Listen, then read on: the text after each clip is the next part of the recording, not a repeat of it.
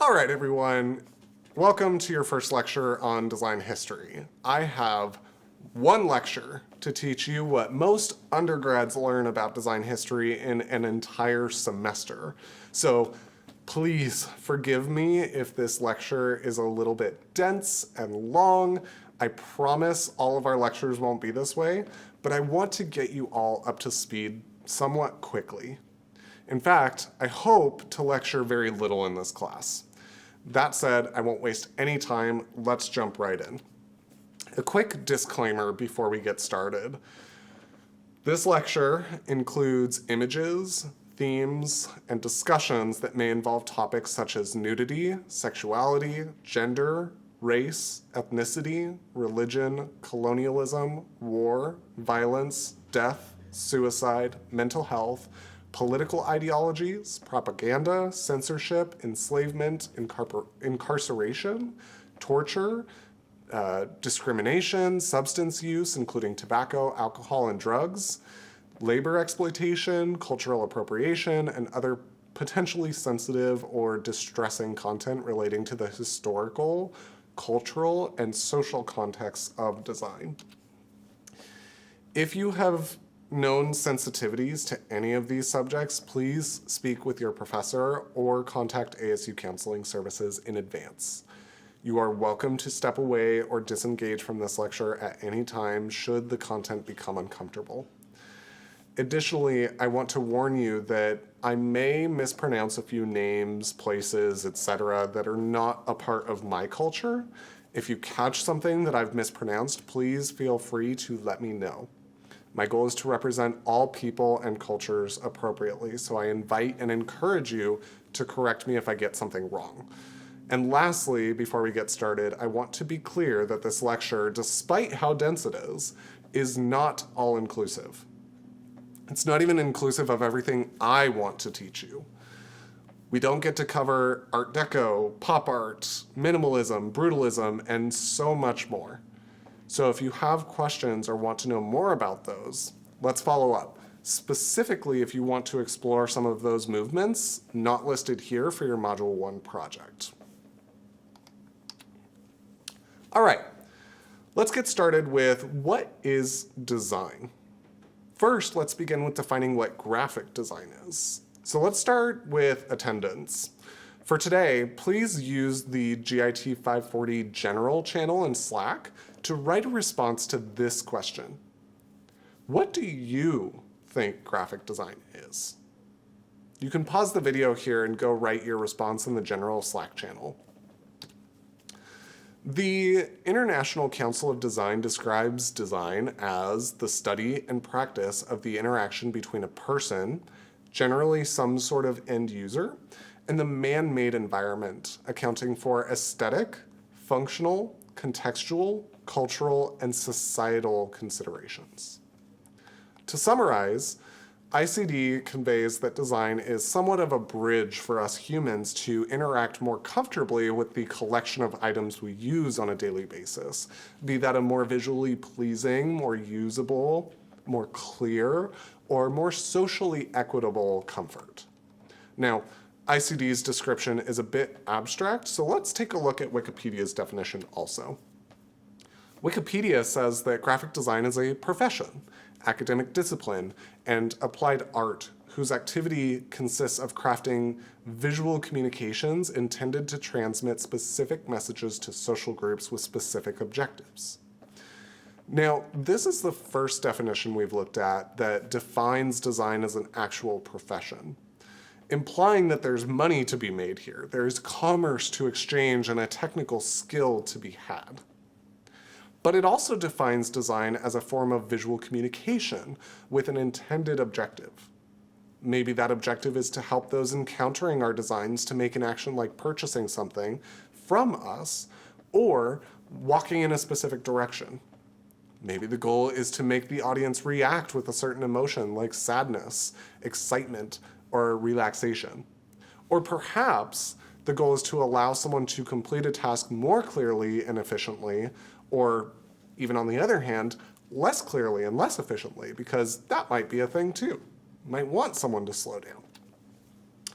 Robin Matthews has a really nice quote as well. Design is where science and art break even. That's new and a little bit bold. Now we're saying that design and art are cohabitant. They exist together peacefully. This also explains why you all are here receiving a Master of Science rather than a Master of Arts. There's a big difference there. Science suggests there's a methodology, there's a hypothesis to be validated or invalidated, and therefore a way to measure the results. As designers, how do we know if we did our job correctly? If you went over to the Herberger School here at ASU, they might tell you something like, if the client signed off, your job is done. But here at the Fulton schools, you have to prove that the work was done correctly by showing the quantifiable data, the measurements of that success, along with the scientific methodology you use to achieve those results. We can meet with the client, establish the goals we hope to achieve, and agree upon a methodology and a set of tools we believe will sufficiently gather the data needed to effectively measure the results of our work. Then we can evaluate that data and refer back to the goals we established to determine if we met or did not meet our predetermined goals. If you want to learn a little bit more about that, take GIT 550. I also teach that class, but we learn about how to do all of that there. But it's very black and white. And if you want my opinion, I think I have the simplest definition we've seen today. I simply believe that design is communication. Now, I say simply, but this is by far simple. Communication is reliant on context, culture, language, tone, conventions, and more. But frankly, so is design. Now, I'm rambling on about what design is, ultimately to get us to this point.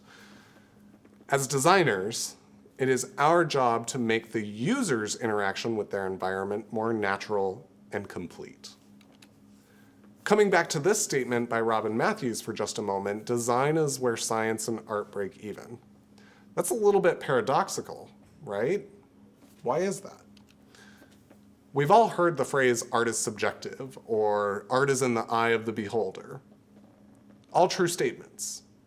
But on the flip side of that, science is ideally objective. It is fact, and in an ideal world, science cannot be argued with. For anyone who has worked with a real design client, maybe you've had them nitpick a color or a font or the way the composition is laid out.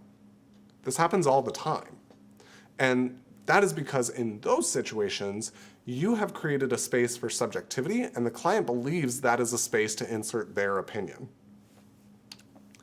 Now, we said science and art cohabitate and they exist together, but how can that be so if their outcomes are literal antonyms of each other? On one hand, science is evaluated, analyzed, and measured, generally with some form of tool, technique, or methodology that makes that reproducible, and it's reproducible following the scientific method. But on the other hand, art is interpreted differently at different times by different audiences. Bringing those two hands together, design on the whole remains relatively subjective. However, design is still able to be analyzed, evaluated, and measured through a mountain of various techniques like user testing, desirability testing, engagement metrics, conversion metrics, return on investment, A/B testing. There are so many analytics. Again, take GIT 550 if you want to learn more about those. So on the whole, design is still mostly subjective. But how can we work toward making design a bit more objective? How can I stand here as your professor and give you a grade on something that is admittedly based on convention? Why or who am I to tell you what looks good or what doesn't look good? While design may be subjective in some aspects, There are a few things that can make your work highly objective, which is how I will be grading your work in this class. And when you begin to look at it this way, you'll come to see that design actually isn't very subjective at all. It is very objective, as long as you incorporate a few things. Elements would include things like color, line, value, space, shape, form, and texture. We'll explore each of those in greater detail during lecture 1.2, and you'll have plenty of exercises to ensure you are familiar with all 7 of those elements. But in summary, design elements are the basic building blocks of any composition. Every design out there will use one or more of those design elements. Design elements should not be confused with design principles, which are how designers ultimately use those elements of design. There are 7 design principles: balance, rhythm, emphasis, contrast, unity, which may also be called gestalt, proportion, and hierarchy. Typography and grids are essential tools that help designers structure content in a way that is readable, intentional, and consistent. Typography is more than just choosing fonts. It's how you control hierarchy, legibility, and tone of voice through type. It sets the tone of a design, and it tells the viewer what to read first, second, and last. Grids, on the other hand, help you organize space. They bring structure, alignment, and rhythm to your layout. Think of them like scaffolding. They hold your content in place and make your design feel intentional and balanced.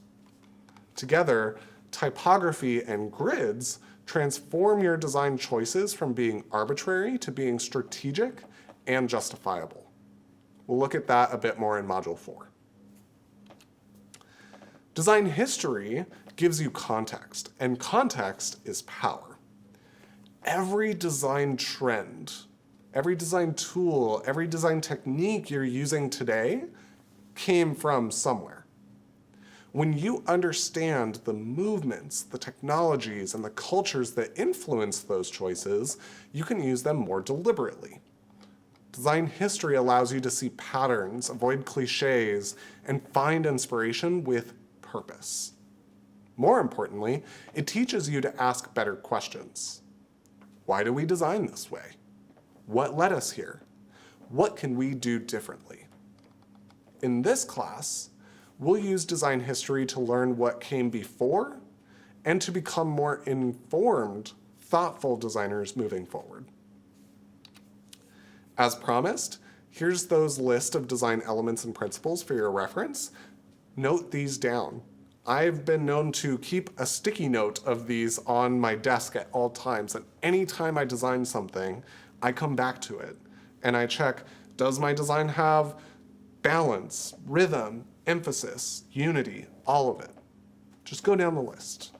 Before we get into the specific art and design movements that played a key role in the visual style of graphic design as we know it, let's start with the earliest form of visual and written language and how we distributed our message through the invention of printing. The Bolombos Orchard plaque shows some of the earliest intentional markings likely used for counting or storing information. About 10,000 years later at the Depiklof rock shelter, over 270 engraved ostrich shells reveal a lasting graphic tradition of symbolic communication and shared identity. These shells also doubled as a 1-liter water container, practical tools that were both essential and culturally significant. Historians trace the origins of graphic design to cave paintings around 38,000 BCE, where early humans used visual storytelling to communicate across generations. Although the subjects, things like animals, handprints, and weapons, are clear, the loss of cultural context makes their exact meaning a little bit speculative. Next, the major evolution of graphic design is language itself, and the visual representation with the alphabet during the Bronze Age. Around 3000 BCE, about 35,000 years after the Luxor cave paintings, the Sumerians of Mesopotamia invented writing through pictographs, symbols representing objects. These early marks already show the foundations of graphic design using the shape, form, texture, and proportion to communicate.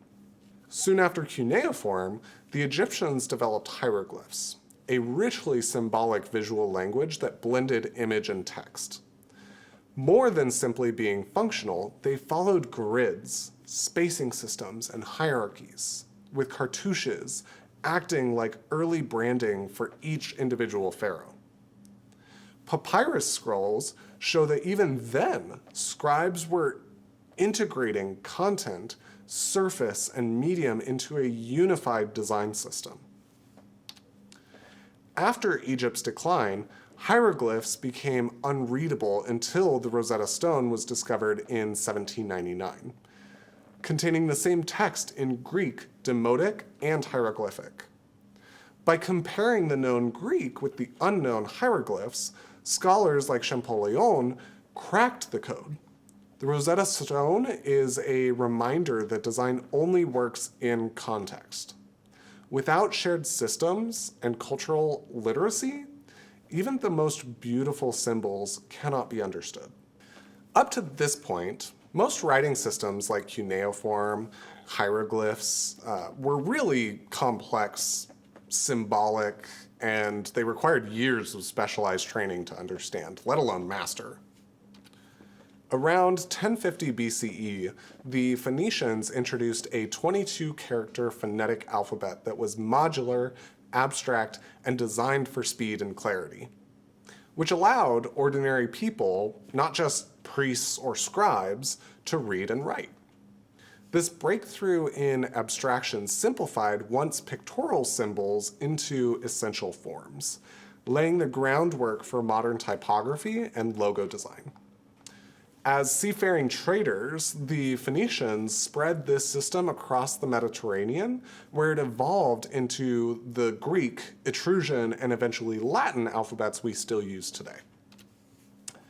As the Phoenician alphabet spread to Greece, the Greeks transformed it by adding vowels, making writing clearer, more expressive, and phonetically complete. They carved inscriptions on limestone and marble to show some of the earliest examples of refined letter forms. They were carefully chiseled with proportion, alignment, and geometric balance. In doing this, the Greeks gave the alphabet a function, adopted from the form provided by the Phoenicians, and laying the foundation for modern typography today. The Greeks also mastered proportion, applying the golden ratio to things like temples, sculptures, and even letter forms to create harmony and balance. Unlike the linear grids used by the Sumerians and Egyptians, which emphasized order and repetition, the golden ratio introduced organic proportion and visual flow. This shift signaled a new design philosophy, where form could be both functional and beautiful, a principle that still shapes modern ideas of layout, balance, and hierarchy. As the Phoenician alphabet spread, it gave rise to four major traditions. The Greeks and Romans refined it into the structured serifed capitals that define Western typography. In the Near East, it evolved into Aramaic, the root of Hebrew, Syriac, and Arabic.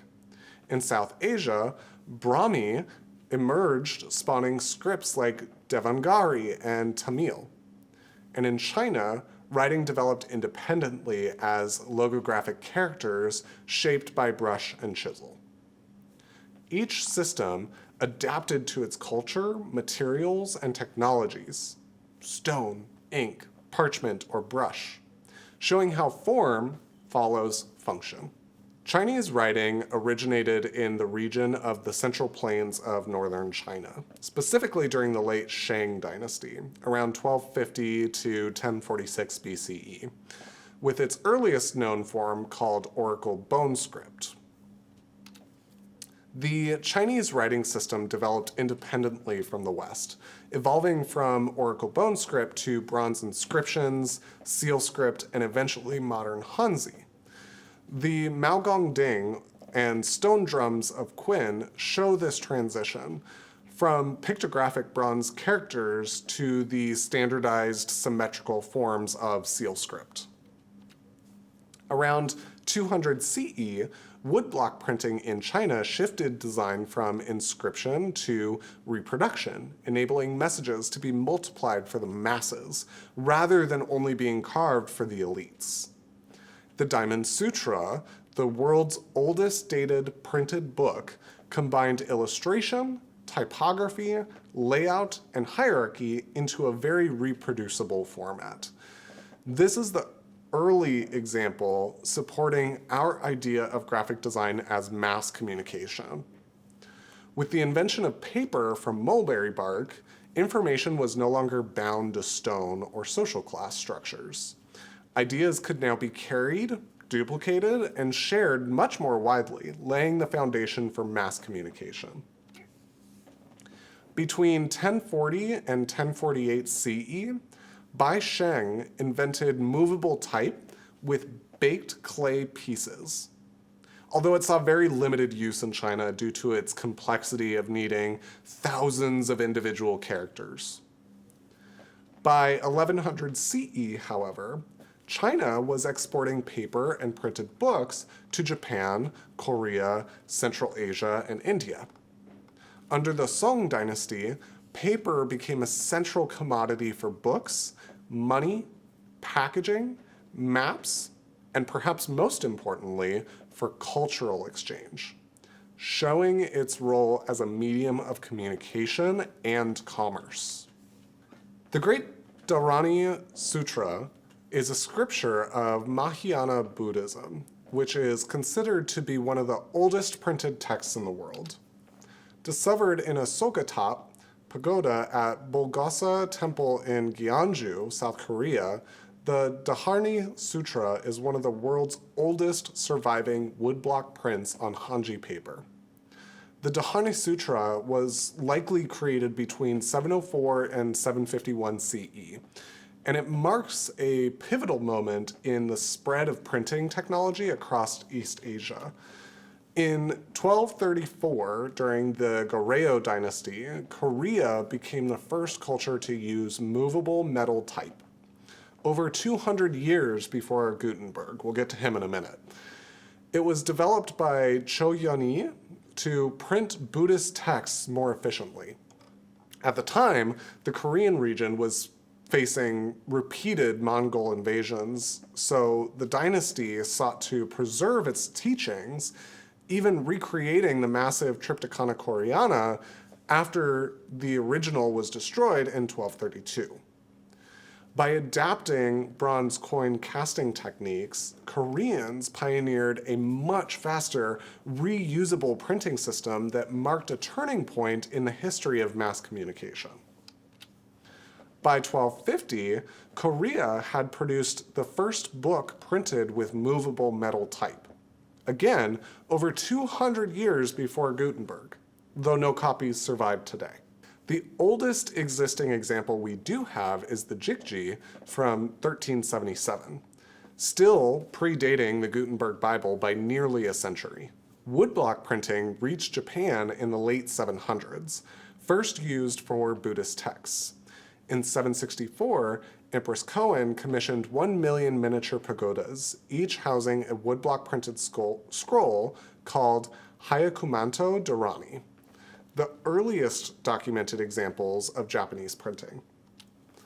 By the 11th century, Japanese temples were printing sutras, mandalas, and other Buddhist texts.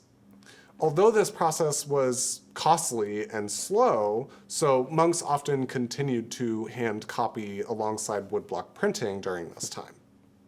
In many ways, these monks in China, Korea, and Japan can be seen as the world's first commercial designers. In the Edo period, Japan's high literacy rates, nearly 100% among the samurai class and over half of farmers and townspeople, fueled mass woodblock printing. More than 600 rental bookstores in Edo circulated illustrated books across genres, creating an early form of community libraries. While elite works like the saga books were printed on very fine, delicate papers, printers also produced more inexpensive books for the public, ranging from travel guides and cookbooks to satire, romance, and kabuki scripts. From the 17th to the 19th century, ukiyo-e woodblock prints flourished in Japan, depicting kabuki actors, sumo wrestlers, landscapes, and everyday life, with artists like Hokusai and Hirosage leading the movement. Hokusai's Great Wave off Kanagawa, made in 1831, is part of his 36 views of Mount Fuji's. This revolutionized printmaking with Prussian blue and has become one of the most reproduced images in art history. The dramatic wave, often interpreted as a tsunami, more likely to be a rogue wave, or sometimes even seen as a ghostly force with claws, captures the power of nature and the artistry of the Edo period design. Remember the golden ratio from ancient Greece? Hokusai's Great Wave echoes those same proportions, showing how Enlightenment-era artists like Debussy, Van Gogh, and Monet drew inspiration from Japanese design systems. After Hokusai, artists like Hirosage and Kuniyoshi created their own wave-themed works, building on Hokusai's techniques. They also embraced woodblock printing and the innovative uses of Prussian blue that Hokusai had popularized. As the Silk Road wove together the East and the West, no region sat more centrally, both geographically and culturally, than the Middle East. From cuneiform to hieroglyphs, the Middle East was an early cradle of writing, and by the first millennium BCE, Aramaic emerged as a script that shaped communication for centuries. Out of this legacy grew Arabic, a language and script that became both a tool of communication and a canvas for spiritual and visual beauty. Emerging around 1200 BCE in Syria, Aramaic became the lingua franca of the Middle East by 600 BCE. Serving as the administrative language of empires from Assyria to Persia. Aramaic's simplicity and adaptability made it highly usable across stone, clay, papyrus, and parchment. And these were design qualities that allowed it to influence later scripts like Hebrew, Syriac, and Arabic. A prime example is the Tel Dan stele, an Aramaic inscription that provides the earliest known extra-biblical reference to the House of David. Aramaic evolved into a semi-cursive right-to-left script of 22 consonantal characters, much like the Phoenician alphabet, with economical strokes, adaptable to straight or curved layouts, and very easy to incise ink. Functioning like a prototype font for the region, it directly influenced Tibetan, Palmyrene, Syriac, Arabic, and even likely contributed to the Brahmi script carried eastward through trade. By the 1st century CE, Aramaic branched into more distinct dialects, most notably Syriac, Palmyrene, and Tibetan. Syriac became the literary and liturgical language of early Christian communities across the Near East, while Palmyrene served as a transitional dialect between Eastern and Western features. The Nebatin, which was used in inscriptions across Jordan and the Sinai, introduced loan words and structures that helped shape the development of Arabic. Emerging in the 4th and 6th centuries CE from Tibetan Aramaic, the Arabic script developed into flowing, connected systems where letters change form based on their position. With the 7th century Quran as its catalyst, Arabic calligraphy became both a means of preservation and a form of art, elevating typography into theology. Early examples, like the Blue Quran in Kufic script, show how writing itself became a sacred visual language. Kufic became the foundation for many Arabic script styles: square, floridated, knotted, and several others, each adapting its bold geometry for different contexts.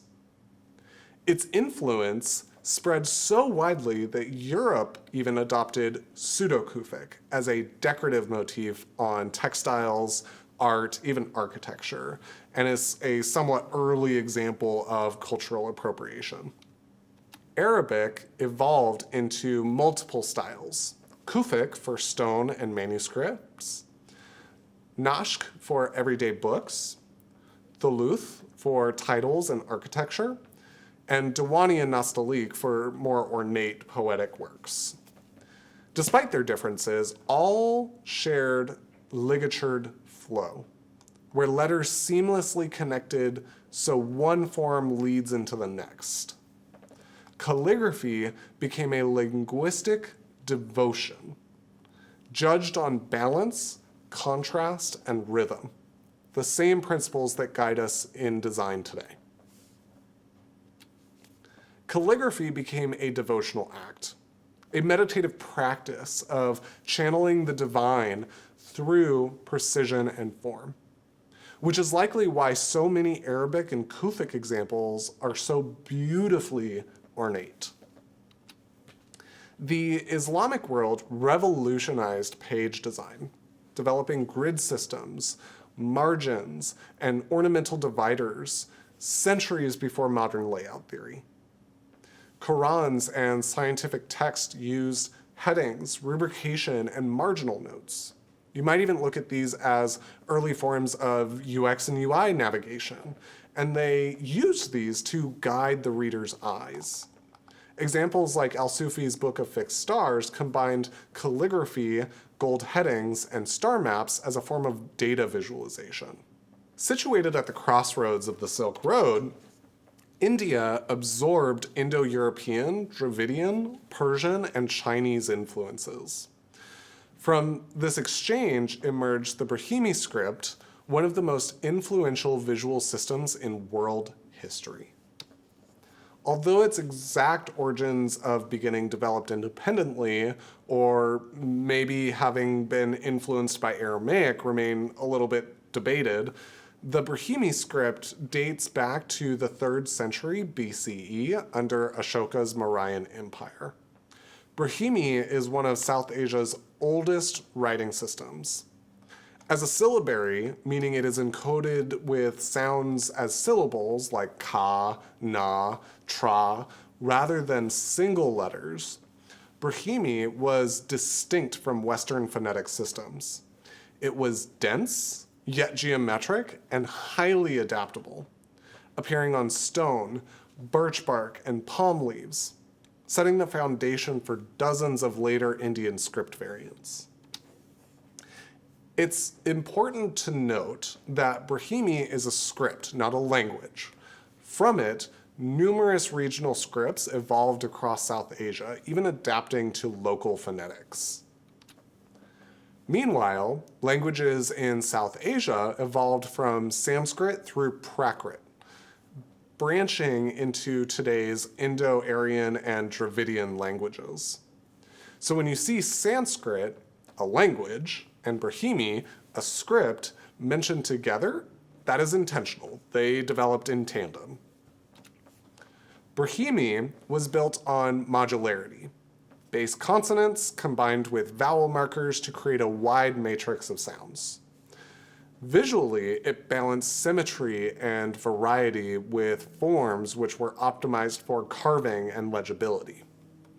Its early top line, later seen in Devanagari, shows the shift towards horizontal orientation and stacked logic on softer materials like palm leaves. The Brahmi script was likely influenced by Aramaic, but possibly developed independently. It was a syllabary perfectly suited to Sanskrit and Prakrit, enabling the expression of complex sounds that shaped modern Indian languages like Hindi, Bengali, and Marathi. Sanskrit served as the mother language, while the Prakrits evolved directly from it into Indo-Aryan languages spoken today. One of Sanskrit's most famous works, the Bhagavad Gita, continues to resonate globally. Its verse on time and destruction was quoted by Oppenheimer when reflecting on the atomic bomb. In South India and Southeast Asia, texts were often inscribed on palm leaves, whose fragile surface encouraged more rounded strokes and shaped the look of Brahmic scripts. Manuscripts were often formatted horizontally, then bound with string and written in continuous columns. Innovations which were driven by the actual material itself. Brahmi's legacy continues to live on in its descendant scripts, now embedded in Unicode, variable fonts, and digital type systems. Designing for them requires honoring their complexity, ligatures, conjuncts, and stacked syllables, while ensuring accessibility on things like small screens where compression threatens clarity. To understand how design and communication spread in Africa, we have to look back long before the Silk Road. In fact, for this story, we're going all the way back to the beginning. We return to two of the earliest examples of symbolic human connection, the Bolombos orchard plaque and the ostrich eggshell canteens from Diepkloof. These were designed to be functional, communal, and systemic. They represent some of the very first forms of written visual language, likely even language as a whole. Africa's communication systems developed outside alphabetic traditions, relying instead on pattern, repetition, and symbolism to pass down knowledge, signify identity, and govern social codes. These systems were often nonlinear and multidimensional, tied to rituals, performances, and even specific locations. Meaning and context was encoded in stone, ink, cloth, architecture, tattoos, scarification, and even hairstyles. And then was sort of learned culturally. In many African cultures, masks were vessels for spiritual presence, transforming the wearer into a spirit, ancestor, or even a force of nature. They were part of a complete design system: mask, costume, movement, music, and performance, crafted to signal identity, power, and emotion. In practice, this became an immersive form of storytelling, much like today's theater or film design, where audiences willingly suspend their disbelief to what they're seeing. Nisbiti, developed by the Ekpe Society in southeastern Nigeria and western Cameroon, is a logographic and ideographic system, much like China's, but developed completely independently. These logographics and ideographics represent actions, relationships, and moral codes. They appeared on contracts, tattoos, murals, textiles, and ritual objects, functioning as communication and social codes for the initiated into the culture. This is a fantastic example of non-Western semiotics, where gesture, context, and composition shape the meaning of the message. From the Ashanti people of Ghana, Adankara symbols communicate proverbs, values, and a philosophy through distinct graphic icons like duafe, meaning cleanliness, or iban, meaning safety. Once reserved for cloth worn by royalty and in spiritual contexts, today they appear in branding, signage, and architecture. A famous example is Gename, meaning except for God, symbolizing divine supremacy and humanity's dependence on a sacred and divine power. The Tuareg people of North Africa developed Tafinga, a script rooted in ancient Libico-Berber writing. Tafinga is a consonant-based geometric system of arrows, dots, and lines, and it was optimized for carving into stone, metal, and leather. Typographically, Tafinga is a modular and grid-friendly system, making it remarkably adaptable from traditional engraving to modern typography design. Although colonial powers suppressed many of the indigenous scripts, we have seen a revival of African typographies in the modern era. Designers and scholars are digitizing and teaching systems like Nisbiti, Tafinga, and Adankara, blending them with modern technologies for fonts, signage, and even software. Long before European colonization, indigenous peoples of the Americas developed visual communication systems of pictographs, glyphs, and spatial design, often woven into skin, stone, textile, and ritual, with Mesoamerica producing one of the most advanced pre-Columbian systems. The Maya script was one of the only fully developed writing systems in the pre-Columbian Americas, combining logographs and syllabic elements into over 800 distinct glyphs. The Mayan people carved these glyphs into temples, codices, and stelae, and these glyphs followed very strict design systems of grids, rhythm, and hierarchy. They were crafted by scribes who were both artists and often priests. The Compostela in Honduras exemplifies this integration of text and image with glyphs arranged in orderly rows and columns around carvings of Mayan rulers. The Aztecs and other Nahuatl-speaking peoples created codices, which are accordion-style books made of bark paper or sometimes animal hide. They filled these codices with symbols, icons, and color codes to map places, pay tribute to gods, and monitor divine cycles. Unlike Western books, these were performed. They were read aloud with music and gesture by scribe painters. Codices like the Mendoza and Borgia combined data visualization with mythology, math, and ritualistic storytelling.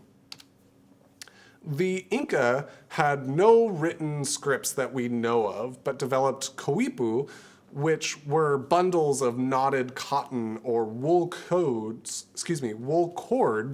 which were used to record various topics like census data, calendars, and accounts. Each type of knot, its spacing, and the color of the yarn being used encoded some type of information. And this is an example that shows that text isn't the only medium for communication and sharing information. Some scholars believe coipu may have even carried a symbolic or perhaps even a phonetic meaning, making it sort of a pre-digital interface for memory and power. Across North America, indigenous tribes used pictographic systems, painted or carved into rocks, hides, and teepees. In the Great Plains, winter counts recorded each year with a single emblematic image.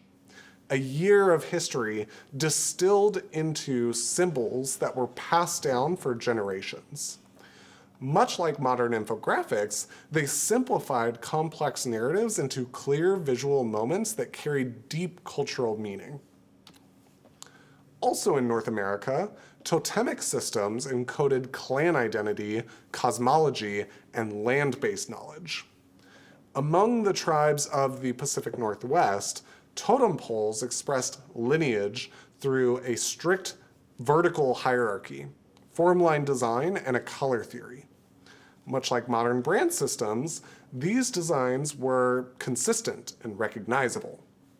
They could be embedded in canoes, used as masks, made into tattoos, and worn as regalia to identify specific clans and immediately communicate the clan's hierarchy to traders or even enemies. Indigenous designers today are reclaiming visual systems through modern tools, reminding us that design carries memory, politics, and place, while teaching us to value narrative metaphor, cyclical time, and material sensitivity. The Latin alphabet, developed by the Romans in the 7th century BCE, evolved from Etruscan, Greek, and originally Phoenician roots.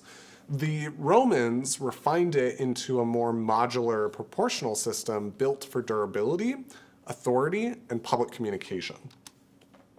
Roman letter forms carved with deep, high-contrast strokes introduced serifs through chisel stops. This is the true beginning of Western typography.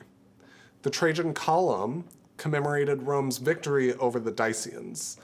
Trajan's column is a 126-foot tall spiral column featuring 155 carved scenes, functioning almost like a stone comic strip showing battle scenes from the Trajan War. In parallel to Latin, Germanic tribes developed runes, with the Elder Futhark emerging around 150 CE, likely inspired by Latin, but evolving somewhat independently. Runes were angular and straight-lined. They were designed for carving into wood, stone, and metal. They were phonetic and ritualistic, used on weapons, graves, and amulets. The rock runestone in Sweden, with the longest runic inscription, is considered the first piece of Swedish literature, and much like the Rosetta Stone in Egypt, serves as a key bridge between Elder and Younger Futhark languages. Between 400 and 1200 CE, literacy in Europe was concentrated in monasteries where monks painstakingly copied manuscripts by hand in scriptoria, often spending years, sometimes an entire lifetime, on a single book. These manuscripts were illuminated with gold leaf, expensive pigments, and elaborate initials. They were very sacred objects and masterpieces of design. They used grids, specifically manuscript grids, sometimes called a Van de Graaff grid. They leveraged clear hierarchies, and they often integrated text and image together, which laid the groundwork for our modern editorial systems. But at this time, books were extremely rare and incredibly costly. These were treasures belonging to the church and the state and the courts. These were designs used for power, structure, and control. In the 8th and 9th centuries under King Charlemagne's reign, Carolingian minuscule was developed, a script designed for legibility and consistency, with clear ascenders, descenders, and spacing between words. This typeface was developed by monks like the Aleutian of York, and it was the first standardized typographic system in Europe that prioritized readability over ornamentation. Often called the Helvetica of its time, it laid the foundation for our modern lowercase Latin scripts. These books were incredibly intricate. The coronation gospel book was used in the coronation of every Roman German king from the 12th century onward, even serving as the royal oath Bible. In the High Middle Ages, Carolingian minuscule evolved into Gothic, or sometimes called black letter scripts. They were dense, angular, and vertical to echo the height and rhythm of many of the Gothic cathedrals of the time. These typefaces were visually striking, but a bit hard to read. They later posed major challenges for early printing, too. By the 13th to 15th centuries, manuscript production used grids, ruling templates, and margin cues to organize columns, glosses, and footnotes with decorative initials and rubrication, used to establish a clear reading hierarchy. These layouts taught readers how to navigate dense texts, a hallmark of good design that is still in use today. By the 15th century, Europe's scripts were refined but still very manual and unscalable, unable to keep up with the rising literacy rates at the time due to the growth of universities. And while Gutenberg is often credited with inventing movable type in the 1440s, the truth, as you all know now, begins centuries earlier in China and Korea. With movable type that was first invented in China by Bai Sheng around 1040, then in 1234 CE, 200 years before Gutenberg, the Koreans developed movable metal type under the Goryeo dynasty, casting bronze characters and printing entire Buddhist texts at scale. I think it's safe for us to blame colonialism and Eurocentrism for the distorted record here. Now, the Renaissance is a period of immense technological growth, and one of the most important pieces of technology that was developed during the Renaissance was the printing press. Gutenberg's true achievement was adapting movable type to the Latin alphabet and pairing it with durable oil-based inks, making printing more viable in Europe. But he neither invented movable type nor created the first printing system. Those innovations came centuries earlier in Asia. Still, the Gutenberg Bible became the first great book printed in Western Europe, cementing his legacy in a Eurocentric narrative where he takes far more credit than he probably deserves. While Gutenberg made printing viable, it was Italian printers in Venice who transformed typography into the art form we know today. Nicholas Jensen created one of the first refined Roman typefaces. It was clean, proportional, and legible, and it set the model for modern book typography. Aldus Manutius, founder of the Aldine Press, revolutionized publishing with the italic type, pocket-sized octavios, and his iconic anchor and dolphin mark, establishing principles of branding, accessibility, and design strategy that are still used today. By the early 1500s, print had become a weapon of persuasion, nowhere clearer than in Martin Luther's 95 Theses of 1517, which spread across Europe within weeks through pamphlets, broadsides, and woodcuts. Reformers deliberately used black-letter typefaces and vernacular language to reach everyday readers, while the Catholic Church fought back with its own printed campaigns. For the very first time, modern design and typography became political propaganda. Design itself was ideological. While religious debates were shaping what got printed, type designers were defining how it looked. Claude Garamond created elegant Roman and Greek typefaces that set the standard for book typography with their clarity, balance, and humanist refinement.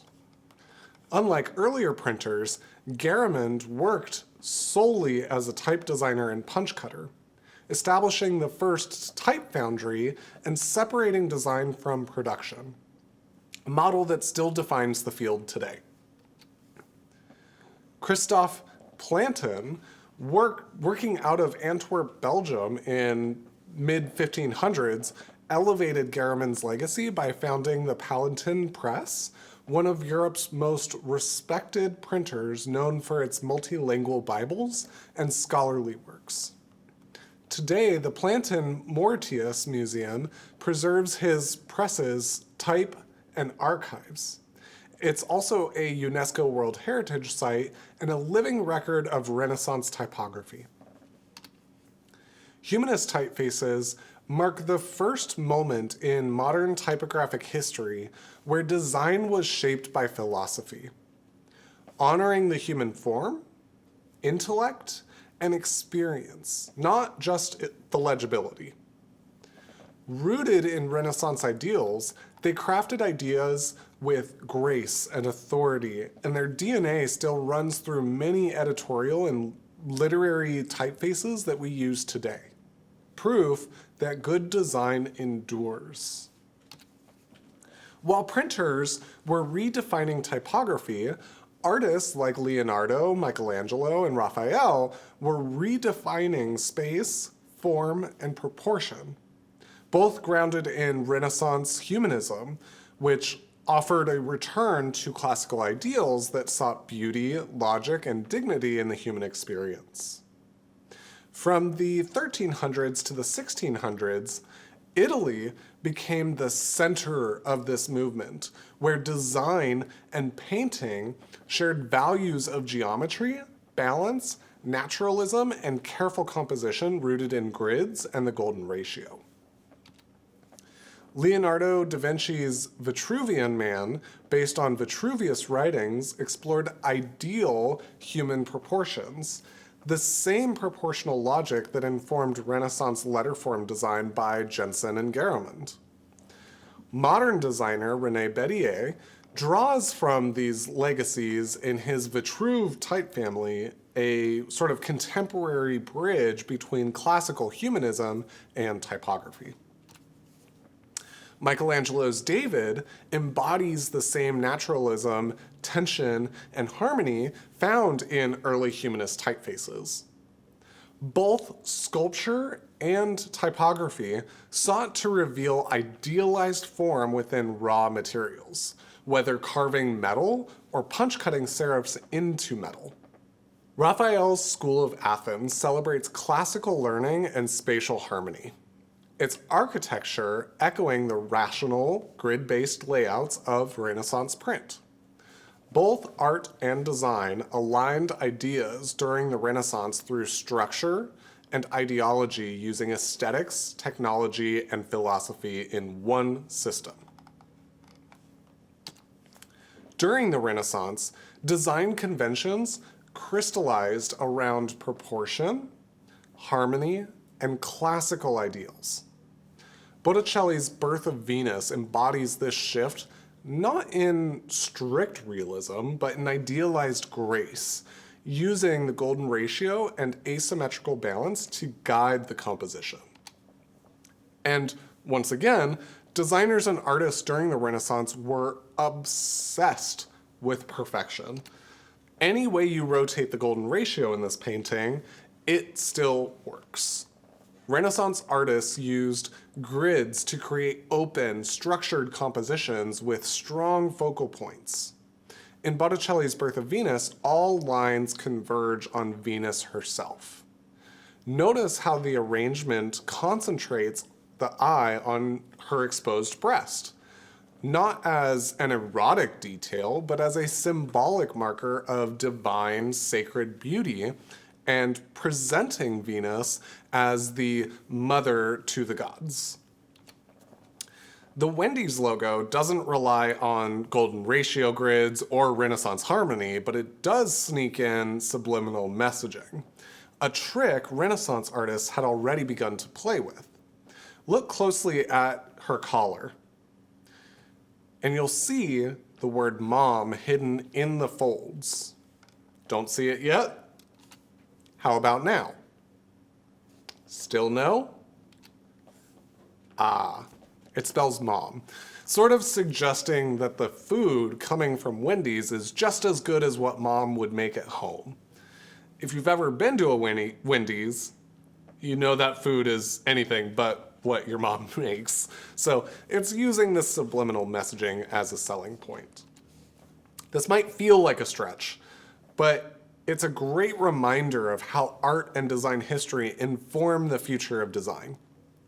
When you see something and think, wow, that's really clever, it's usually because the designer understood history, symbolism, and semiotics well enough to work below the surface. That is what subliminal really means. Sub, below, liminal, threshold. The meaning that lives just under what you immediately see.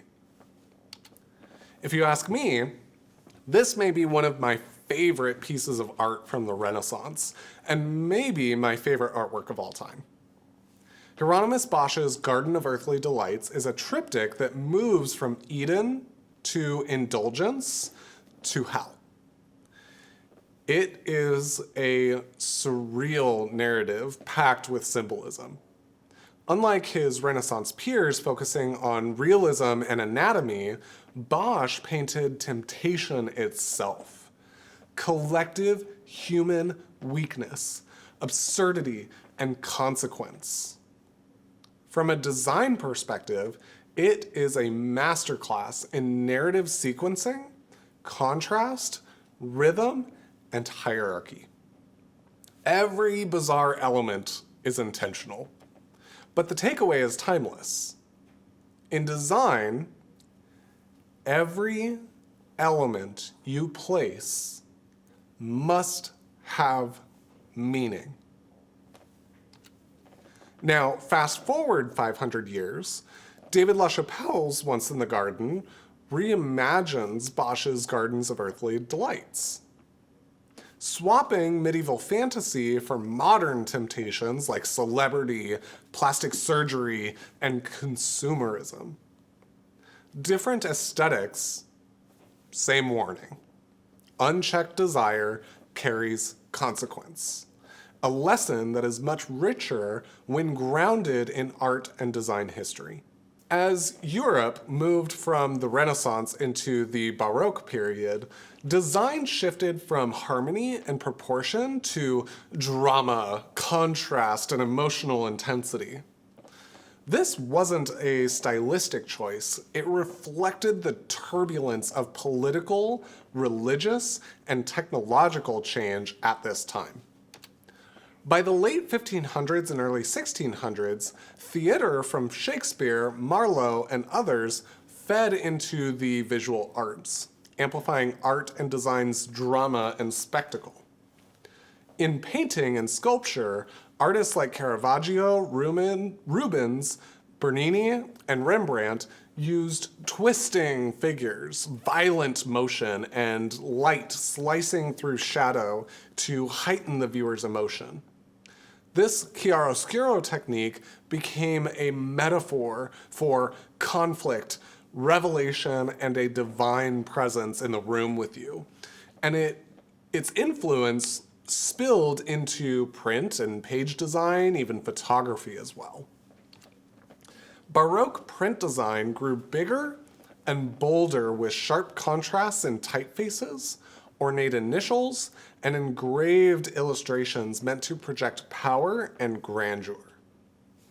Decorative borders and typographic flourishes were also common, less about readability, more about getting people interested by matching the dramatic artistic trends of the era. In the Baroque period, color became symbolic, strategic, and central to emotional storytelling.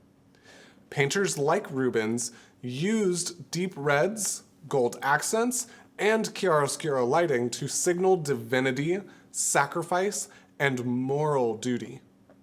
And printmakers followed suit.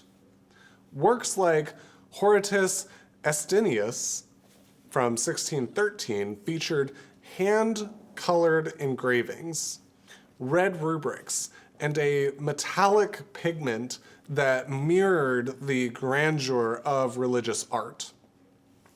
By this point, color wasn't being used as decoration, it was being used as persuasion, hierarchy, and drama on the page.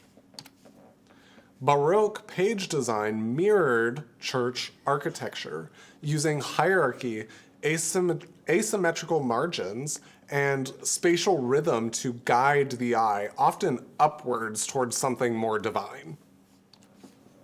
The Baroque era introduced copperplate engraving and etching, enabling finer line work than woodcuts and allowing for more detailed maps, diagrams, music, and botanical studies. This shifted books from being purely religious or literary towards tools of storytelling, education, navigation, and scientific inquiry. Baroque design was inseparable from power. The Catholic Church used it during the Counter-Reformation to inspire awe, while monarchs like Louis XIV turned it into propaganda for absolute rule. Even after the printing press, handwritten and embellished books persisted as strategic design used for propaganda to extend empires, persuade, and exert cultural dominance. And of course, as Europe expanded its global reach, Jesuit monasteries carried Baroque design into Asia and Latin America, printing religious texts that blended European type and imagery with local aesthetics to create hybrid forms reflecting both colonial power and cultural resilience.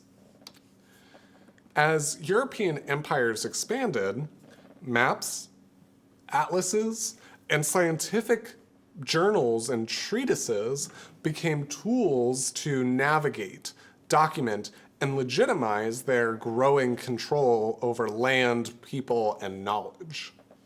Works like Ortelius' Theatrium Orbis Terrarium combined typography, engraving, and color into immersive visual experiences that were as much about spectacle and power as being transformative and informative. In science, Newton and Galileo used diagrams, layouts, and typography to make knowledge a visual narrative experience. The Baroque era provided design and proved that design could be persuasive and practical, shaping how people saw and believed in the world. Now, take a breath, because next comes one of the most transformative chapters in design history.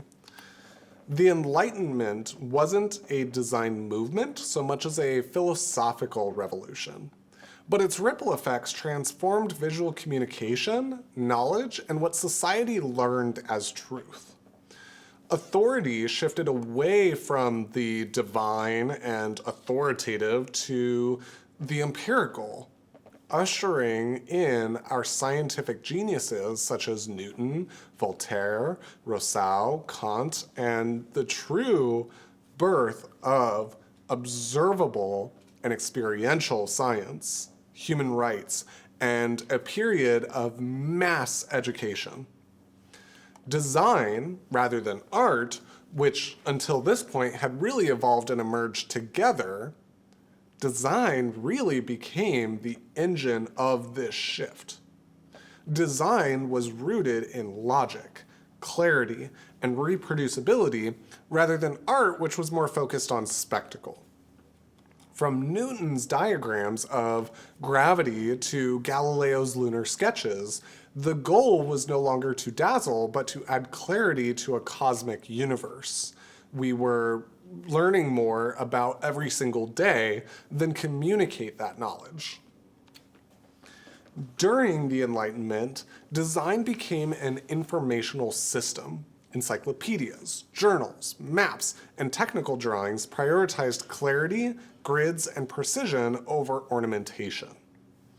Typefaces grew cleaner, layouts became modular, and the emphasis shifted toward this functional tool. Can it be used and understood by the masses? One could say those were the early concepts of designing for accessibility. If the Renaissance showed design could idealize the human form, and the Baroque showed it could stir emotion, then the Enlightenment proved design could explain and educate. For the first time, design served the public, not just the religion of the region or the propaganda of the elite. This democratization of knowledge laid the groundwork for everything from transit maps to today's digital interfaces. The Enlightenment introduced visual systems like grids, tables, and graphs pioneered by people like William Playfair that formalized design as a tool of reason through data visualization. At its core, Enlightenment design built trust through showing proof. If it looked orderly, it felt truthful. If it was repeatable, it was believable. By the late 1700s, the world was changing fast. The Enlightenment had planted seeds of revolution, and people were starting to question the excesses of the aristocracy and lack of transparency from the church. The French Revolution was brewing, and the American colonies were in the midst of declaring independence from European rule. The idea that truth could be felt through intuition or pleasure began to lose ground. So design responded. Neoclassicism emerged as a cultural correction, a return to structure, restraint, and ancient ideals like democracy, virtue, and rationality. Pastel swirls and gilded scrolls gave way to more rigid symmetry, columns, bold but modernized serifs, and geometric compositions. It was about design that wanted to be understood, not just admired. Jacques-Louis David's Oath of the Hierati replaces Baroque's twisting and overly dramatic figures with three brothers swearing loyalty to the state.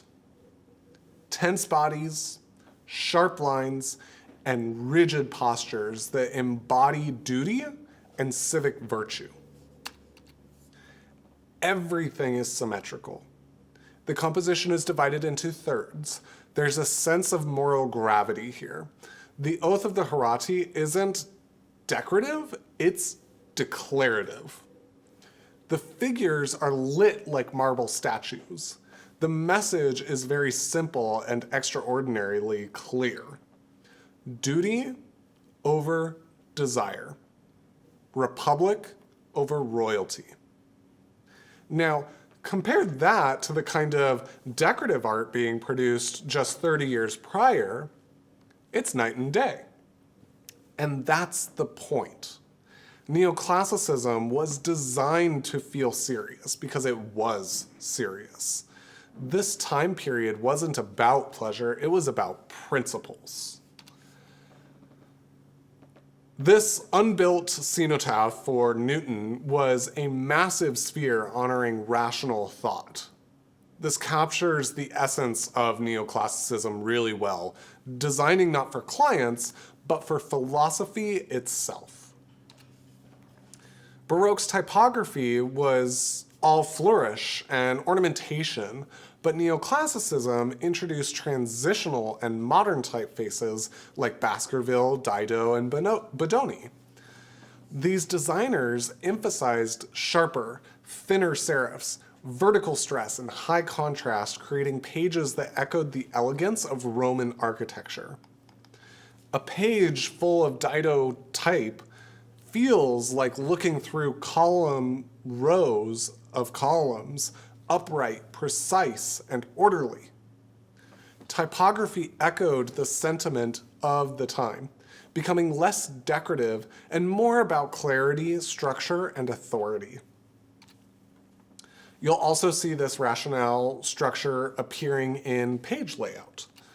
Printers in the neoclassical period revived mathematical ratios like the golden ratio and canon of page construction using modular and Van de Graaff grids, which grounded layouts in logic and proportion.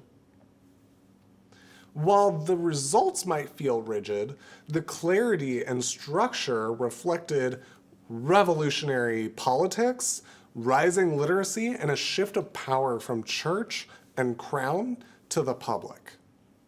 Neoclassicism gave design a civic role, treating communication like architecture built to last, with standards like grids and hierarchy that still underpin design education today. I think the Industrial Revolution should be familiar to most of us. With mechanized production from steam-powered presses to looms and wood-type letterpresses, factories could suddenly churn out goods and media much faster, cheaper, and more consistently than ever before, fueling an explosion in advertising, packaging, and print. This era introduced the modern design problem: how to communicate clearly and attractively in an increasingly crowded commercial marketplace, with posters battling for attention on every single surface and a type growing bigger, bolder, and louder to compete. Design in the Industrial Revolution became louder and more ornamental, with dense layouts competing for attention, much like today's TikTok or Instagram feeds. While design was still a skilled craft, the focus shifted to efficiency, replication, and scalability. Mass production made visual communication more accessible, but it also led to aesthetic overload and a cultural disconnect, replacing the handmade with the mechanical. The Industrial Revolution still produced iconic designs, like the penny black, the world's first adhesive postage stamp, engraved with Queen Victoria's portrait, a tradition that continues on British stamps even today. This era laid the foundations of our modern design ecosystem, leaving us with lasting design heritage that still shapes visual communication today. In the mid-late 1800s, new technologies like factories, trains, and machines reshaped daily life. And design reflected that upheaval with loud, layered, optimistic, and ornate styles. Before the Industrial Revolution, objects like this teapot were one-of-a-kind, handmade goods, and that was the default, meaning your dishes didn't look like your neighbors because mass production didn't exist yet. But then machines came, and suddenly everything from perfume to pots could be mass-produced, sparking fierce competition where making a product wasn't enough. You had to sell it. And that's where modern advertising began. With more products came more noise, and ads had to stand out. So the Victorian era birthed commercial design with big fonts, visual drama, and bold messaging that demanded attention. Posters, placards, and advertisements fueled the rise of modern advertising. As bigger formats demanded bold colors and energy, improvements in printing technology made it possible to create large, vibrant images designed to grab attention from across the street. New machines transformed what could be sold and how it could be shown. As steam printing, color lithography, and chromolithography enabled ads bursting with detail and energy that seemed to move on the page. This poster sells more than transportation. It sells a culture of safety, class, and sophistication. with Victorian ads reflecting their era's structured morality and always carrying an underlying message about who you were expected to be.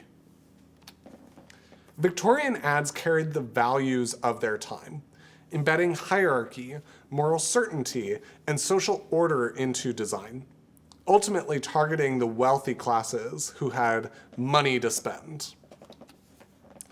During the height of the British Empire, Victorian ads often paired exotic ornamentation with moralized imagery to reinforce colonial strength and virtue, as seen in this Coca-Cola ad where lace, pearls, and posture signal refinement, while the type and color elevate the drink into a marker of virtue for every Victorian woman. Victorian transportation posters radiated optimism, selling a vision of progress where industry promised to cure poverty, disease, and disorder. A sentiment that feels overblown today, but mirrors our own era of rapid change where AI and new tech reshape society faster than we can even adapt. Design and technology has always been tightly linked, with new tools reshaping our processes and style. For centuries, books and illuminated manuscripts were painstakingly hand-drawn by monks or scribes, with each copy made one at a time, a skilled, very exclusive process where a single book could take an entire year or even lifetime to produce. Then, in 1450, Johannes Gutenberg developed upon the movable type printing press, using individual metal letter forms called slugs that could be arranged, inked, and reused, revolutionizing book production. Printers arranged the metal letters into paragraphs, inked them, and pressed them onto paper, almost like a stamp, allowing multiple identical copies to be produced from the same reusable type. Once the printer finished a book, they disassembled the type, returned each letter to its drawer, an upper set of drawers for uppercase letters and a lower set of drawers for lowercase letters. That's where you get uppercase and lowercase from. And then they repeated this process, a slow but revolutionary system that through circulation fueled the intellectual revival of the Renaissance. By the 19th century, manufacturers needed a way to advertise and promote their products. The metal type process worked well on books and posters with small type. However, individual metal letter forms had a little bit of a size limitation.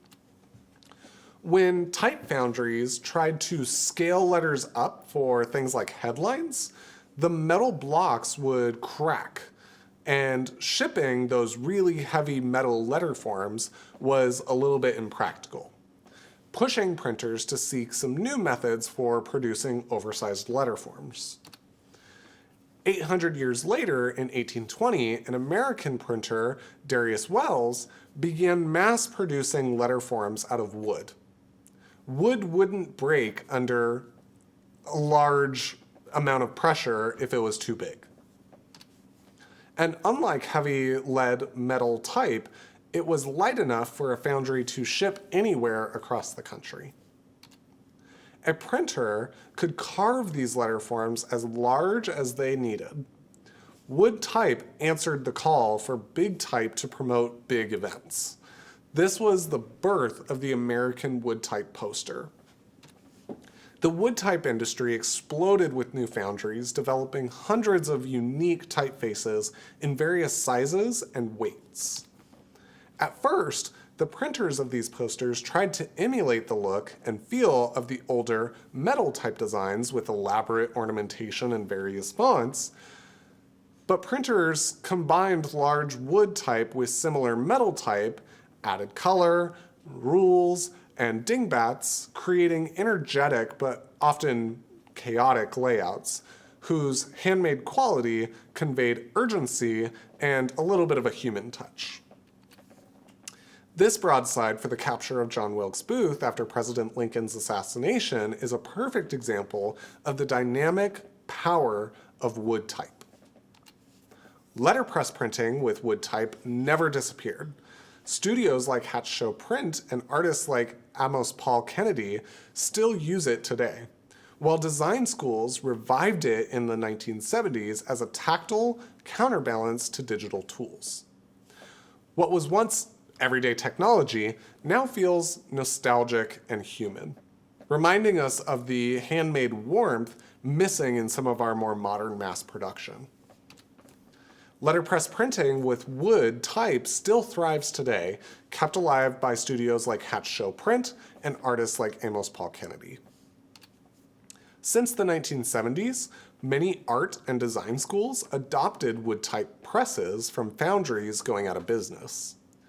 Educators built their letterpress workshops as a tool to reintroduce the physical and tactile into design. The look of 19th century wood type broadsides is part of our popular visual language. Typographers like Craig Ward have carried on the legacy by either directly using wood letterpress typography in their work, or designers without access to physical wood type often simulate its bold slab serif style, digitally reinterpreting 19th century forms with a little bit of a modern twist. What was once the only option in the 1870s now feels nostalgic and human. And as design grows increasingly digital, many have revived this 19th century wood type for its warmth and organic touch. A quick detour from design history takes us back to 1717, when the story of photography truly begins. It may not seem like design at first glance, but photography fundamentally reshaped how we see, record, and communicate visually. In 1717, Johann Heinrich Schulz discovered that silver nitrate darkened in sunlight, creating the first images made with light, though they faded pretty quickly. By the 1820s, Nicéphore Niépce captured the first permanent photograph using a camera obscura and a pewter plate coated in bitumen with exposures that took many hours or even several days. The results were crude, as seen in the earliest surviving example, which only later becomes legible through cropped and colorized enhancements. In 1839, Louis Daguerre introduced the daguerreotype, polished silver plated sheets that produced sharp, mirror-like images that were fast, affordable, and commercially viable, compared to Niépce's crude experiments. That same year, the French government declared the invention free to the world, sparking its global spread and cementing photography as a powerful new medium of visual communication. Soon after, in 1839, Henry Fox Talbot developed the calotype in England, producing paper negatives instead of single fixed images. Unlike daguerreotypes, calotypes allowed reproduction, a breakthrough that permanently changed the course of photography and print. So on the left here, we have a daguerreotype, and on the right, we have a calotype, just so you can see both side by side there. By the mid-1800s, photography evolved quickly. The wet collodion process produced sharper images, but essentially required a portable darkroom. Album prints brought glossy, detailed portraits, and by the late 1800s, George Eastman's roll film and Kodak cameras democratized the medium with the slogan, "You press the button, we do the rest." Suddenly, a machine could capture reality faster and more accurately than painters or printers, sparking fears, much like AI does today, that this machine was going to take people's jobs. But just as scribes adapted after Gutenberg, designers and artists learned to evolve with each new technology. A reminder that creativity isn't replaced, it evolves. Photography reshaped visual culture. Portrait painters now competed with studios, scientific journals, gained accuracy, and newspapers adopted halftone printing for visual storytelling. In design, photos became both content and proof, as in posters of Sarah Bernhardt that fused celebrity portraits with bold type, or the Illustrated London News using photography to lend immediacy and authority to Carter's excavation of Tutankhamun's tomb. The visual revolution didn't stop with still images. Photography gave rise to motion. In 1878, Edward Muybridge used sequential photos of a galloping horse to prove that all four hooves left the ground, creating one of the first motion studies. By the 1890s, inventors like Lumiere and Thomas Edison introduced short moving films, giving rise to cinema, which was a brand new art form made possible by photography. As still images evolved into motion pictures, the stakes for visual storytelling grew even higher. Edison's stronghold on film patents drove filmmakers away from New Jersey and out west to California, where cheaper land, abundant sunlight, and freedom from lawsuits from Edison sparked the rise of Hollywood. Proof that technology and control can reshape the creative landscape. By the late 19th century, photography had shifted from scientific experiment to cultural powerhouse, shaping identity, memory, and power. In wartime, from the Civil War to the World Wars, it became a weapon of narrative control, used to build morale, sway opinion, and dehumanize the enemy. Photography defined how entire societies saw conflict and remembered it. This photo by Lee Miller and David E. Sherman is one of my all-time favorites. Before World War II, Miller was a fashion model turned fearless war correspondent for Vogue, one of the few women accredited to cover combat zones. She documented the Blitz, Normandy, field hospitals, and the liberation of camps like Buchenwald and Dachau, often alongside male correspondents like David Sherman. By the time she reached Munich in April 1945, she wasn't sightseeing. She was bearing witness to the Holocaust in Germany and Poland. On April 30th, 1945, the very day of Hitler's suicide, Lee Miller and David E. Sherman entered his Munich apartment just hours after photographing Dachau. Inside, Miller staged her now iconic image, bathing in Hitler's tub, who she knew was a notorious germaphobe. She wiped her muddy combat boots on his pristine bath mat, draped her uniform on the chair, and Hitler's portrait perched on the tub's edge. This photo was deliberate, defiant, and symbolic, suggesting the war's end and the collapse of Hitler's power. The contact sheet reveals how carefully she composed the scene, turning it into one of the most powerful images in photojournalism. Photography quickly became the backbone of advertising, replacing illustration with staged and retouched images that reshaped layouts and grids while selling products, lifestyles, and desire. Photographers like Ansel Adams refined the medium as an art form, using dramatic black and white landscapes as both aesthetic masterpieces and tools of activism. His images of America's national parks didn't solely document nature, they helped shape environmental awareness on a national and international level that fueled conservation efforts around the world. The evolution of photography mirrors the evolution of design tools, from early pinhole experiments to bulky, large format cameras that shaped the look of portraiture and landscapes.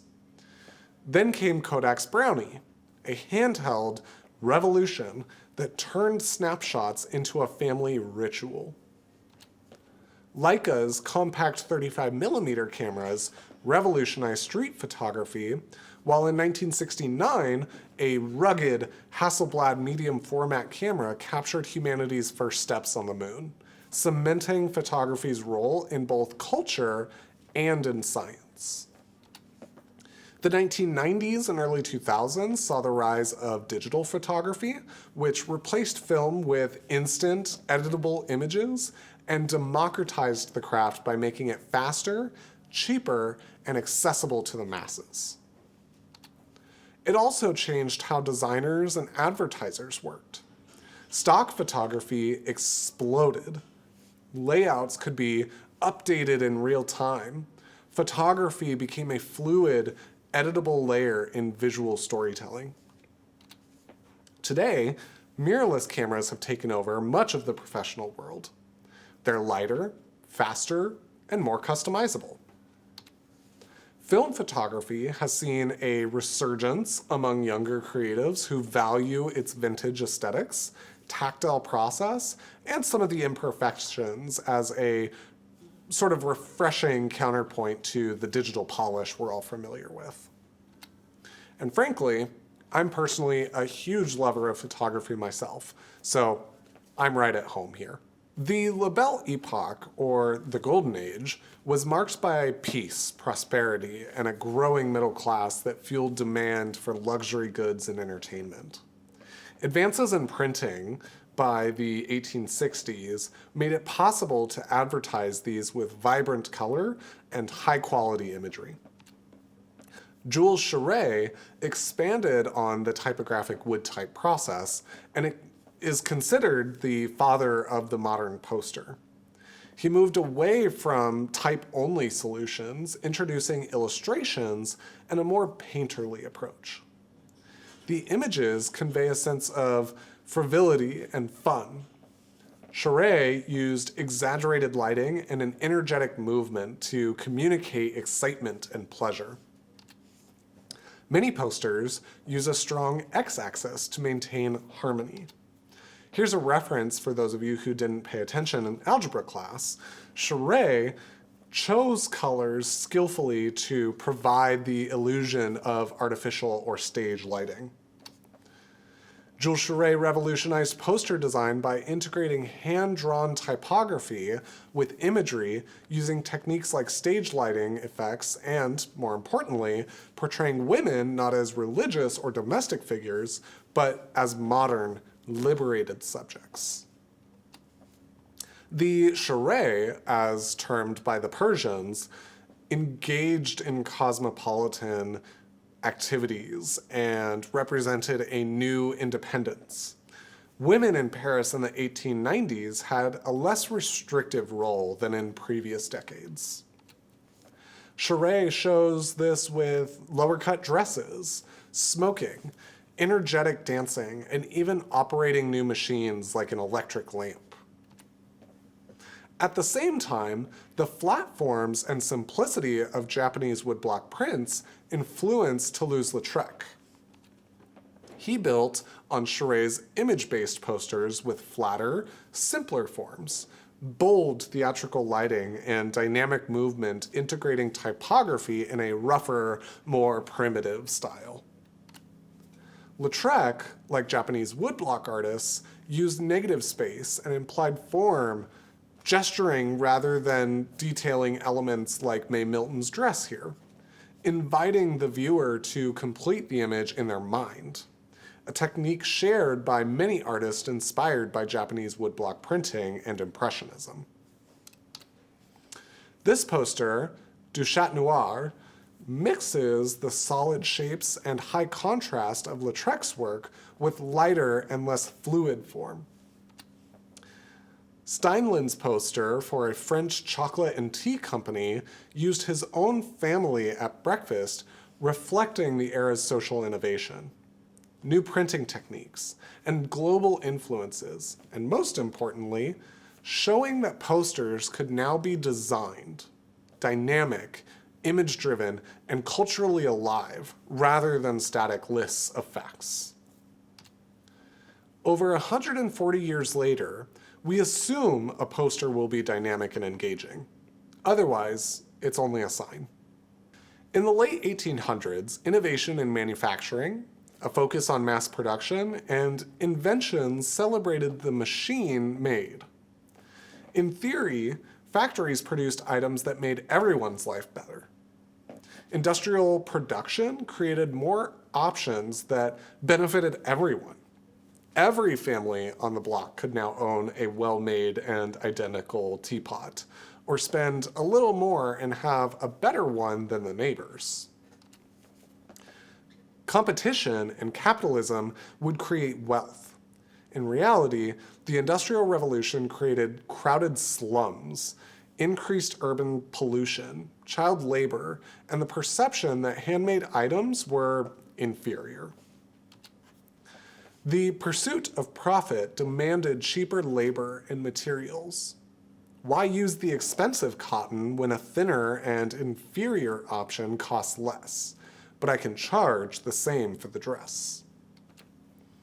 Artists, designers, and architects turned to Art Nouveau, or the New Art, to counter diminishing standards with solutions based on nature and an idealized agricultural lifestyle. With organic shapes and colors, a poster or advertisement promised quality, beauty, and rejection of hard and cold industrial manufacturing. Art Nouveau forms are typically fluid and flat. Like the posters by Toulouse-Lautrec, Japanese woodblock prints also influence Art Nouveau artists and designers. In this case, the Japanese use of space and perspective is apparent, while plant life and the natural world influence the shapes. Ethan Maitland Armstrong wove flowers and vines together with flawless symmetry, incorporating her own version of the typeface Bookman. Art Nouveau was more than a passing, fanciful style in graphic design.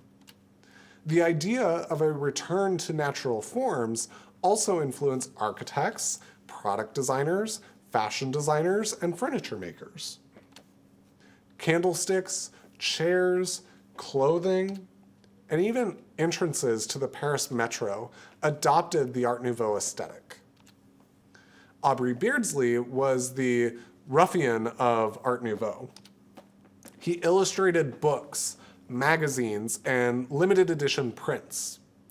Much of his work references Arthurian stories, mythical creatures, overt eroticism, and morbid subjects. He worked with a high contrast black and white palette and a stylized representation of the human figure. In 1893, Oscar Wilde asked Beardsley to illustrate the English edition of his play Salome. Inspired by James McNeill Whistler's Peacock Room, Beardsley merged Japanese woodblock forms with the subject matter.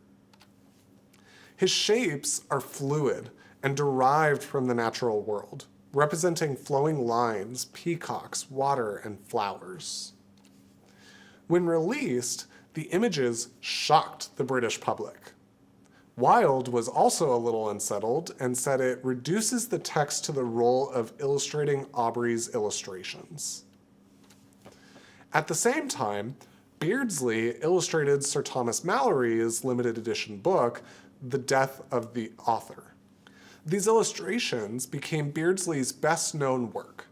Representing an idealized medieval Camelot, Beardsley incorporated harder-edged borders and elements from illuminated manuscripts. In many images, it is a rejection of British Victorian values and men's fear of female superiority as the women's movement led to economic rights and occupational and educational opportunities. Other leading figures of Art Nouveau, Elizabeth Sornell and Alphonse Mucha share Beardsley's fluid forms and idealized romantic past. Sonreal added color connected to a pastoral life and references to classical Greece. Working on larger poster scales, Sonreal and Mucha incorporated color and complex patterns. On a small scale, these may seem less dramatic than Beardsley's high contrast, but the effect is hypnotic at actual poster size. While Beardsley turned to Japanese forms, Mucha used Arabic and Byzantine decorative motifs for the patterns, borders, and typography. For Mucha, exotic or Eastern forms and patterns represented a less industrial culture, innocence, and a ritual or rural life with handmade design. Like Charet, Mucha wove the typography into the image. New innovations in printing and paper technologies provided the opportunity for more detail, complex forms, and a wider color palette. This is a great reminder that design has always related to technology, adapting to new processes. Of course, we are in the midst of radical transformation again with digital technological evolution, AI, and changes in society. Again, we see a movement of organic forms, handmade production, and an idealized reverence for pattern. Design embraces fluidity and expression with the voice and hand of the designer. This seems like a radical new idea for a designer who has known nothing but the computer screen. Art Nouveau began a series of movements in design that either rejected or embraced industrial manufacturing. The evolution of design from Gutenberg's printing press to the middle of the 19th century was relatively slow and smooth. Going forward into the 20th century, design was about to explode, splinter, and change direction very rapidly. It would be simpler if I stated that one style of design displaced the previous style and everything in design history was nice and sequential, but movements and style tend to overlap or branch into other areas and ideas. This is the case with Art Nouveau and the arts and crafts movement. They share similar principles and occur in the same approximate time, but have different results. William Morris was the leader of the arts and crafts movement. Like the artists who worked in the Art Nouveau genre, Morris also rejected the Industrial Revolution in England with bad quality and lack of skilled workmanship. Unlike the Art Nouveau artists, Morris saw his work as a way of life, not a style. A life with craft and hard work led to harmony and beauty. In the United States, Agnes Northrop was one of the movement's leaders. She worked with Louise Comfort Tiffany, incorporating the natural world of gardens, landscapes, and flowers into stained glass. Her move from religious stories and figures in stained glass to the environment revolutionized the applied arts. The ideals of the arts and crafts movement could apply to any medium or object. Arts and crafts book design embraced the idea of the artist and worker coming together to make a unique object of beauty. The books of the arts and crafts movement were often printed on small presses with limited quantities. The emphasis was on quality, not quantity. Every part of the book, from the typeface, pattern, paper, binding, and materials, was refined. This reflected the importance of craft over mass production. Looking back toward an imagined romantic period, the work had intricate hand-drawn patterns based on natural forms, and the subject matters were sentimental and idealized, often focused on the agrarian age with topics such as Chaucer, knights, and medieval poetry. Unlike Art Nouveau, the designers working with an arts and crafts approach filled the negative space with pattern and decoration. This relates more to illuminated manuscripts before the invention of the printing press than to Japanese woodblock art. In the United States, the movement moved from reproduction of medieval Europe to forms and the environment related to Asia and North and South America. Architects like Green and Green looked to flat Midwestern plains and low horizontal houses. They merged these with Japanese elements and woodwork. Julia Morgan worked with the motifs of Californian and Mexican Spanish missions. The extraordinary Angel Decora, a Winnebago tribe illustrator, explored traditional Native American forms. Her typographic illustrations and cover for the Indians book faithfully depicted a huge range of Native and indigenous cultures' iconography. Decora's work didn't rely on the complex forms favored by Morris and other European arts and crafts designers. On the surface, it seems entirely different, but at its core, her work represented a rich historical culture integrated with nature and the handmade. One of the most lasting effects of the arts and crafts movement is the commitment of quality in design. The movement prevented a slow slide into fast, cheap, and low quality as an accepted fact. Today, good designers and printers strive to create the highest quality product, obsessing over every detail. By the turn of the 20th century, young artists began looking beyond the complex forms of Victorian design, Art Nouveau, and arts and crafts. The ideas in their era at the start of a new century were about new and fresh approaches. For these young designers and artists, the world of medieval poetry and complex patterns had no place in this brave new world. J. and W. Beggarstaff were the pseudonym used by the British artists William Nicholson and James Pride. Beggarstaff, seeing the need for posters to be recognized from a moving vehicle, the Beggarstaffs created posters by collaging cut paper shapes or flat color. The posters utilized only outlines and silhouettes to suggest figures, leading to a clear message delivered swiftly. In Germany, Lucien Bernhardt was 15 years old when he attended an exhibition in Munich of work that moved away from the drab tones and clutter of the Victorian era. He was, as he said, walking drunk with color through the exhibition.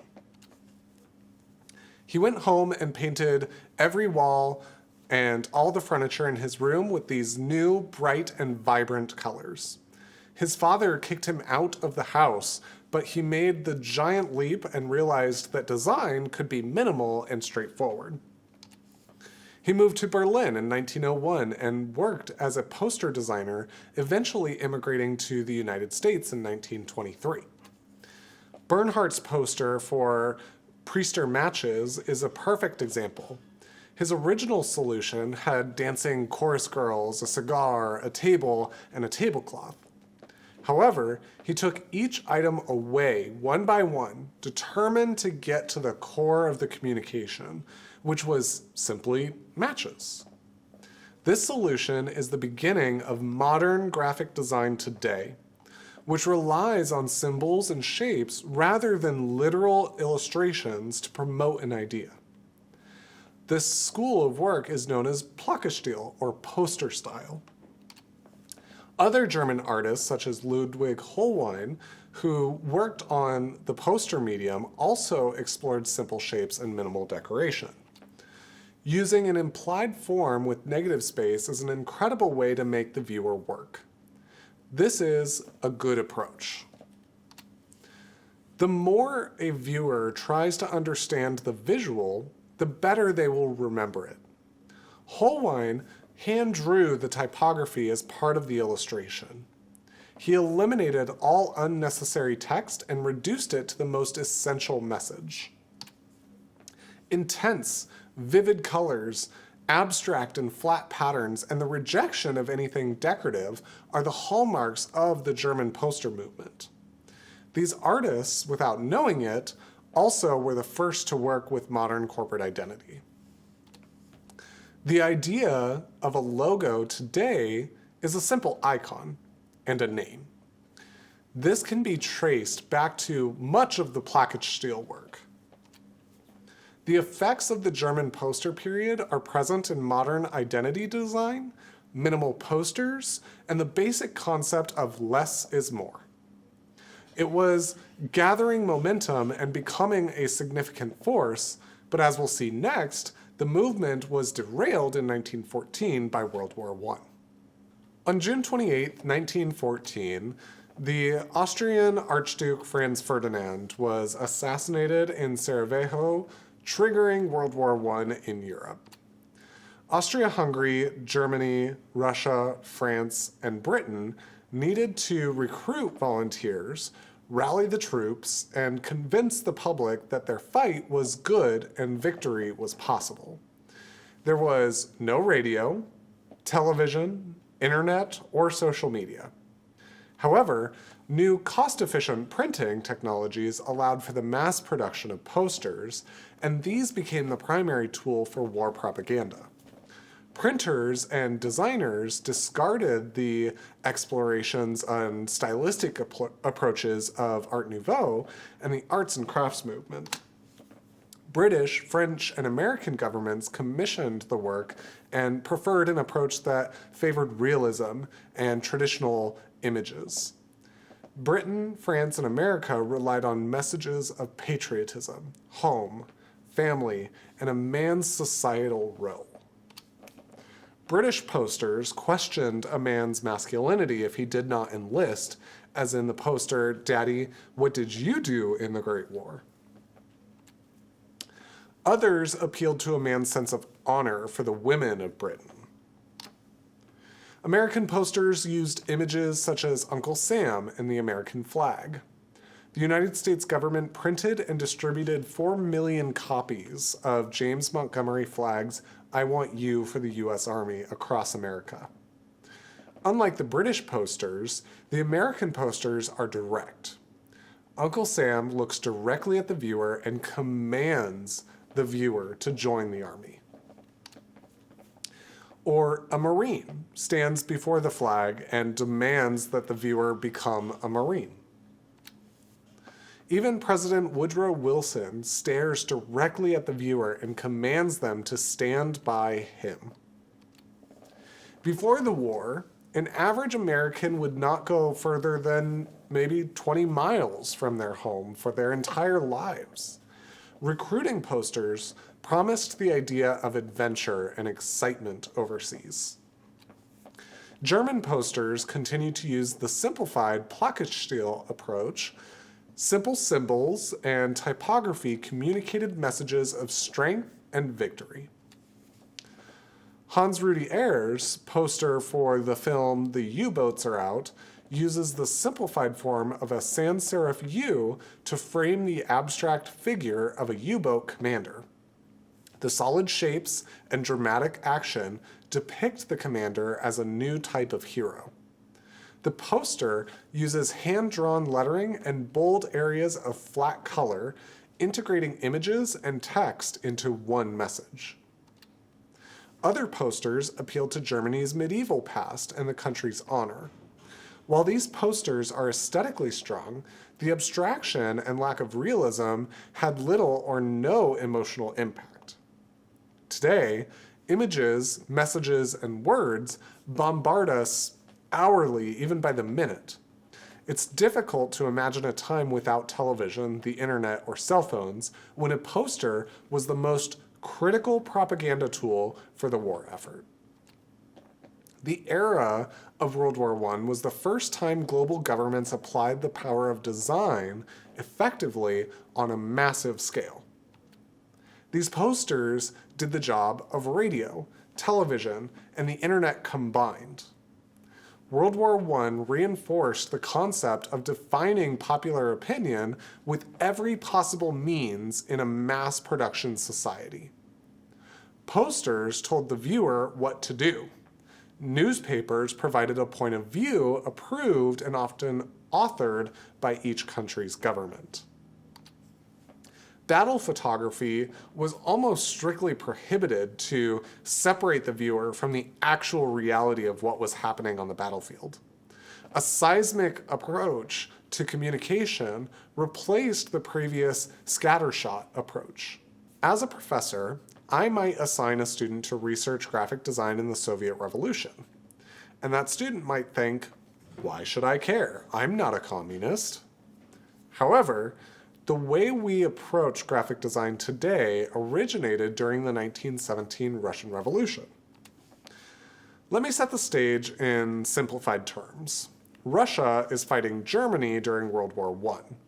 For centuries, the ruling classes, the Tsar and the monarchy, had oppressed the bulk of the population, mostly living in poverty as peasants. As the population moves from an agricultural way of life to the cities, they face horrible conditions and diseases. When Russia entered World War I, there were widespread food shortages and the tremendous amount of inflation. People questioned why they were fighting in a war for leaders who neglected their citizens. This disillusionment triggered the explosion of revolution. In 1918, the people rose against the Tsar, the Russian army abandoned the war against Germany, and the Soviet state was born. At the onset of the revolution, designers with new, radical ideas developed the visual messages of the socialist movement. Over the next 2 decades, artists, designers, filmmakers, photographers, and architects created the work we know today as constructivism. These designers rejected the personal expression of fine art and viewed decorative ornamentation design as symbols of the aristocracy's oppression. They created a new style and were determined to speak to the masses. Gustav Klutis's poster 5-Year Plan is geometric and bold, using the symbol of a hand and simple shapes to convey a message rather than a representative illustration. The typography is sans serif, rejecting decorative fonts, and they turned on an angle to suggest forward movement and energy. The red background celebrates the Soviet flag. The message to the Russian people from the Soviet leadership was that this new society created equality for all people. The new policies and values removed the aristocracy and class structure and enabled the Soviet Union to progress with industrialization. The handmade was personal and elevated the individual over the state. Contrary to Soviet values, designers rejected illustration and hand lettering and focused on machine-made forms. L. Lisinski's poster Beat the Whites with a Red Wedge uses an intrusive red wedge to symbolize the Red Bolsheviks in a battle penetrating their opponents, the White Army, during the Russian Civil War.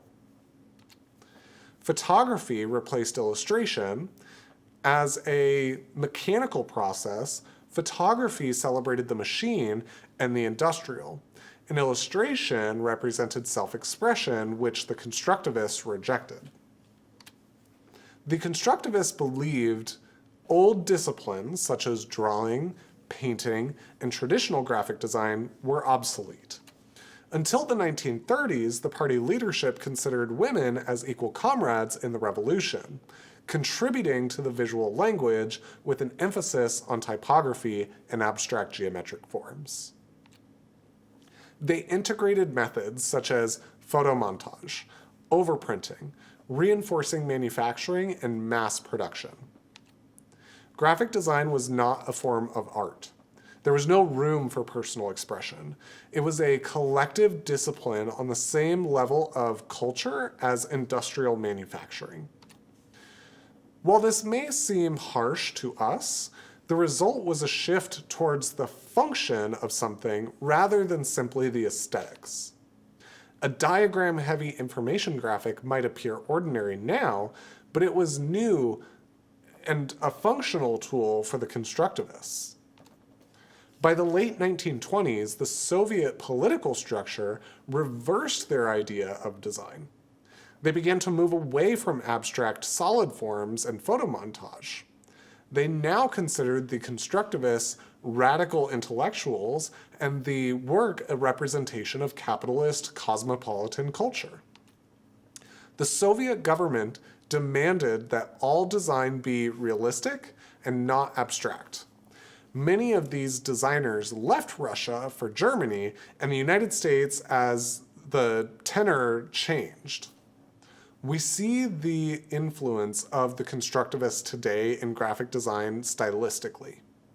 However, the concepts of functionalism, design for the masses, abstract geometric symbols, and the preference for photography over painting and illustration are their most vital legacy.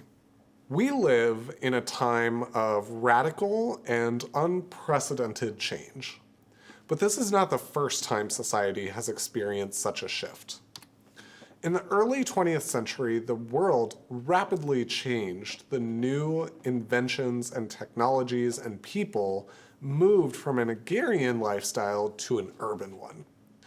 Like today, some people resisted the changes, while others embraced the new industrial society and wanted change to happen quickly. In 1909, in Italy, Filippo Marinetti formed a group of designers called the Futurists. They celebrated change and progress, equating it to revolution. The Futurists rejected all traditional approaches to art and design entirely. They praised the components of the new industrial society: speed, machines, war, and societal revolution. They collaged typography, painting, and drawing elements together without regard for harmony or unity. Marinetti wasn't interested in working with the confines of society. He wanted radical and violent change. He shocked people by demanding we will destroy museums, referring to them as graveyards littering Italy. This idea wasn't widely accepted in a culture rich with profound artistic and cultural history. The Futurists hated harmony and classical forms. They viewed these as remnants of a culture only interested in recreating the past and pacifying the masses. They created work that treated typography as painting, energetic and legible. Like a speeding car or train, typography was to be expressive and dynamic. Energy was the top priority. The Futurists collaged elements from many different sources. Since harmony requires a sense of unity, they championed the disparate and purposefully slammed found typography, painting, and drawing together. Energy, again, was the top priority. They collaged, they put various different elements together. By 1918, the Futurist movement was over. Most of the Futurists revered war, violence, and the destruction of the old. When World War I began, they quickly enlisted. By the end of the war, very few were still alive. Unlike the Futurists, Sonia Delaney introduced color, pattern, and form with a more cubist approach. Her work explored geometry and color theory in multiple media, from paint to textiles and even automobiles. Delaney combined the energy of the Futurists, rejected realism in art, and introduced poetry and the written word into her works. She blurred the lines of the profession. Like designers today, she couldn't be classified as only a graphic designer, artist, or textile designer. Presciently, Delaney refused any singular label and simply created amazing work. In 1915, in Switzerland, a different group of artists and designers were gathering in opposition to World War I. Unlike the futurists who revered war and destruction, they were pacifists and responded to the horrors of war by creating the Dada movement. Dada rejected reason and logic. They were interested in nonsense, irrationality, and intuition. There are many ideas as to the source of the name Dada. However, most believe that it is mostly meaningless. These designers and artists worked to shock average middle-class populations. Art was considered bourgeoisie, so they made anti-art instead. The Dada Manifesto promises the abolition of logic, social hierarchies, memory, and the future. Work was improvised. The typography and form were often random or used elements of Dada poetry, also nonsensical, as its source. By World War II, the Dada movement had died out, and many designers and artists had shifted toward ideas such as surrealism or modernism. Even more would be killed in Hitler's concentration camps and categorized as degenerate artists. Both the futurist and Dada movements changed the way we look at typography. Type was not simply a choice of a legible typeface or way to decorate a poster. It was a picture of a word. Typography could be expressive and dynamic, or like an illustration, used solely as a compositional element. Today, whenever we choose a typeface to communicate a tone or idea, we are referencing the futurist and Dada movements. The futurists and constructivists aimed to create a new world based on industry and socialism, overthrowing the old world. The leaders of De Stijl, or the style, in Dutch, also rejected the traditions they believed caused World War I. But unlike the futurists and constructivists, they wanted to rebuild the world with an approach that merged math, geometry, rationalism, and harmony.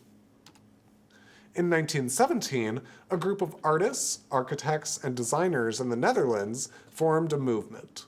Their leader, Theo van Doesburg, believed that the old was linked to the individual, while the new was connected to the universal. The movement emphasized universal forms and images that transcended political boundaries. They rejected personal expression that might be influenced by politics and nationalism. An individual with personal expression might use images and forms that were specific to one nation or political group.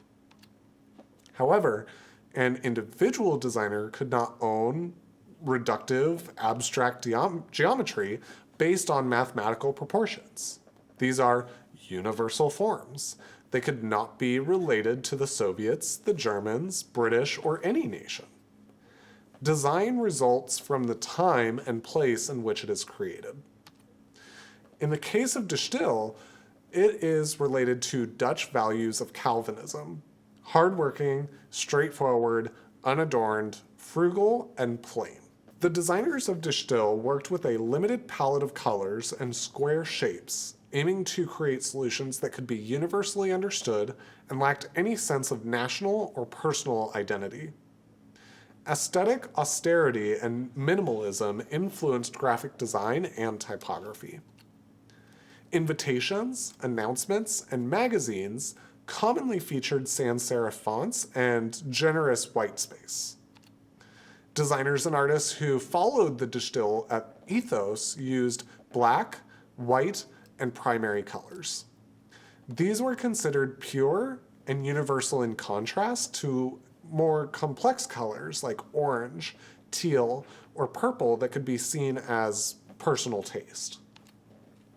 Van Doesburg created a typeface with square-shaped letter forms that excluded curves and extra elements to eliminate any trace of individual personality. This severe approach, however, proved challenging to maintain. It's human nature to create something personal, and the movement matured. Seemingly small allowances were made, such as using a 45-degree angle. Scandalous. In 1924, a heated dispute over the 45-degree issue caused a significant rift within the group. Tensions ran high as members debated fiercely, but ultimately the disagreement proved to be a little too great, leading to the group's disabandonment. One of the movement's most significant contributions is interdisciplinary design, which invokes working across multiple design forms such as graphic design, architecture, products, and fine art. By encouraging collaboration and experimentation in various design forms, De Stijl paved the way for more holistic and integrated approaches to design. Contrary to its name, it was a utopian philosophy that was not just about style. Instead, it primarily focused on the human condition and society, seeking to explore the possibilities of achieving a peaceful and harmonious culture. The goal was to create a society that would be ideal for everyone, where individuals could live their best lives without any conflict or strife. It was a short-lived vision of a perfect society, one where all individuals could live in harmony and happiness. De Stijl set the stage for grids and geometric structure and design. Restraint, minimalism, rational thinking, and math are woven into our processes every day. Few designers began a project by throwing everything on the page or screen and say, "Looks good to me."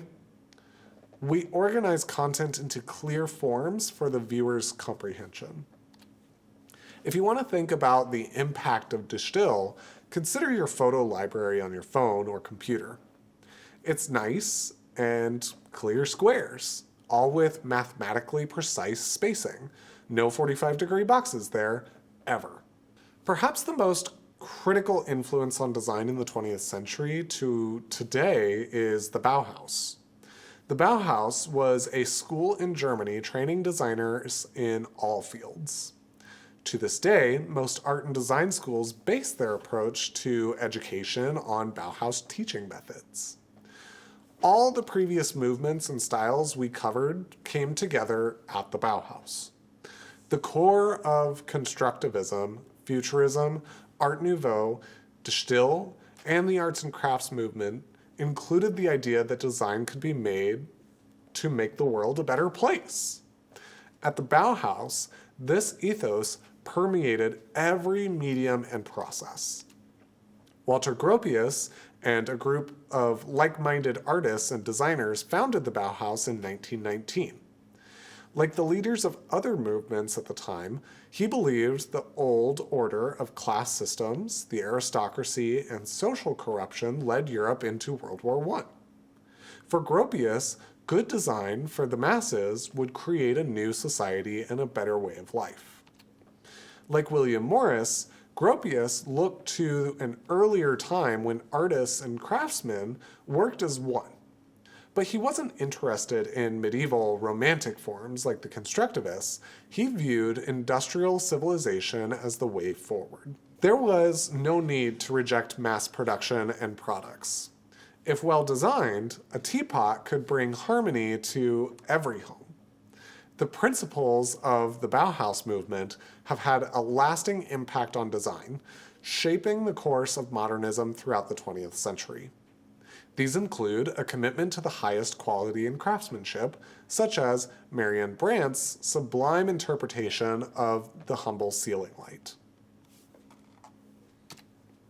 Here, Herbert Bayer's poster for a collaborative housing project, which features flawless geometric forms and refined typography, elevates an otherwise ordinary subject to a work of art. Second, less is more.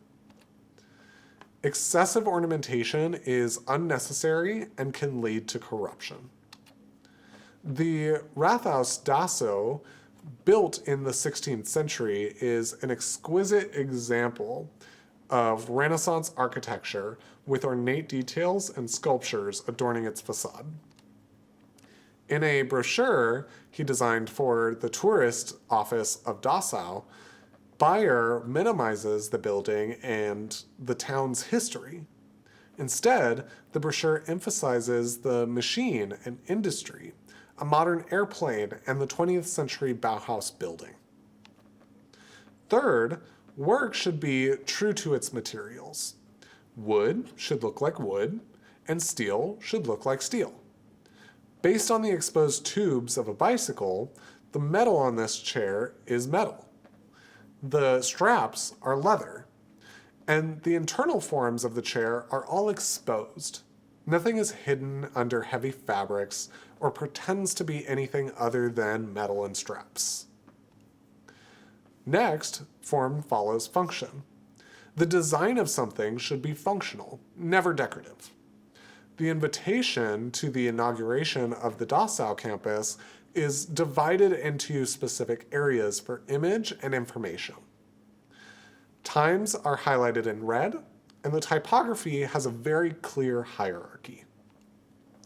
And good design, manufactured with mass production, ensured equality and harmony. Marianne Brandt's tea and coffee set is based on pure geometry and uniform materials. There are no meaningless flower or ornamental details. The simple forms could be mass-produced and bring harmonious beauty into an average home. The Bauhaus building at Dachau is a good example of these core ideas. It's considered the pinnacle of pre-war modern design in Europe and originated out of the dissolution of the Weimar School and the move by local politicians to reconcile the city's industrial character with its cultural past. It is not a grandiose structure filled with columns, statues, and marble. Gropius used steel and glass applied to geometric forms to create a machine for education. It was a factory to teach design. The Bauhaus was the central point where the old world ended and the new world began. It was a culmination of World War I industrialization and the previous movements. The way we live, work, and design today is either a direct result of the Bauhaus or a reaction against it. The fact that much of the work still feels fresh and clear is a testament to the solid principles of Bauhaus modernism. In 1923, Gropius moved away from the idea of designers as craftsmen and turned to the product design, furniture making, and architecture for the masses. The school's slogan changed to art into industry. Typography at the Bauhaus had been a low priority below the other disciplines. Moholy-Nagy and Herbert Bayer energized the practice with a focus on typography, shape, and color. Graphic design became an essential tool to promote the school and became a new revenue source. In hindsight, we can declare that typography was one of the Bauhaus's most significant legacies. Type was about communication and information, not personal expression. Typography could communicate equality and a universal language with no inherent power dynamic. Herbert Bayer attempted to eliminate political hierarchy by designing a typeface with no capital letters. No capital letters led to a system with equal importance for all. One's name or title was no more or less important than any other. The students and professors based all typography on rational, geometric, and mathematical systems. No layout was random. A designer built the composition using a grid with flawless mathematical precision, or the golden section. Every element, from a word to a hairline rule, existed to serve a function. from indicating where a letter begins on letterhead to organizing text into legible blocks. One of the few women in the advertising and typography area, Sori Poppets, described her experience in Moholy-Nagy's class as he wants the highest aim to be mathematical calculation of form. Art and mathematics must become one and the same. Design Solutions favored photography for its realism rather than something handmade or interpretive like an illustration or a painting. Laszlo Moholy-Nagy introduced experimental photography with unusual points of view, montage, and darkroom techniques. By exploring the limits of technology, Moholy-Nagy referenced the Bauhaus's commitment to technology and industrial revolution. Photography moved away from the static image at eye level and shifted to a cinematic approach. Moholy-Nagy placed the camera at bird's eye view or from the ground up. They incorporated geometry and built worlds rather than focused on nature and landscapes. Lucia Moholy explored unconventional cropping and dramatic close-ups for portraiture. On the other extreme, she gave the subject a deep perspective, highlighting the dynamic and industrial aspect of the Bauhaus building. Colors at the Bauhaus followed the ideas of the De Stijl movement. Black, white, and primary colors were universal and not attached to any specific political party or nationality at the time. Professors Johannes Itten and Paul Klee taught foundation classes in color and shape. Most design students today will recognize the exercises that they invented. Some students, such as Gertrude Arnott, went beyond the expected universal palette of primary colors and explored light, color, texture, and material. In 1931, the Nazi Party gained control of the Dessau City Council and closed the school. In charge of the faculty contracts, the Nazis deemed the work to be Bolshevik, corrupt, and degenerate. The faculty and students ultimately ended up dispersing. Some perished during World War II, while many migrated to England, the United States, Israel, and South America. 80 years after the last student left the building, we see examples of the influence of the Bauhaus, specifically good design for the masses. Companies like IKEA, Design Within Reach, Crate and Barrel, and Target use this as a core value and marketing message. The Bauhaus design artisan designers left a legacy and overt philosophy for us as designers and our audience.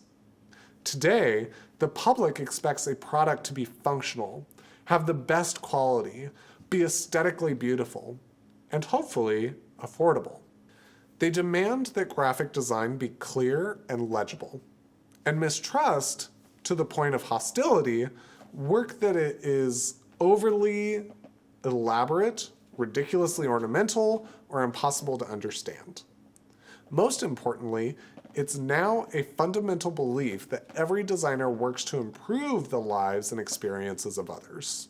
In 1923, when John Tischold was 21, he visited an exhibition of work from the Bauhaus.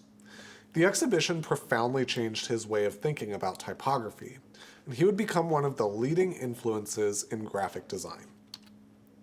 Tischold redefined the way we organize space, design information, and manage hierarchy. Tischold was trained as a traditional calligrapher. At the exhibition in Weimar, Tischold, Moholy-Nagy, Kurt Schwithers, and Ella Zinsky's work inspired him to explore experimental typography and break classical conventions.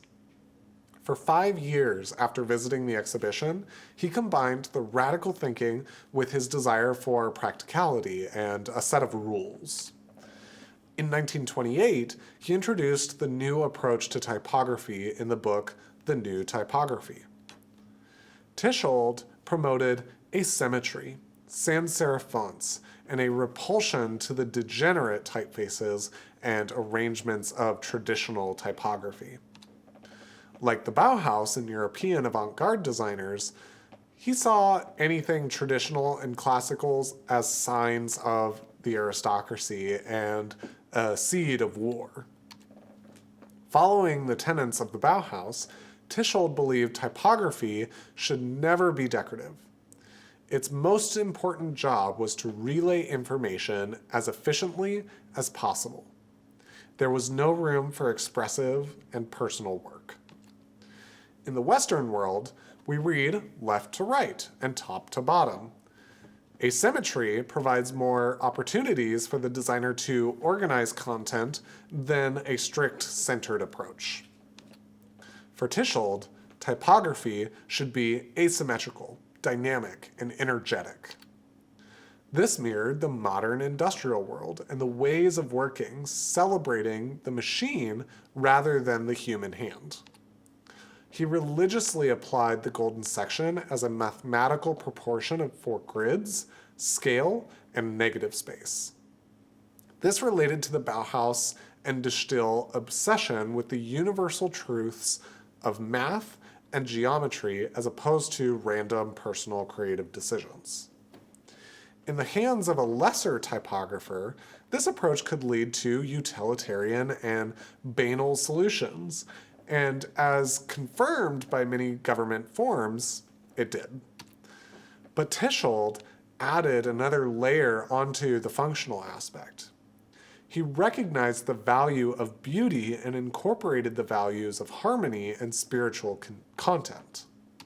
The new typography is characterized by the use of sans serif fonts, preferably one typeface only in a range of weights and sizes. Symmetrical layouts were not efficient as they forced the content into one form regardless of the message. Unlike the rigid rules of De Stijl, Tischold adopted 45-degree angles and incorporated imagery influenced by Moholy-Nagy. He favored photography and explored alternative points of view and layouts. The new typography dictated that color palette should be limited, working mostly with black, white, red, and yellow. Again, this removed the designer's role as an artist, choosing a wide range of colors. It promoted the idea of a universal visual language. Color existed to aid the viewer in the communication and provide hierarchy only. Negative space became an important element. Tischold also added rules, bars, circles, and boxes to aid in efficient reading. These also expressed a kinetic energy connecting to the new age of the machine. In 1933, the Nazis barged into Tischold's Munich apartment and arrested him and his wife. He was accused of creating Bolshevik and communist work. The Gestapo seized all copies of the new typography and destroyed them for the protection of the German people. After 6 weeks, he was able to escape with his wife and 4-year-old son to Switzerland. At the same time, Tischold began to move away from the new approach toward classical forms. After the war, Tischold moved to London and admittedly rejected new typography. He reversed his philosophy, now stating that designers should work with humanist forms and integrate classical typography. In 1946, he wrote that the new typography's impatient attitude conforms to the German bent for the absolute and the military will to regulate. After 6 weeks, he was able to escape with his wife and 4-year-old son to Switzerland. At the same time, Tischold began to move away from the new approach toward classical forms. After the war, Tischold moved to London and admittedly rejected the new typography. He reversed his philosophy, now stating that designers should work with humanist forms and integrate classical typography.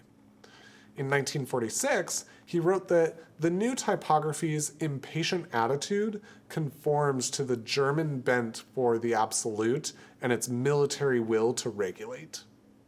The objective of the new typography was clarity, not decoration. The philosophy became the guiding rule to most typography today. As information becomes more complex and dense, take, for example, the barrage of information on multiple monitors at work, clarity becomes more important.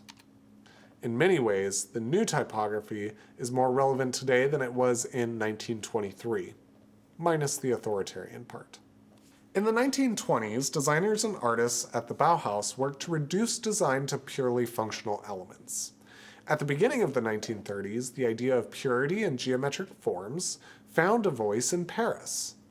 But as different cultures adopted the ideas, a softer, more colorful, fashion-oriented approach emerged. The combination of new modes of transportation, economic growth, the Cubist movement, and the need for advertising created a wave of magnificent work. First, France was not devastated by World War I like Germany. The effects of the Great Depression were present, but the situation was not as dire and harsh as post-war Germany. The economy continued to create a larger middle class, and people moved to the cities. Second, luxury goods, travel, and entertainment continued to thrive and expand, which of course led to advertising. Third, transportation on buses, trains, and cars and the subway created the demand for fast-reading communication. Finally, Cubist ideas of collapsing and flattened space moved from the avant-garde into the mainstream. Designers melded this with the Bauhaus geometric ideals. Printing technologies also improved since the age of Schuray and Toulouse-Lautrec. Now, a designer could work with a finer tonal value, gradations, finer typography, and a more extensive variety of colors. Printers could now reproduce shadow, dimensionality, and find lines successfully. Alphonse Jean-Marie Morin, known as A.M. Cassandre, a Ukrainian immigrant living in Paris, was one of the leading designers in poster art. Rather than approach one approach based on style, constructivism, or any movement, he liberally borrowed elements from each of these. Each of the previous design movements promised a utopian society.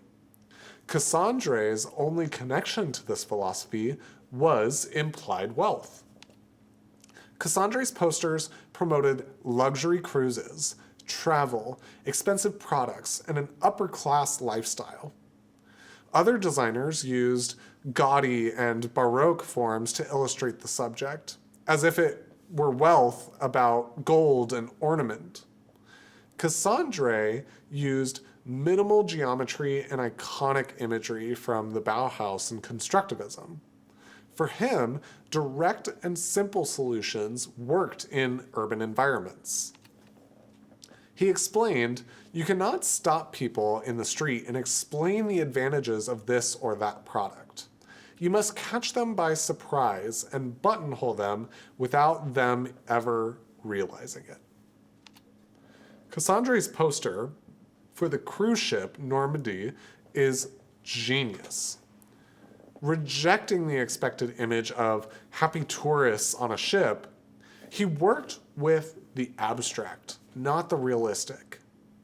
He ties together a series of subtle tones and gradations in very simple shapes. The scale is exaggerated. The detail of the birds in flight tell us how large the ship really is and activates it with motion. Cassandre's combined all the elements harmoniously and eliminated any unnecessary detail. You can also see that when he used the same design for a New York via Southampton line, The idea of using systems within design, not that every design needs to be a bespoke creation, but that if the design is strong enough, it can be recycled. Cassandre's forms may appear soft and fluid, but have an underlying grid based on geometry and repeating forms. Here, the record, arm of the player, and sprue heads are all echoes of the same circle. His posters are image-based, telling the story without the use of verbiage. The typography, also echoing the other forms, in this case a circle, served as a secondary element. Other designers in Paris adopted some of the same concepts. These posters succeed with a rigid structure of proportions and echoing shapes combined with scale, energy, and a sense of grandeur. Big is huge, small is tiny. Negative space defines objects, and the same shape is repeated many times in each composition. While Jules Chouret and Henri de Toulouse-Lautrec designed posters for the city they lived in a slower time, without motorized vehicles. The new generation of designers were masters speaking to the viewer for maximum impact, seen briefly from a moving car, bus, or train. By applying high contrast color and tone, deleting unnecessary details, and using primary geometric forms, Carlu, Cassandre, and others define the form of successful outdoor advertising. Pierre Massau's poster for the French State Railway exemplifies the approach with a large circular form, a target, a dramatic triangular shape, deep perspective, high contrast colors, and minimal typography. This culture of exquisite poster design is part of our concept of a romantic Paris in 1930s. From the film Sabrina with Audrey Hepburn to Ratatouille with a rat, the classic posters define a look and feel. The posters are the basis for advertising today. Don't just show the product, create a sense of excitement and adventure and invite the consumer to be part of this refined world. The great age of posters in France is apparent in every hard-hitting, fast-read, on-a-street billboard, or even in social media ads that you see today. It's nice to think aesthetics and good values drive design. In many ways, it is. But in the United States, it is intimately connected to commerce. Design is the oil in the machine of capitalism. The 1920s were a boom time in the United States. The quantity of advertising increased as the need to sell products grew. Magazines, at their most basic, are features surrounded by ads. They existed then as they do today, not to tell a story, but to sell advertising. This boom in advertising created a period of innovation and new ideas in magazine design. In the 1930s, even as the country fell into the Depression, magazines were the dominant form of communication. Radio existed, but visuals in magazines were the best way to promote. Images have weight. Image and design-driven magazines sold better than traditionally text-heavy publications. The role of the art director was now critical, and they had more control over the photography and layout choices. At the same time, ideas from the European avant-garde and the Bauhaus began filtering into the design with a wave of immigration from Germany. Joseph Binder's 1937 cover for Fortune magazine is a perfect example of the use of cubism, geometry of the Bauhaus, drama of French poster design, and dynamic forward-moving forms of constructivism. Other American art directors incorporated dramatic negative space, geometric forms, graphic photography, and concepts from the new typography. C.P. Pinelli's was one of the first women to rise to prominence in the male-dominated world of art directors.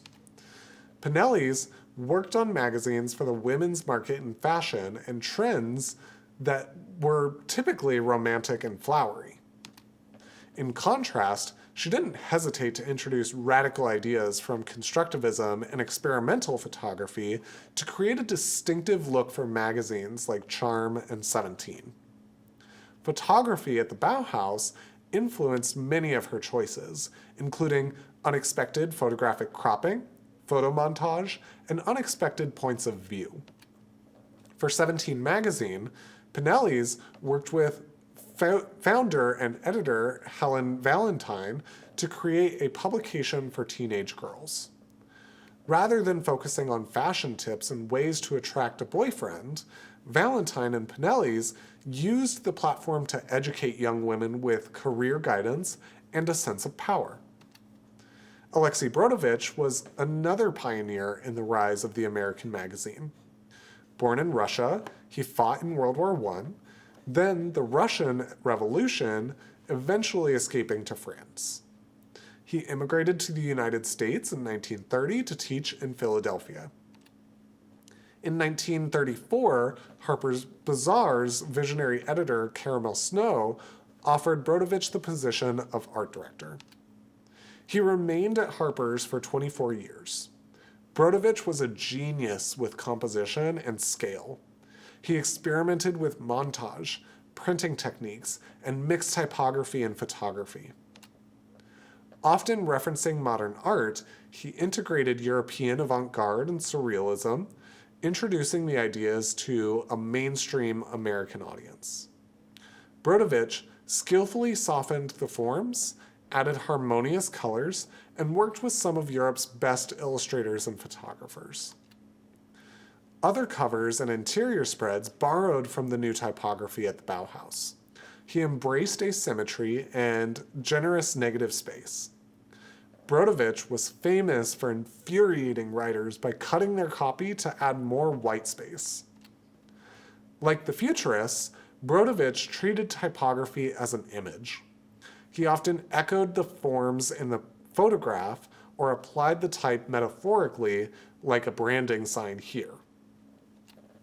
At the time, magazine printing was less than high quality. Quantities, inexpensive paper, and fast offset printing didn't have the capabilities to maintain perfect color tones and the smallest details. Brodovitch used this weakness to his advantage. He used black and white photography dramatically as full-page spreads with energetic perspectives and angles. Brodovitch conceived ideas, the settings, and the aesthetics of the photographs. He was the mastermind behind all aspects of the layout.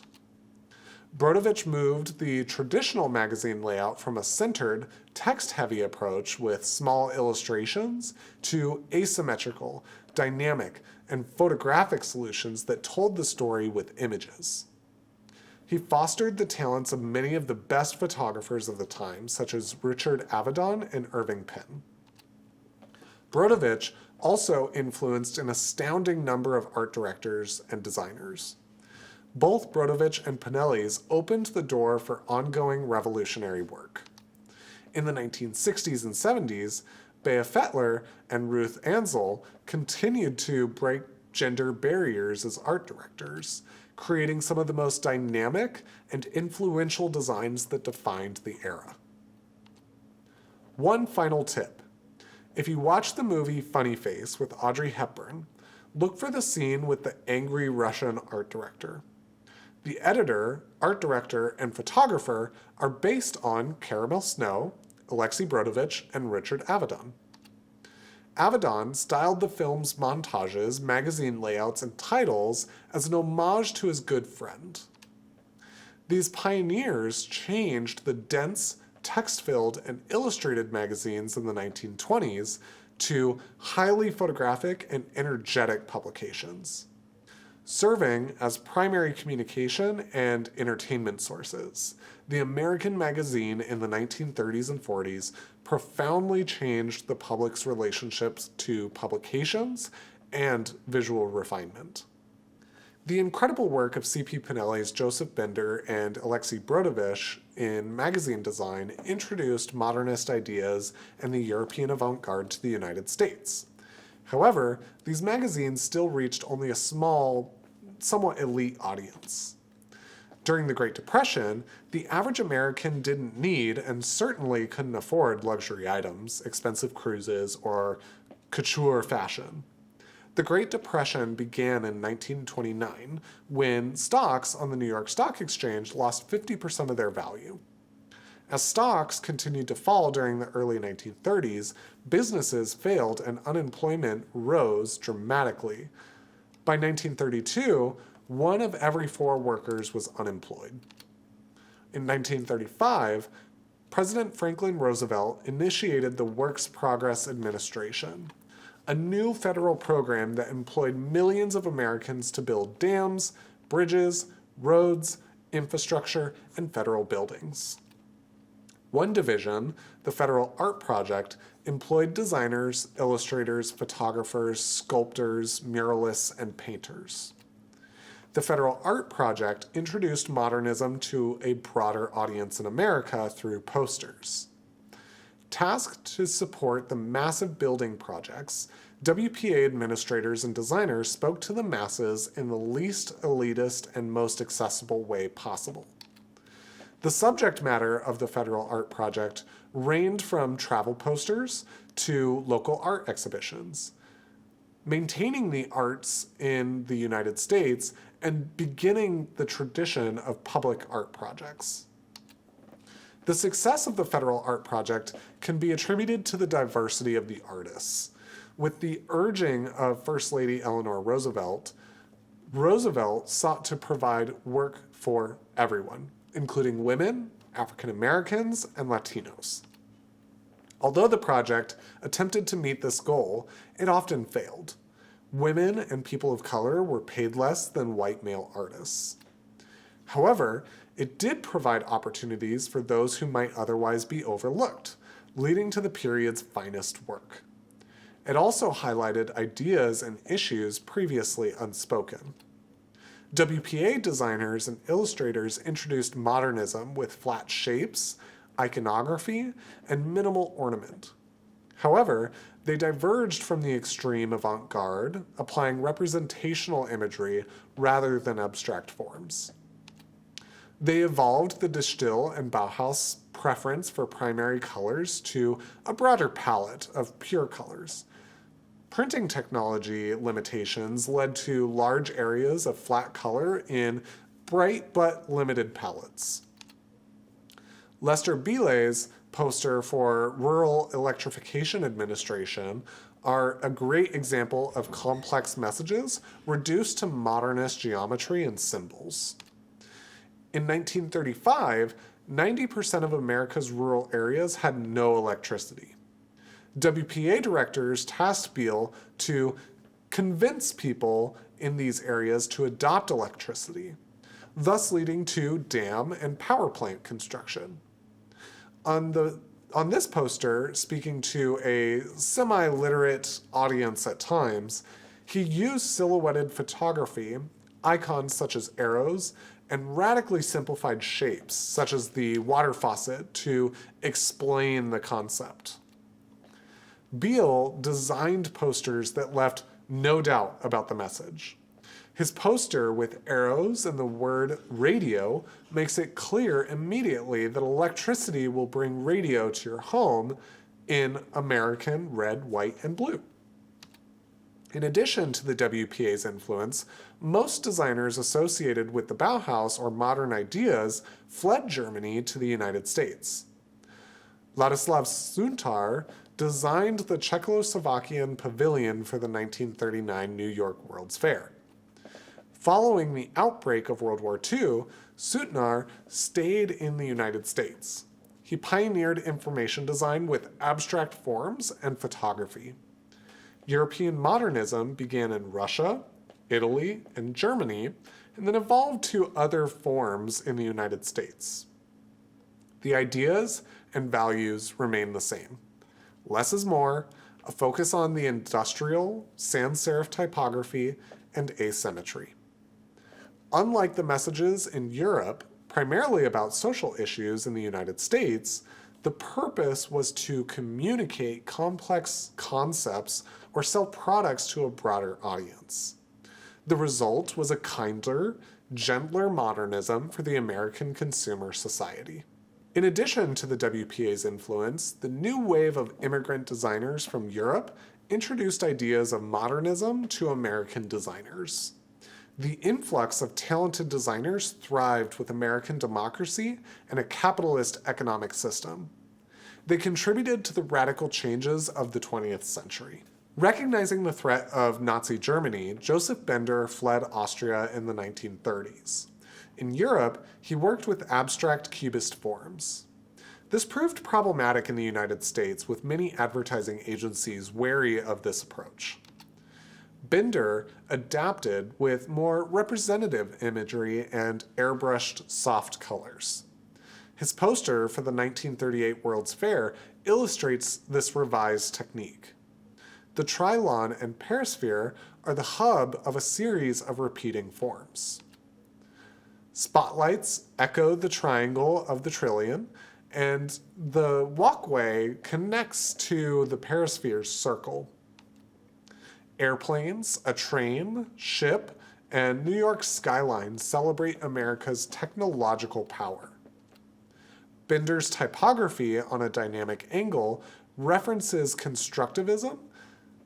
Unexpectedly, ideas from the Russian Revolution served to praise American progress. Paul Rand was born as Piotr Rosenbaum in Brooklyn. Against his father's wishes for a traditional career, Rand chose a career as a commercial artist. He revered modernism and adapted some of Bender's ideas on a catalog for the students at the 1938 World's Fair.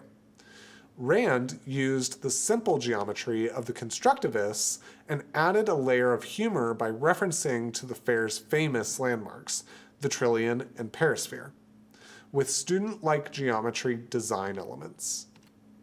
Moholy-Nagy's experimental photography at the Bauhaus influenced Rand's cover for Apparel Arts magazine.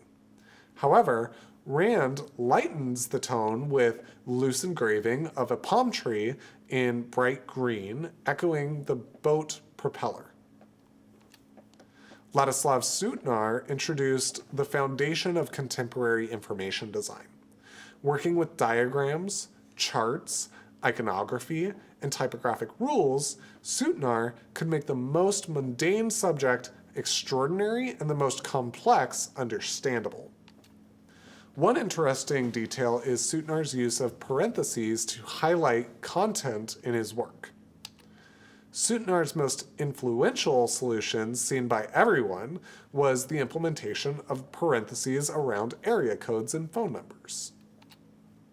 Simultaneous with the new modernist energy, African American artists, writers, fashion designers, dancers, and musicians created the Harlem Renaissance.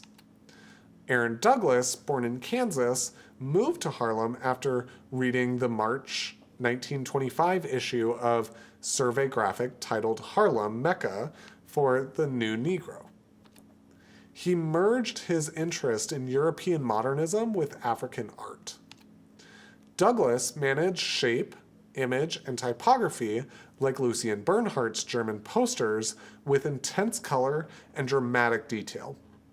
This was, however, not a replication of Bernhardt's work. It was plainly American, using many cultures to create a new form. The fusion of African art and Egyptian symbols adds energy to the spontaneity of jazz.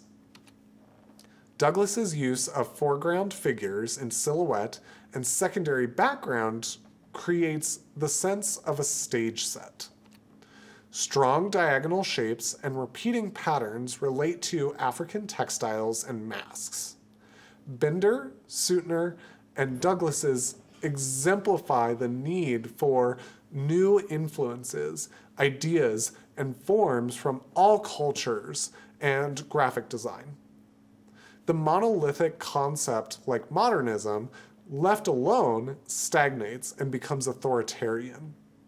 The infusion of voices from different countries, races, gender, and beliefs is like a magnificent gumbo, richer with each new ingredient.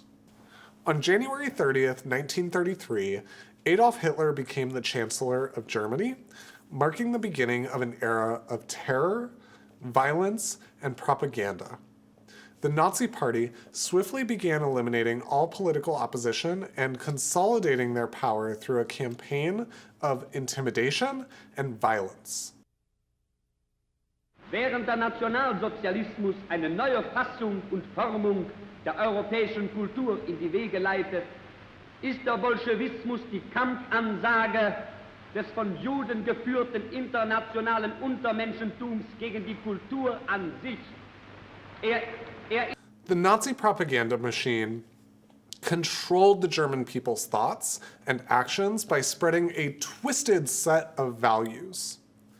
Joseph Goebbels, the head of the Nazi Ministry of Propaganda, used every possible medium to spread Nazi propaganda messages promoting hate, discrimination, fear, Aryan racial purity, and German superiority.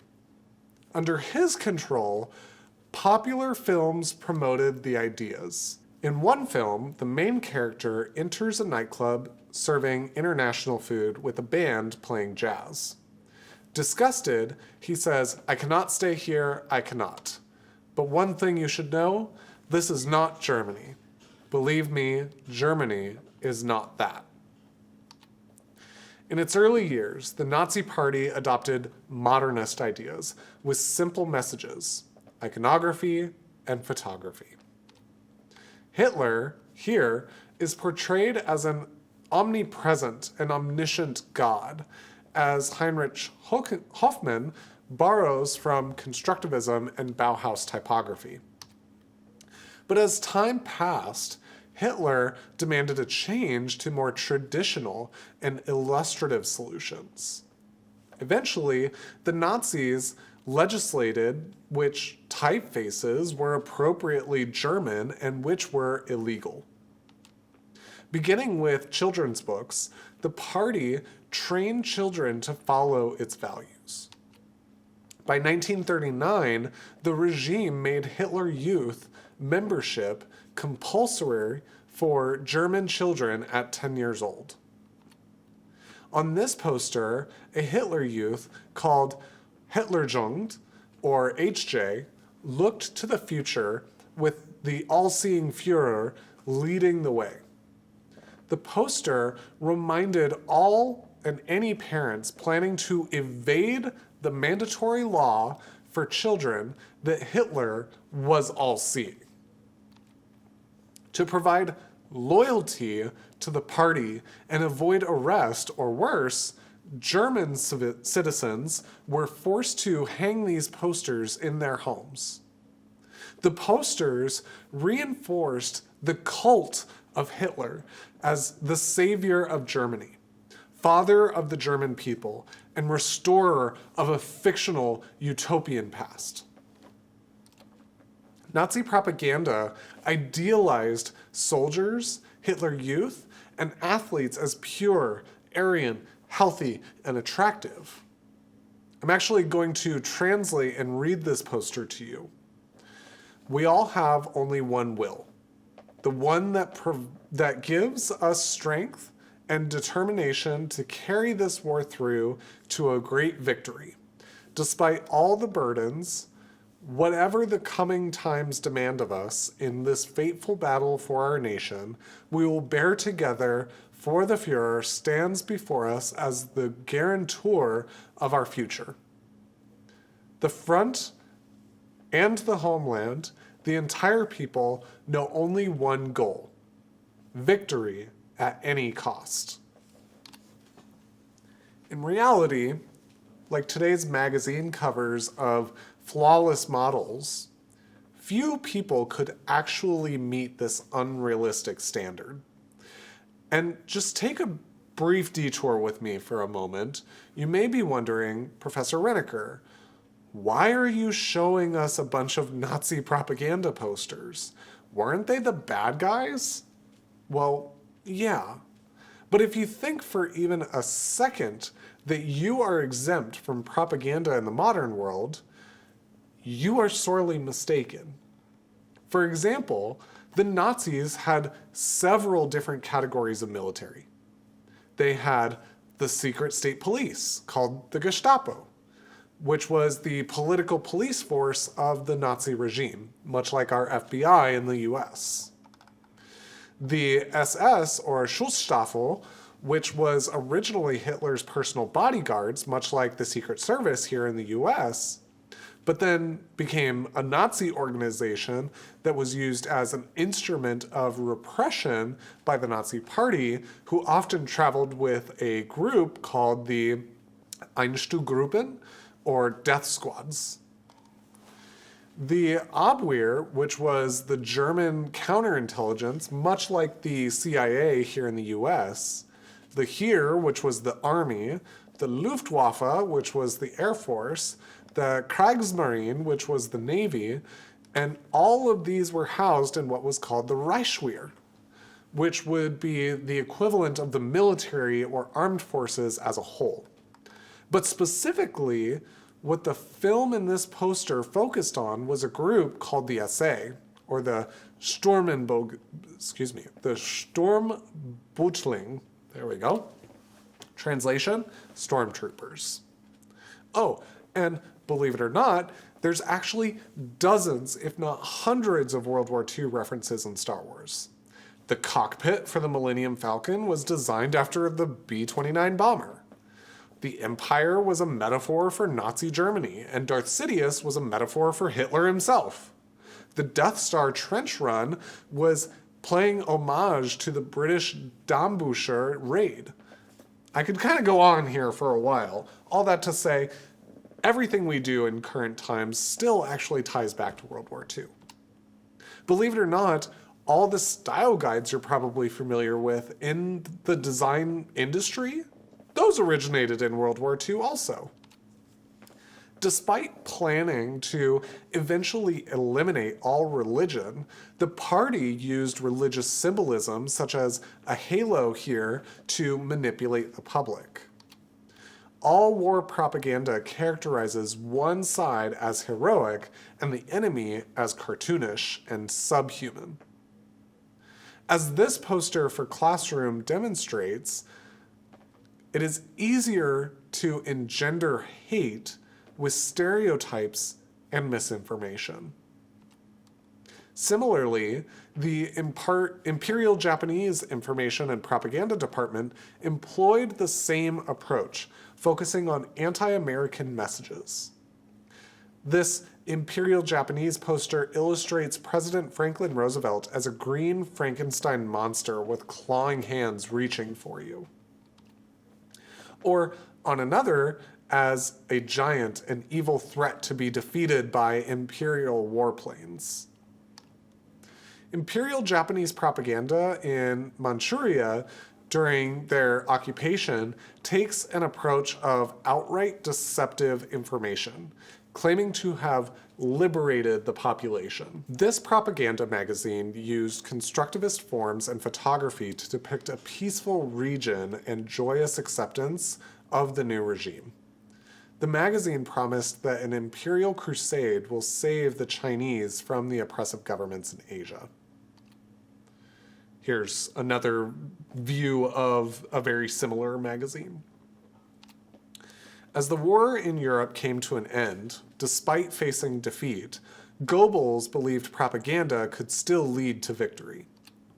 In 1944, Hitler established the Volkssturm, conspiring all men aged 13 to 60 to the war effort, a sort of militia, if you will. Nazi propaganda shifted from Aryan superiority to calling for everyone to fight until death. In April of 1945, the Allied powers won the war. Hitler and Goebbels committed suicide and left a shattered nation to rebuild itself. The result of the Nazi purges of intellectuals and artists eliminated an entire generation of Germany's best minds and designers. The tools of propaganda have been consistent for centuries, but the Nazis elevated propaganda to a new level by using mass communication to spread their terrible message of hate. In World War II, the Allied powers, Great Britain, the United States, China, Australia, the Soviet Union, and a dozen other nations formed a grand alliance that was the key to victory. In contrast to the Nazi messages of intimidation, fear, anti-Semitism, and racial purity, they utilized propaganda to mobilize national spirit, appeal to patriotic duty, be vigilant to espionage, and encourage hard work. In the same way that the messages of the Axis powers evolved from a ruthless set of Nazi values, the Allied messages reflected a set of ethics that valued personal freedom, liberty, diversity, and a democratic society.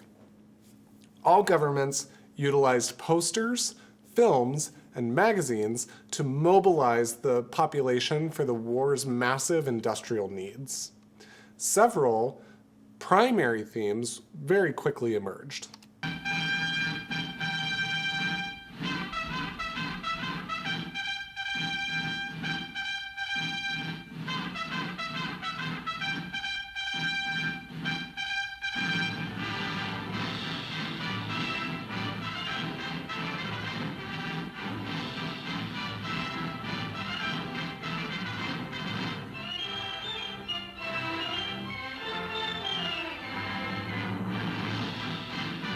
First, it was critical to encourage women into traditionally male labor jobs, as most men were diverted to the military. Previously, women were encouraged to marry and have children or work as secretaries, school teachers, or nurses. Now, during wartime, the message changed. A woman could do any task as well as a man. On the military front, women were encouraged to join Army and Navy branches. The Australian Women's Army Service was established in 1941. Almost 90,000 women served in the Waves, the women's branch of the Navy, as doctors, attorneys, engineers, mathematicians, and radio operators. 150,000 served in the Women's Army Corps. Their manual stated the mission, your job, to replace men, be ready to take over. Second, posters and media promoted patriotism, masculinity, and teamwork. Artists paired powerful men with enormous industrial and military machines. Unlike the Nazi depictions of Aryan demigods, these men are normal, everyday, working patriots, ready to do their part. Artists and designers stepped away from any European modernist abstractions or forms, now viewed a little bit suspiciously. Instead, they worked with traditional, representative illustrations and photography. Third, recognizing that the war would be only won with inclusion of everybody, the War Department placed a priority on minimizing racial discrimination. A divided population or demoralized military could not achieve the massive goals of wartime production and military strength that was needed. Posters highlighted the achievements and participation of African Americans, Hispanics, Asians, and indigenous people. While the US military was racially segregated, African Americans saw the battle with two victories, one over racism and one over fascism. Teamwork and collaboration were part of the message of inclusion. Everyone contributed and everyone was vital to victory, regardless of race, religion, or gender. In a few instances, designers work with minimal modernist forms, now through the context of American communication. Giancarlo, originally from France, modified his work for French fashion to military power. His posters for America's Answer production combines his skill with simple geometry, straight lines, and elegant curves with a more realistic depiction of a glove and wrench. Joseph Bender's Army Corps poster combines flat shapes and patriotic colors to highlight the energy and drama of flight. The tiny airplanes pointing toward the American star are the key element depicting enormous height and distance. In the same vein of flat shapes, this is one of my favorite posters from any period. Charles Coyner's poster, Give It Your Best, is direct, minimal, and dramatic, with one symbol and a declarative command. And fourth, information was a critical weapon. With large numbers of people involved in military planning, communications, and industrial production, anyone might have information useful to the Axis powers. This reinforced the need for secrecy, with warnings of disaster or the promise of shame. Now, I think it's also important that we point out that we were also leveraging propaganda to aid us in the war effort. Take a look at this cartoon from 1934. Before you see the main character, if you can tell me what major studio produced this commercial, I would be pretty impressed. It's a great disgrace, so be heil, heil, right in the Führer's face. Then Herr Goebbels says, we own the world in space. Be heil, heil, right in Herr Goebbels' face. Then Ho Göring says, they'll never bomb this place. Be heil, heil, right in Herr Göring's face. Is we not the Superman? Arian Pura Superman? Ja, wie is the Superman? Super duper Superman. Is this Nazi land so good? Would you leave it if you could? Ja, this Nazi land is good. We would leave it if we could. We bring the world new order. Eure Hitler's golden order. Everyone a foreign race. We love the Führer's face. Then we bring to the world disorder. Then the Führer says, he is the master race.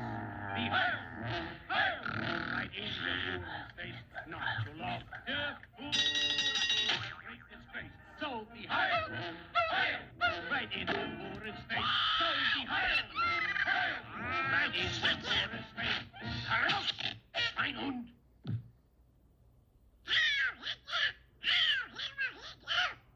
Yeah, you saw that correctly. That was Donald Duck as a Nazi reading Mein Kampf.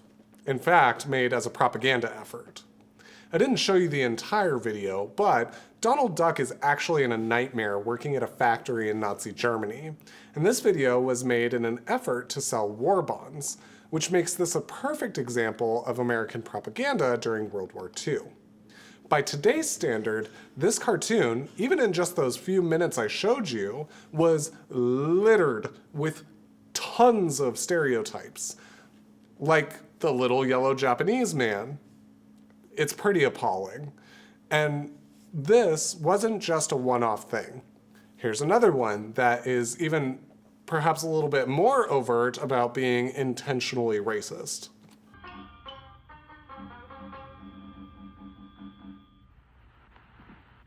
Attention, please. This film, now released for public showing, has been captured from the enemy. It is a typical example of vicious Japanese propaganda.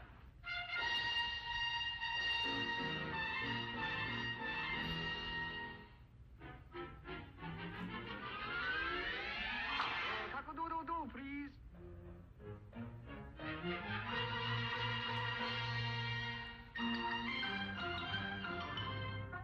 We are now privileged to witnessing demonstration of Japan's finest air raid siren.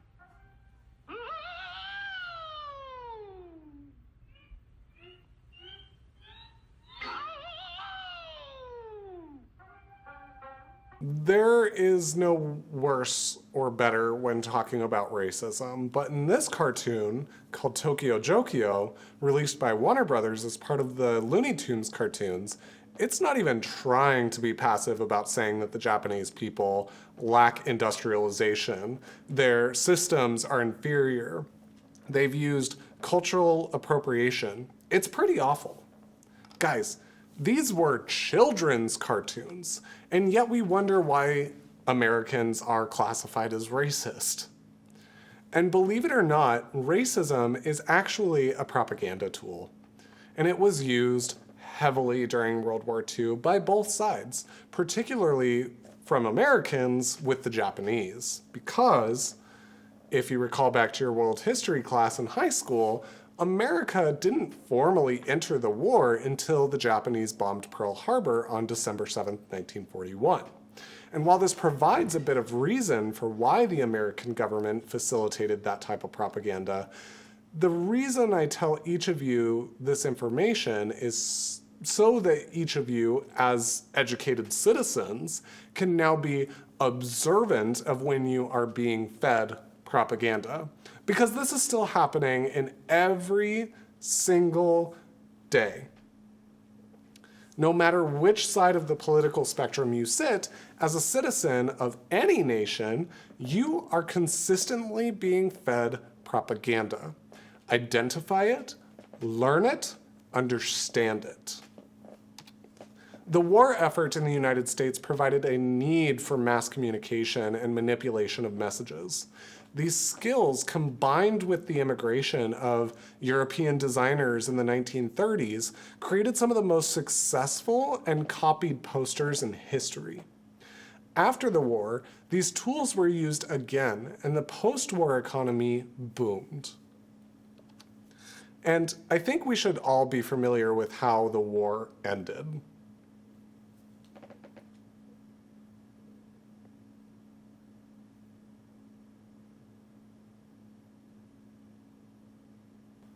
The massive destruction of World War II devastated much of the European and Asian manufacturing capabilities. 7 to 11 million people were left with no homes. Food shortages continued for the next decade. The continental United States, however, was untouched for the most part. During the war, the U.S. industrial machine expanded dramatically to meet war demands. War America became the world's dominant economic and military power. In addition, millions of troops demobilized and were absorbed back into the economy. Now, with wartime restrictions on purchasing removed, the consumer market exploded. Many creative individuals, or those who marched to a different beat, returned to the United States, had seen the world, and had no desire to go back to the farm or their small hometown. They settled in large cities like New York, Los Angeles, and San Francisco. Young designers rejected traditional or experienced or expected solutions. They viewed the world as a new frontier and wanted to explore new communication methods. The ideas of modernism integrated into mainstream design. Young families with a fresh perspective after the Depression and post-war expected modern, new, clean, and simple solutions for graphic design, architecture, and products. Rather than religiously adopting the strict Bauhaus methods of modernism, designers such as Paul Rand, Lester Beale, Saul Bass, and Lou Danziger, and Alvin Lustig used the Bauhaus concepts as a stylistic approach. Simplicity and a less is more approach were valued, but exuberant colors and forms replaced the clinical perfection of disciplined modernism. The austere German aesthetic evolved to appeal to the average consumer. Modern design was seen as a way to the future. This was also a time of great ideas and confidence. Walter Papke, an executive at the Container Corporation of America, helped form the American Bauhaus in Chicago. He founded the International Design Conference in Aspen and was responsible for promoting graphic designers through the Container Corporation advertising. Rather than showing a product, in this case, rather ordinary cardboard boxes, Papke invited designers to use great ideas of Western man for advertising content. Thanks to the GI Bill, millions of Americans graduated from college. Now, the solution spoke to a young, educated, and intellectual audience. Here, Paul Rand uses Uncle Sam's hat as a fused metaphor for a flower pot to convey the flowering of liberty and democracy. Post-war America was a place where science, industry, and the American spirit of innovation had saved the world and would make a new one. American corporations were trusted leaders, technology was idolized, and the atom was now our friend. Celebrating new products in industrial design, Alvin Lustig's cover for ID magazine connects three very different items with the familiar shape of the circle. He pulls from the De Style movement with primary colors and references the Bauhaus with a photo montage. During the war, the remarkable Ray Eames explored organic forms in response to the hard edges of tanks and the shapes of industry. Now, other designers followed her approach. Thomas Miller, one of the decade's few African-American art directors, uses an egg shape here to encase the fluid forms of a stork carrying a baby. Or here, the fluid forms of casual scripts and an oval. Herbert Matter, who immigrated to the United States in the 1930s, encased images of new furniture from Knoll in biomorphic shapes. The negative space here is as critical as the positive shapes. The vast wartime production methods evolved to innovative consumer products. With pent-up demand after the wartime rationing, the average consumer had access to a magnificent variety of new products. Alvin Lustig's ad for a new line of chairs focuses on the organic shape and parts of the molded plywood rather than just the chair. Color palettes moved from the drab camouflage tones and somber values to vibrant and optimistic colors. Designers embraced pastel and bright colors for the first time since the 1920s. They explored fresh color interactions and usage. And that McBain's album cover here expands on the primary colors and applies them in ways that would identify and terrify the most devoted to De Style members 30 years prior. The identity of a graphic designer as a professional formed in the 1950s. Previously, we were commercial artists or illustrators. The profession matured with the demand to market new products in a robust economy. The impact of the baby boom, rise of the suburbs, and demand for consumer products cannot be overstated. Modernism evolved from a European idea connected to the social good to a tool in marketing and promotion. The way we digest information as a culture forces design to evolve. In the Victorian era, when books were the primary mode of communication, dense text was the norm. In the 1920s, radio changed that, and as we heard information more sequentially, typography opened and became more dynamic. By the 1950s, television and film revolutionized our society dramatically, and design responded. Design evolved from a primarily text-based solution in the 19th century. Text and pattern were the dominant elements to design in the 1920s and 30s. That combined text and image using both the image and typography together to tell the story. By the 1950s, designers used a single image as the primary element. The image, however, wasn't simply a pretty picture, it needed to communicate an idea and tell the entire story. Symbols and metaphorical images are potent ways to telegraph an idea. A symbol is universal and faster to read than words.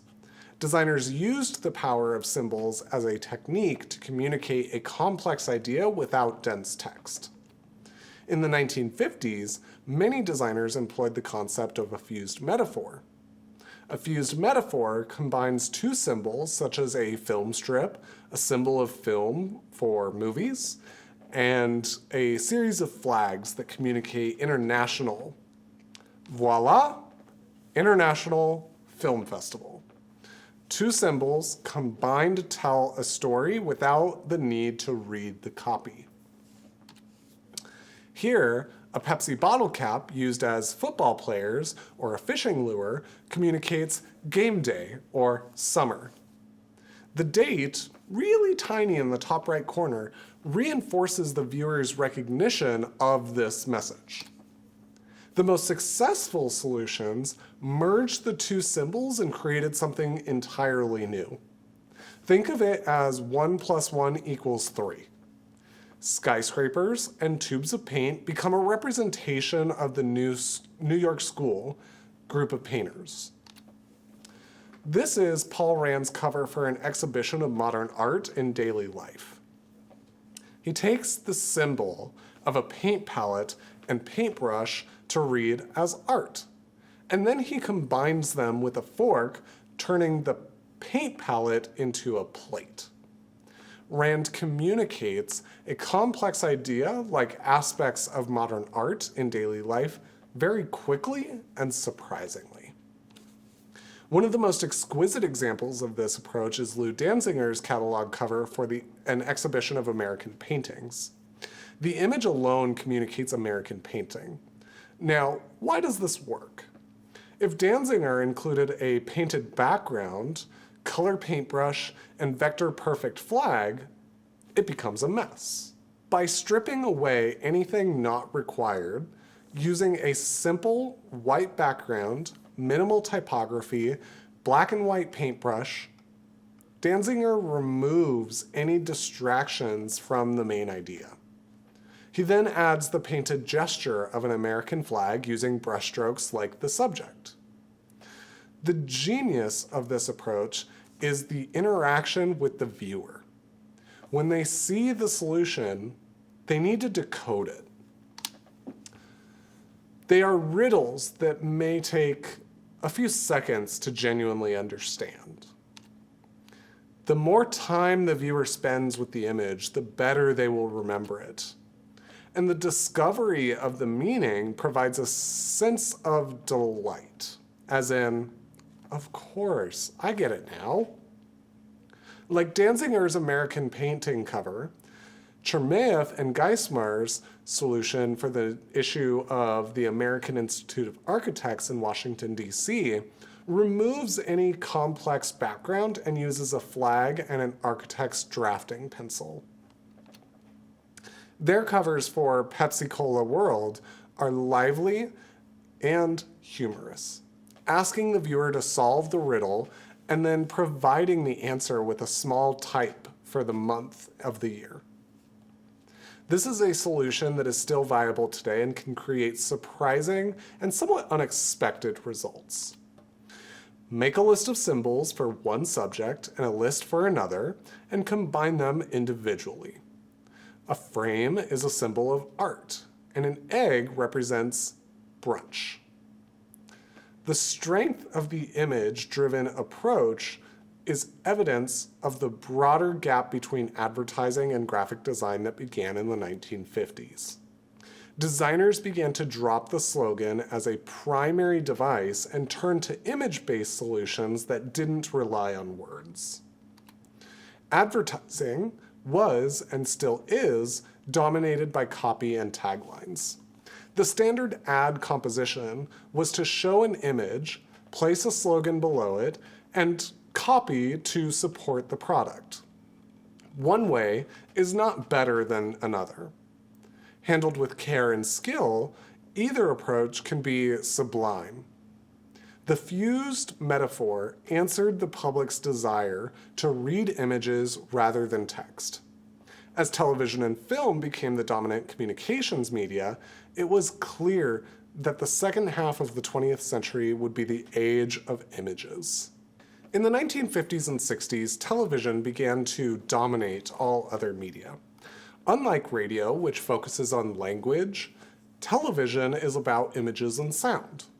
Designers shifted further into image-based concepts. There were two interchangeable terms to categorize the work of this period: the big idea and the New York school. I prefer the big idea, as it is more about the designers working with a mix of metaphor, imagery, advertising, and humor. They lived around the world: Los Angeles, Chicago, San Francisco, London, Paris, Rome, and Tokyo. A familiar theme designers followed was a commitment to the modernist ideas of less is more, functionalism, and legibility. And the use of images and geometric forms convey a message. European modernism connected to the avant-garde and an elite audience. The North American iteration of modernism required speaking to an enormous population with a diverse culture.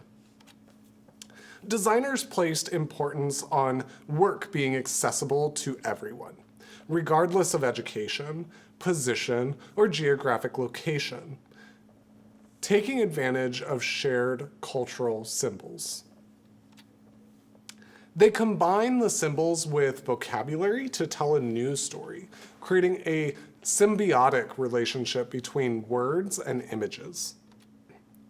Henry Wolf's cover for a catalog on an AIGA exhibition of paperback covers shows the viewer a Trump oil tear, meaning deceive the eye, revealing the word paperback precisely what this is: the back of paper. Bradbury Thompson's incredible promotional books for the paper company Westvaco integrate collage, experimental printing techniques, and asymmetrical typography with classical American images and themes. Paul Rand's cover for a book on Pablo Picasso's takes the artistic personality of Picasso's brushstrokes and integrates a portrait of him into the composition. This creates a double meaning, or sometimes called a double entendre, for the title: a picture of the artist and a portrait of his work. Much of this work used a clever twist on a familiar image. The upside to this approach was a fast read that provided a sense of delight and a positive connection to the brand or product. The vision behind CBS, William Golden, used a half-mast flag to symbolize the death of someone of prominence. The answer here, made clear by the headline, is how the vice president can become president. The tenet in modernism, less is more, makes these work. Every element, from the image to the typeface, contributes to the communication. The message would be lost or ignored if the designer added too many elements, fussy typography, or decorative devices. Simplicity was the norm. Designers also used alternative methods of making to create a more vital message. We are so used to a world of photographs and vector art that it is hard to consider a rough drawing or collage as a viable solution. In Los Angeles, Saul Bass was part of the Big Idea group. Saul Bass used cut paper, collages, stamps, and various tools to ask the viewer to reconsider an image and solve a visual puzzle. His poster for The Man with the Golden Arm is made of cut paper and hand-drawn typography. Compared to the standard and forgettable movie posters of the time, the result is one of the most famous posters in history. Bass also used humor to suggest an idea that might be a little bit too risque. The Love in the Afternoon poster doesn't show a literal image of people engaged in illicit activities. Bass suggests the naughtiness with a hand closing the window shade, the first step if one were to have an affair in the afternoon. The defining ideas of the big idea, simplicity, honesty, humor, and intelligence, treating your audience for being as smart as they are, echo the American culture of the 1950s and early 60s. This version of Bauhaus modernism matured into a confident and dynamic approach that reflected the values of the time and place, and created a genuinely North American design vision. After the war, the International style, or Swiss typography, predominated European graphic design. This style relied on order, mathematical proportions, and a rigid grid structure. In the same way, Dutch culture influenced the style with order and Calvinist discipline.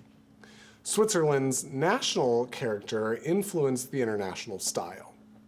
Swiss typography originated from a preference for clarity and structure based on rules. In the mid-1950s, Joseph Müller-Brockmann introduced a rigorous design form and method. His work was founded on strict proportional guidelines, primarily the golden section. He organized elements using a grid structure. Brockmann scaled typography and visual elements mathematically rather than intuitively. In the early 1950s, Brockmann founded a co-edited De New Graphique, or the New Graphic Design Journal. Authors wrote articles to highlight the international influence of Müller-Brockmann's approach in German, English, and French. Many of John Tischhold's ideas from the Bauhaus influenced Brockmann, and then designers in Switzerland, parts of Europe, and the United States and Japan. Armin Hoffmans, Ernst Keller, Rosemary Tissey, Muriel Cooper, and Jacqueline Casey created some of the most stellar Swiss typography over many decades globally. For example, from the Bauhaus, typography should be dynamic and functional. A sans serif typeface, like Accidents Grotesque, was preferred over a serif or decorative typeface, and symmetry was applied to create a modern and dynamic design. Brockmann's work differed from Chisholm's explorations with a rigorous, almost religious devotion to the golden section and mathematical systems. To achieve the mathematical perfection, photographers superimposed the golden section on the camera lens, so the models and objects would line up perfectly in the frame. Other designers, such as Jacqueline Casey, worked with proportions to create flawless harmony.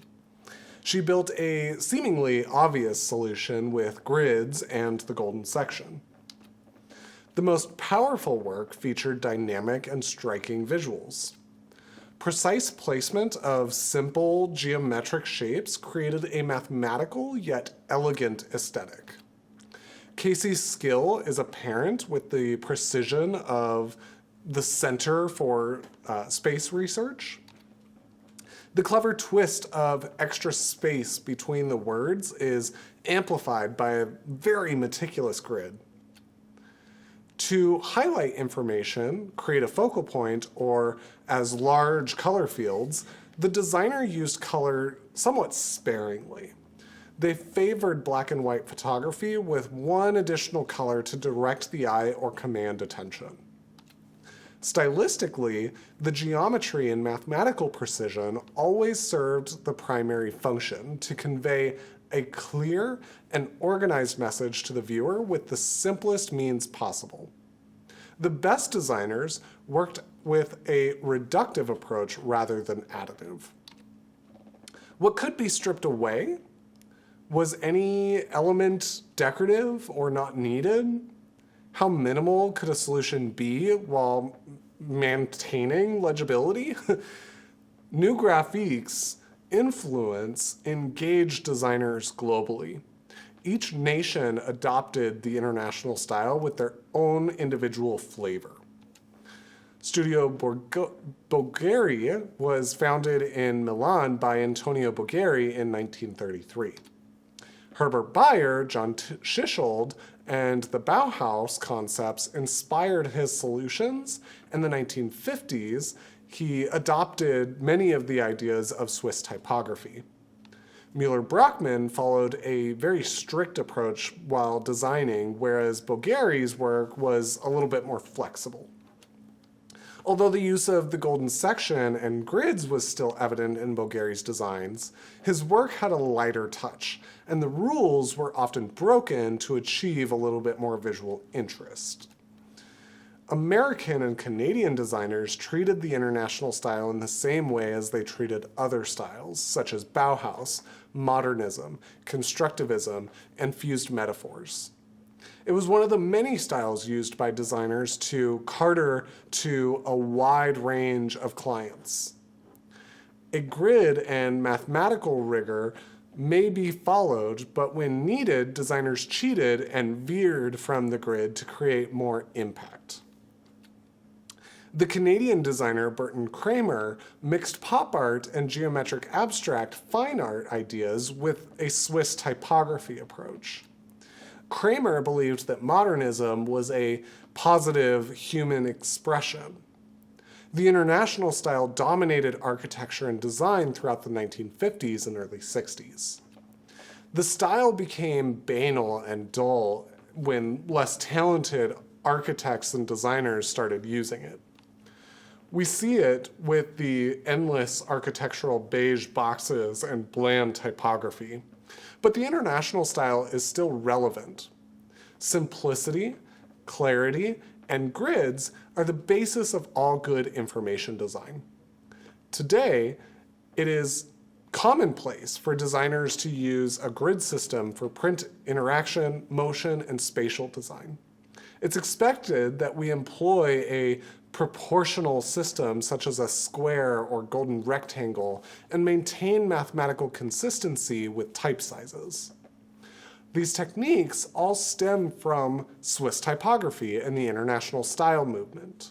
Throughout the 1950s and 1960s, most of the population viewed American corporations as leading the way toward a great, big, beautiful tomorrow. Corporations embodied the values of the 1950s: conformity, order, hierarchical power structures, and security. Employees typically worked at the same corporation for their entire careers. With hard work, they would climb the corporate ladder from the mailroom to the CEO, slowly providing a better life for their family and purchasing better products along the way. Before the 1950s, corporate identity was a rather casual affair. Divisions often created their version of a logo and were autonomous in their design choices. A group of 10 executives might have 10 distinctly different letterhead designs. As corporations grew and expanded, visual consistency became a little bit of a problem. Creating a cohesive identity program solved multiple of those problems. Functionally, for example, an entire company would use one business card or a small suite of letterhead designs. This allowed for centralized printing, purchasing, and reduced costs. One logo and visual style in marketing maintain a clear and unified message in a competitive landscape.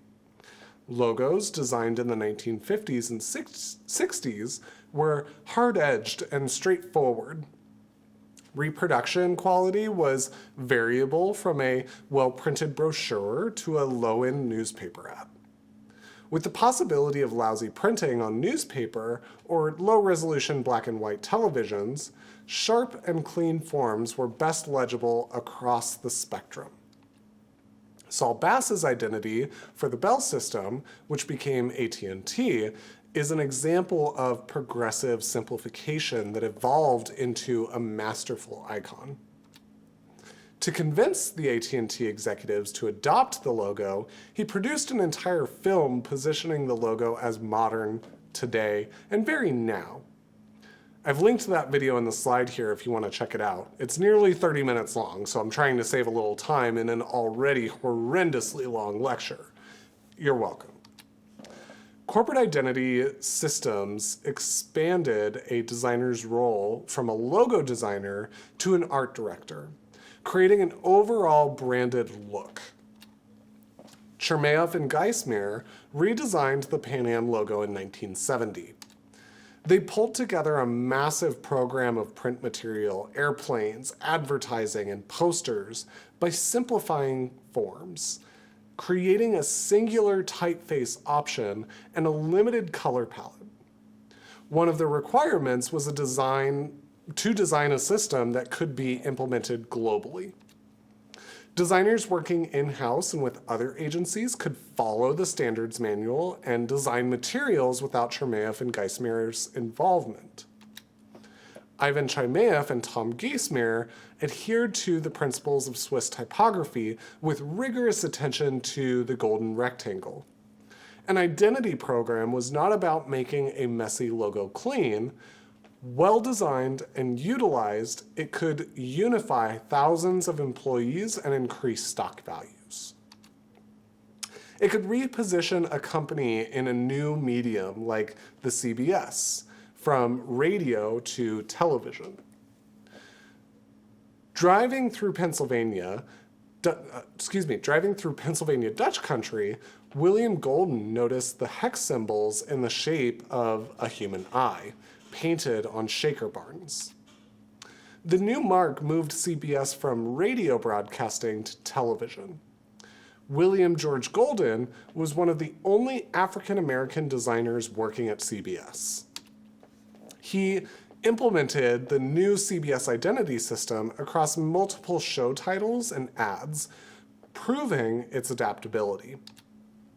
After Golden died in 1959, Lou Dorfman took over as creative director. He evolved the identity with a singular typeface, CBS Ditto, and a black and white palette. Dorfman continued Golden's work across media and provided a robust identity system that could be varied and exciting across all media. The CBS identity is one of the few logos free from the continuous pressure to update and change. It's the same today with more than 70 years of visual recognition. Paul Rand designed several of the period's most recognizable marks. The IBM logo evolved from the former full name of International Business Machines. Rand recognized the power of a more efficient approach in shortened acronyms. He continued this idea with the American Broadcasting Company, which uses the same ABC logo over 50 years later. Taking cues from the Bauhaus, Rand designed the mark with a series of geometrically perfect identical circles in the negative spaces, the letter forms, and the containing shape. The simplicity is one of the reasons for its longevity. Rand employed the same technique with IBM and ABC, and shortened the United Parcel Service to a more accessible UPS. He deftly designed a simple rectangle and bow shape to communicate parcels. Large-scale identity systems introduced the Identity Manual. These guidelines maintained a cohesive system with a set of usage rules. The International Design Office distributed the manuals to all creative departments and outside agencies to maintain a singular vision. This level of control may seem a little bit unnecessary to us. However, the people working with the identity system often served in the armed forces during World War II and expected orders and consistency. The American school system reinforced conformity and following the rules. Rules made sense to this generation. Of course, there are always some who go on to a little too far. Sloan Wilson's novel and subsequent movie explored the confining conformity of the time. Some corporations went to extremes to maintain a cohesive voice. Corporate standards required all executive men to wear white shirts and black ties, and women to wear simple business dresses with minimal patterns. No personal artifacts were allowed on a desk, and a template existed to make sure everyone's desk lamp was at the same angle. Questions about the dehumanizing aspects of the corporation gained momentum by the late 1950s. The idea that a corporation was the key to a golden future began disintegrating. The monolithic aspect of a rigid corporate identity system began to evolve. For centuries, graphic designers, printers, and artists have intertwined political activism with their work. We utilize images, symbols, and words to express our perspectives, a constant in our profession. Benjamin Franklin used his printing press for this purpose, as did people engaged in the counterculture of the 1960s, and we continue this tradition today. As we talked about earlier, during World War II, women and minorities experienced newfound freedoms. Regardless of race, religion, or background, governments called everyone to contribute. Women were encouraged to join the workforce and help build ships and airplanes. These new social and economic opportunities set the stage for societal changes. After the war, things changed. Millions of troops demobilized and reintegrated into the economy. Men expected to return to the jobs they left.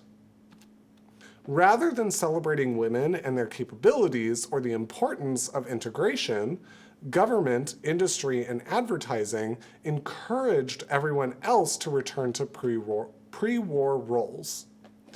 Women were expected to stay in the home, and racial minorities were segregated and demonized. Anyone with alternative ideas was disenfranchised and considered mentally unstable. But you can't put people back in a box. By the mid-1960s, those who didn't belong or feel connected to the dominant culture began questioning conformity. A profound societal shift took place, leading to a significant transformation in the role of graphic designers. Rather than selling products, these designers began leveraging their artistic talents to advocate for various important causes, including civil rights, the anti-war movement, environmental conservation, and women's rights. The most effective protest designs are direct and to the point, leaving little room for misinterpretation. Makita Wada's poster protesting the United States' involvement in the Vietnam War prominently features clear symbols of the American flag and a deceased Vietnamese man. The raw illustration style serves to make the message more visceral and emotional. Sister Coretta Kent worked with a different approach. She ran the art department at Immaculate Heart College. During the 1960s, she became increasingly politically active and turned to issues of poverty, racism, and social injustice. Kent developed an aesthetic that incorporated pop art, popular songs, and a vibrant Mexican and South American color palette. Her work demanded attention.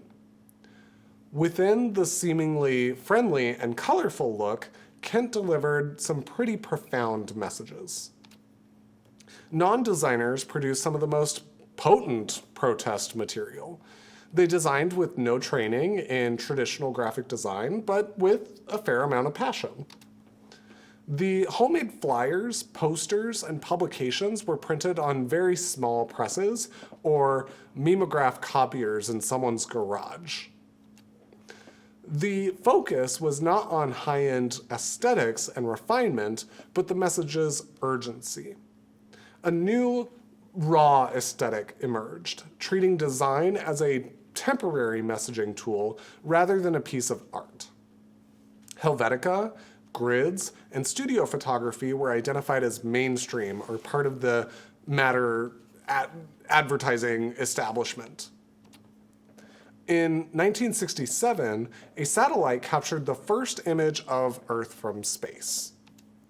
Stuart Brand, the writer, used this image on the cover of the Whole Earth catalog. The catalog provided information on sustainable practices and communal living. The image and catalog sparked the environmental movement. Today, it's common practice to recycle, use natural materials, natural resources, somewhat judiciously, and support environmental issues. But it was a radical concept in 1968. Jacqueline Casey deployed her remarkable skill with refined graphic design and grids to subvert the expected raw aesthetic. The work reached people who might otherwise be adverse to the subject matter. Other designers self-authored and printed pamphlets, posters, and flyers focused on their issues around race and gender, politics, the environment, even identity. The result was the onset of DIY graphics. Every flyer for a local PTA meeting can trace its lineage to the counterculture and protest graphics. The success of graphic design relies on evoking an emotional response.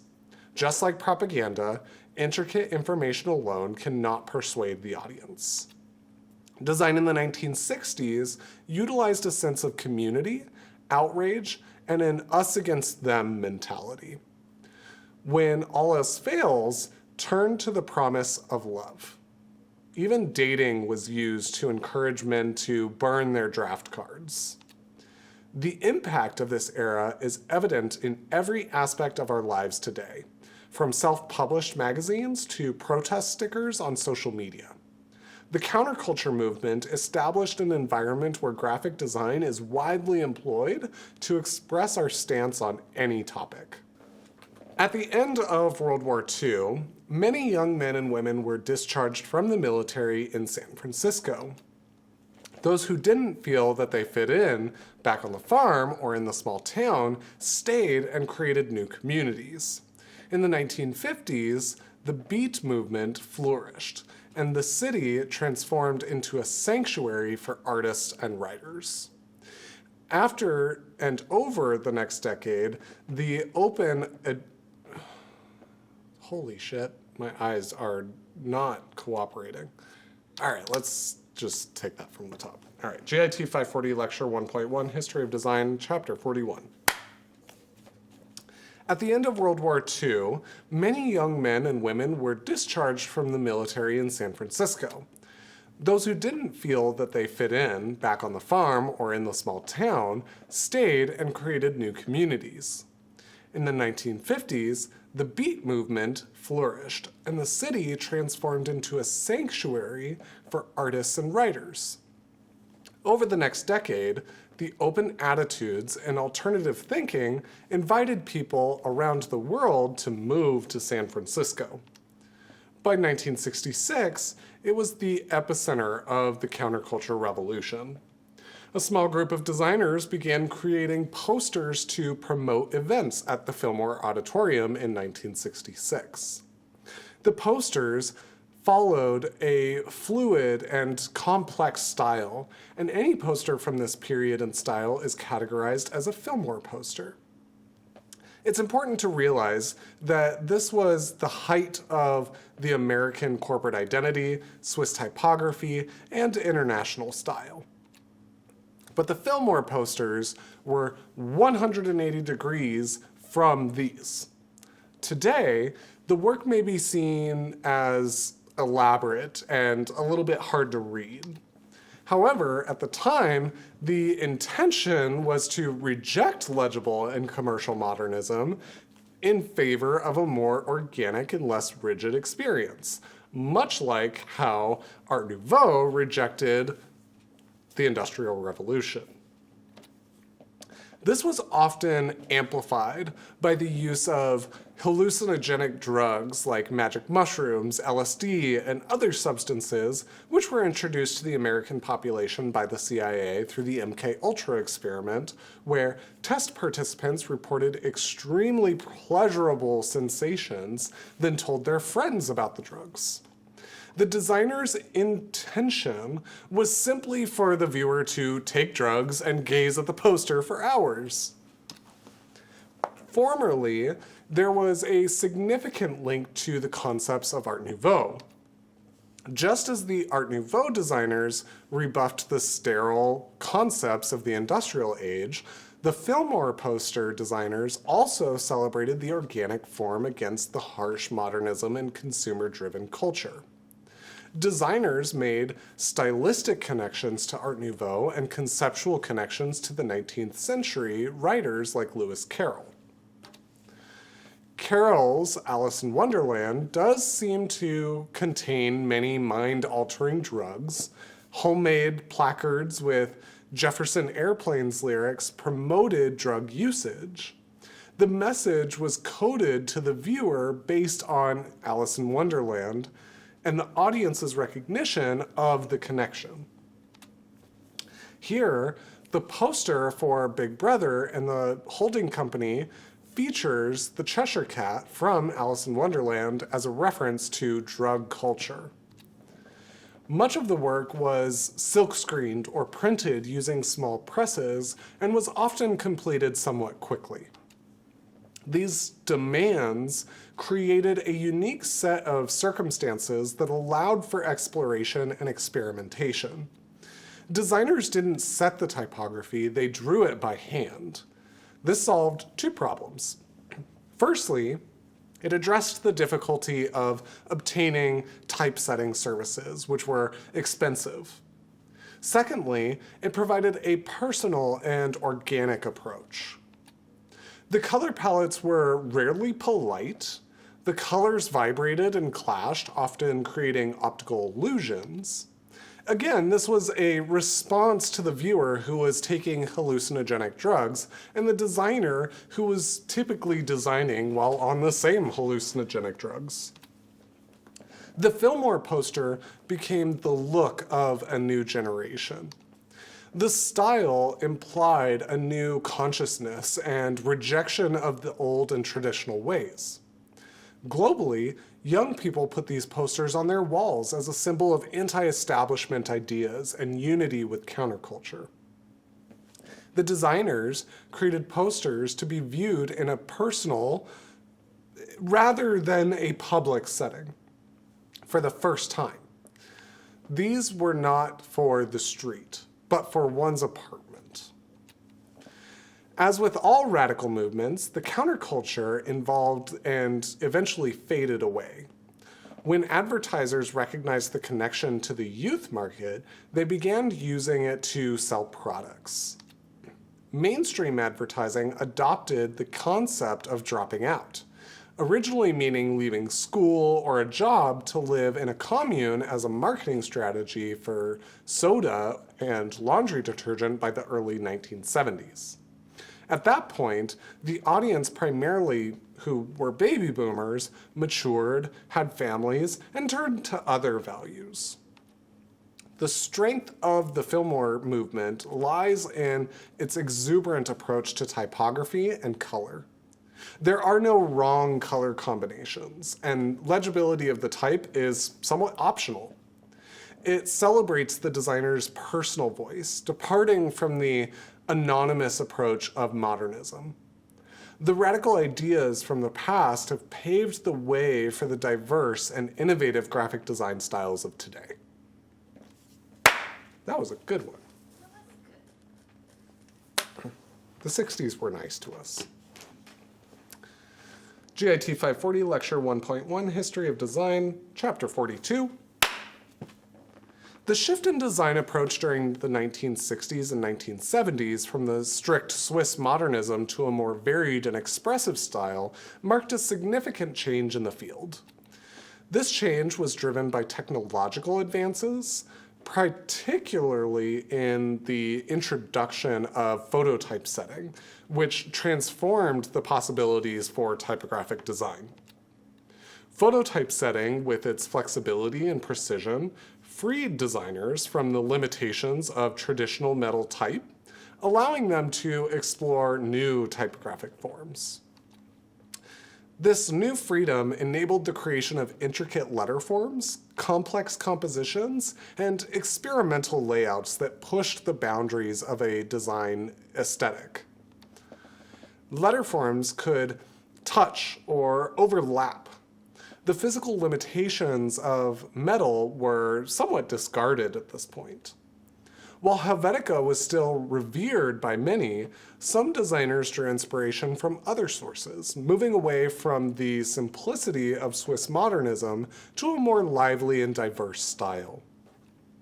They incorporated historical design elements such as Victorian and Art Deco, embracing ornamentation, decorative elements, and expressive forms to infuse their work with vitality and personality. Influential figures like Herb Luebelin, known for his innovative typographic experiments, played a key role in shaping this emerging aesthetic. Luebelin's unconventional use of typography and his willingness to blend different influences set a precedent for a new generation of designers seeking to break free from traditional design norms. Something as common as a can of dog food became an opportunity to explore a mix of Victorian, Fillmore, and modernist ideas slammed together. At the core of this movement was a rejection of functionalism in favor of personal expression and creativity.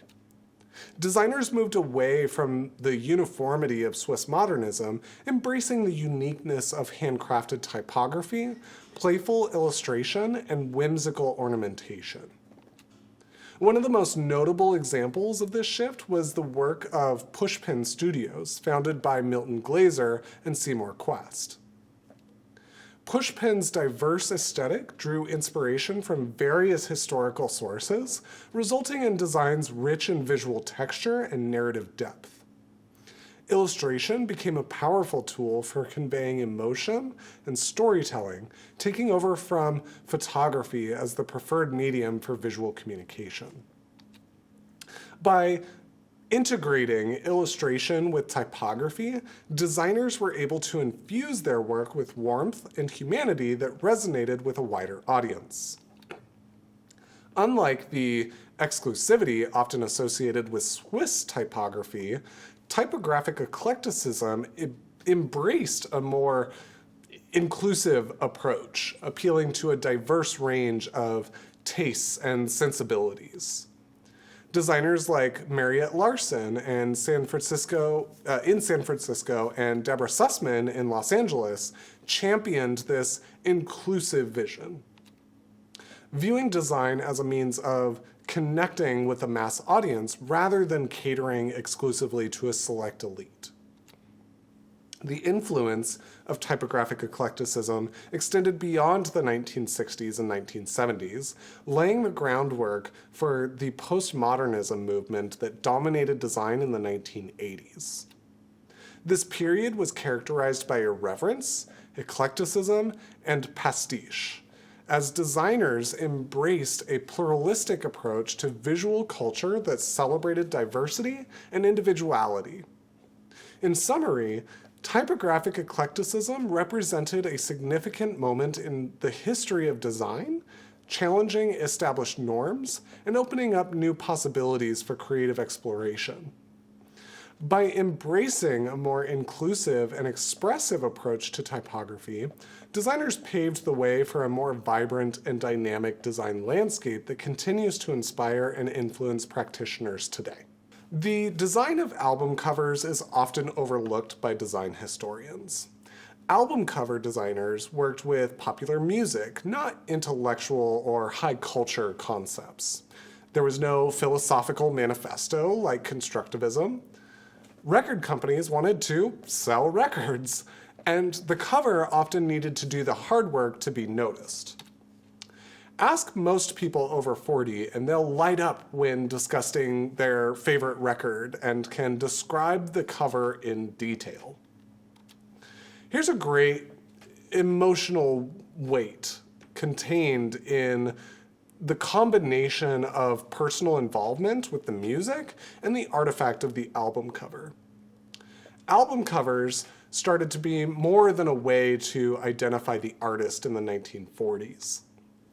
Alex Steinwitz introduced illustration, abstraction, and surrealism to the covers.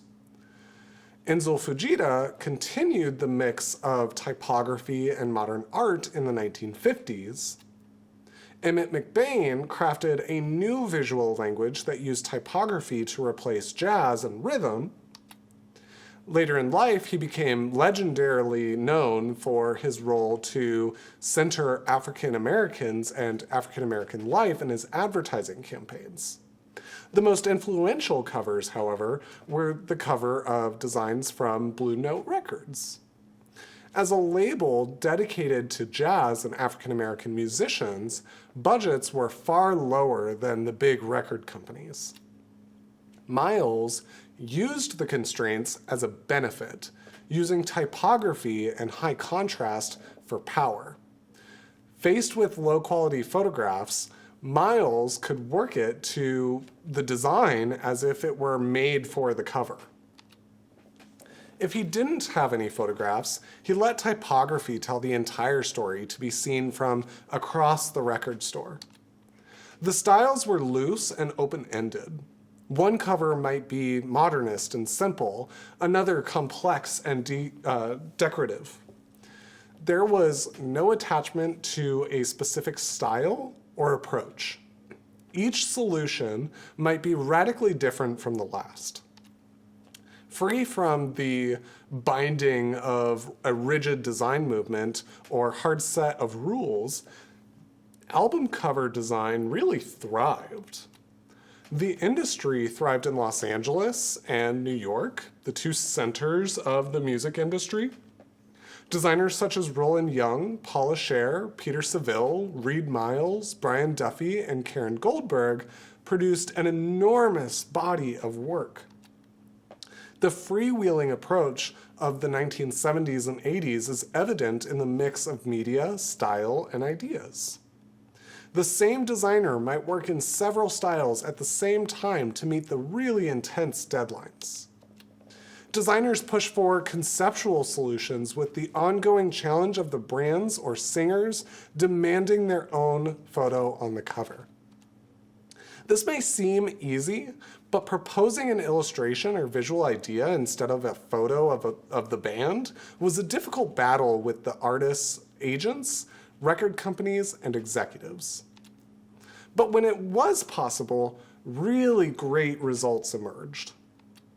The music industry reached extraordinary heights in the 1970s and 80s. One hit record could yield massive profits. But the advent of the CD and then streaming ended the party. Rather than working on a 12-inch by 12-inch canvas, covers shrank, first to a 4 3/4-inch square, and now typically a thumbnail on a streaming service.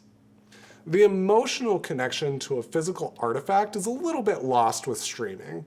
These great album covers prove their power of design to reach the viewer as an individual. Evolving the Fillmore experience of posters in one's room, the album cover provided a perfect vehicle for personal connection to design.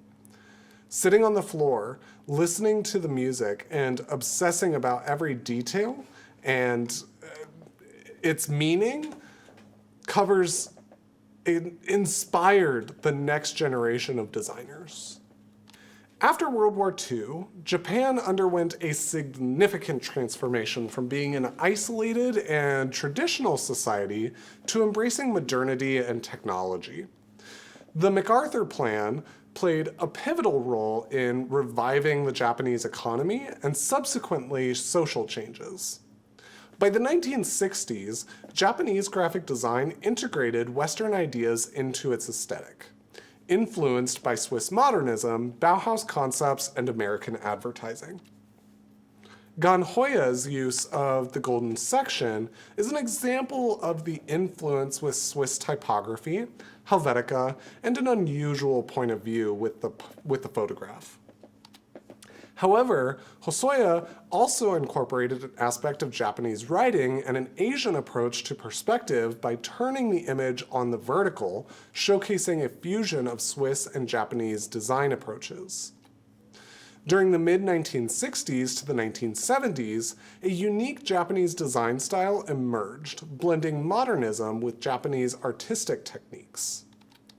This aesthetic featured neutral or organic geometric forms, flattened shapes, high contrast, mathematical proportions, and minimal symbols. An excellent representation of this fusion is seen in Ryuichi Yamashiro's tree planting poster. The poster skillfully integrates Japanese calligraphy and spatial composition with Western communication approaches, resulting in a captivating and seamless blend of diverse artistic elements. In the 1950s, Yasuko Kamikura emerged as an influential design leader in Japan. He worked to change the traditional idea in Japan that applied art, such as graphic design, was inferior to fine art. Kamikura founded the Japan Advertising Club and strengthened the position of graphic design as a professional discipline. He introduced global influences to Japan and promoted Japanese design to the world. Kamikura's poster for the 1964 Tokyo Olympics is a masterpiece in poster design. It is a brilliant example of blending European modernism with Japanese symmetry.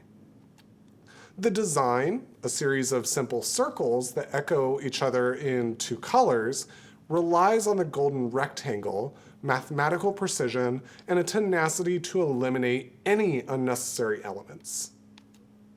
The poster combines the most generic flat geometry with symbolism, showcasing the brilliance of simplicity and concept. Kamikura's poster for Expo 70 beautifully combines traditional Japanese crests with expressive geometry and Western sans serif typography. The result is a modern, harmonious, and cohesive design that seamlessly integrates elements from both Japanese and Western design traditions. Iko Tanakara was known for his innovative approach to creating imagery and iconography. He utilized rigid grid structures and color fields to reimagine traditional Japanese cultural motifs through a modern geometric lens. Tadanori Yoku combined the psychedelic approach of Fillmore posters with Japanese symbols and forms. He used Western iconography such as comic books, Hollywood movies, and Western typography with traditional Japanese woodblock techniques and text. Like many other Asian designers, Yoku managed space with traditional Japanese compositions.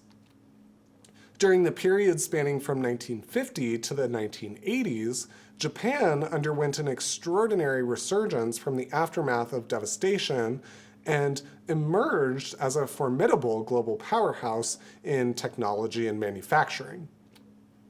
Concurrently, the realm of graphic design in Japan underwent a substantial metamorphosis, progressing from a relatively minor industry in 1950 to a highly regarded and influential profession by 1990.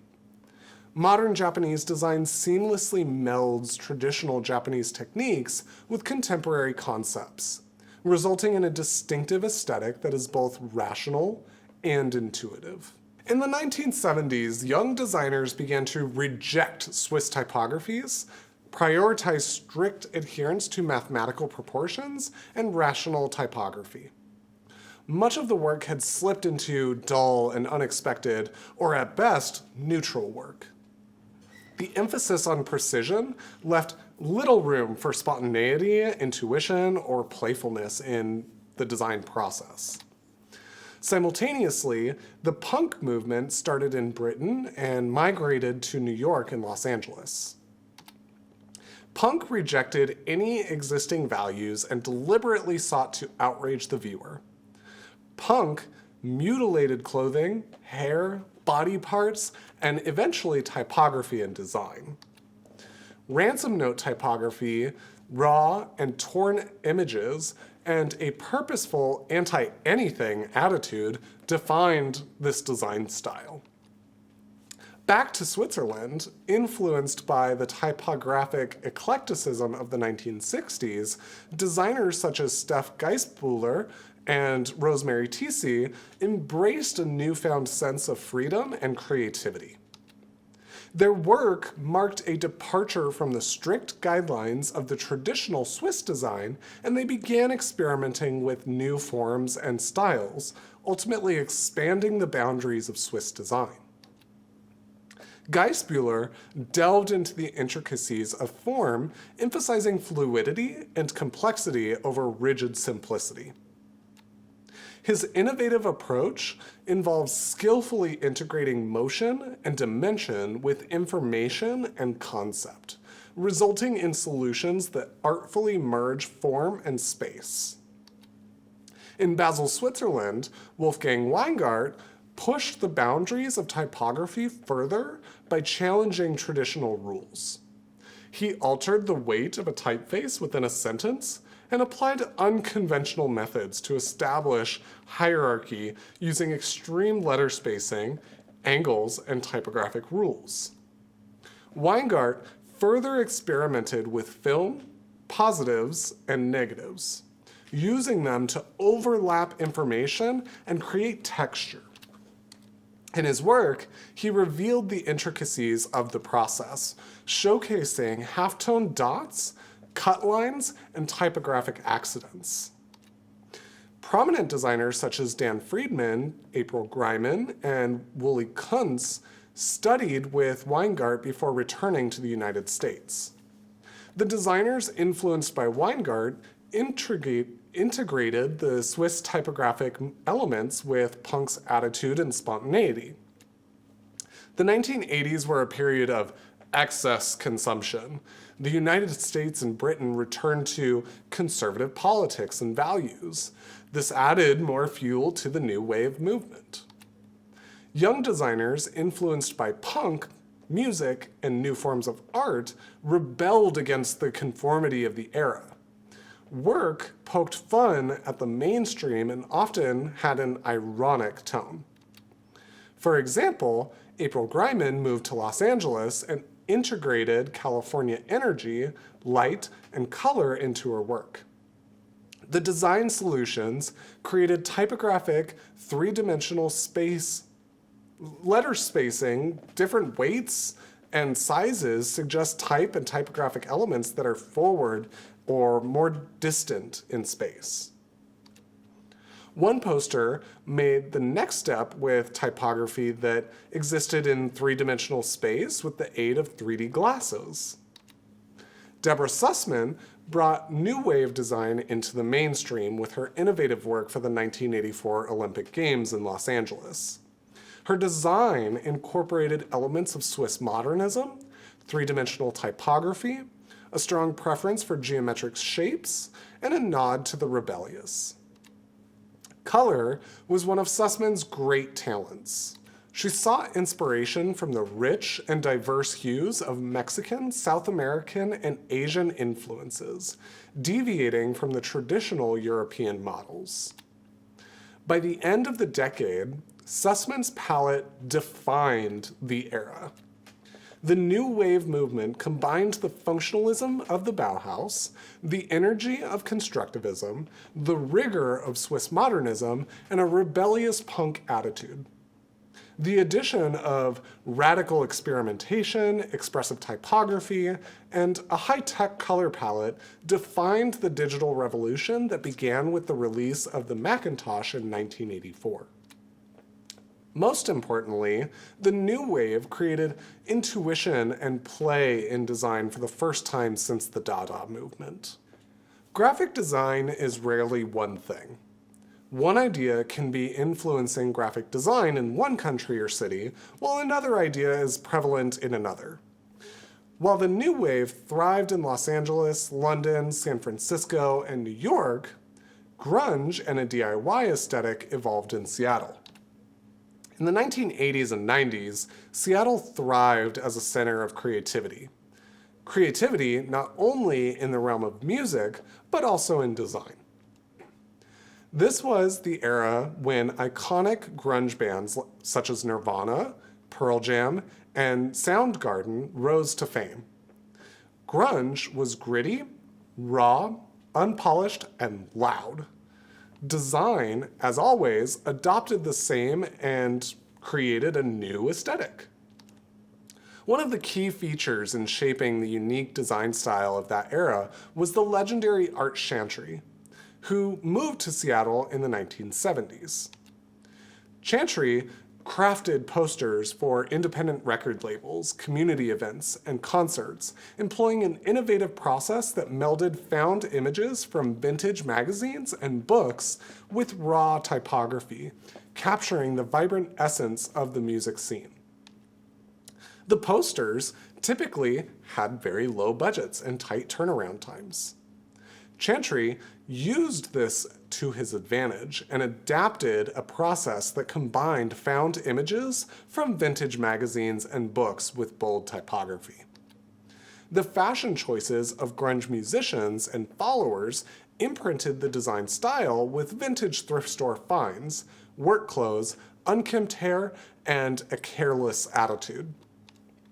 Chantry's work interpreted this with a handcrafted, unrefined visual quality. The unrefined typography, collaged images, and bad printing conveyed a gritty sense of energy, offering an alternative to the expected high gloss of the music industry. The poster for an artist-made machines exhibition features a unique combination of low-tech typography created with a handheld label machine and a deliberately rugged image of a tire. The poster may seem undesigned, but Chantry's exceptional sense of composition and unexpected scale point to a masterful skill. In 1987, Robin Ray and Michael Strasberger founded Modern Dog Design, further solidified in this design movement. Their creative output echoed similar techniques, incorporating found imagery, raw typography, and a compelling sense of immediacy.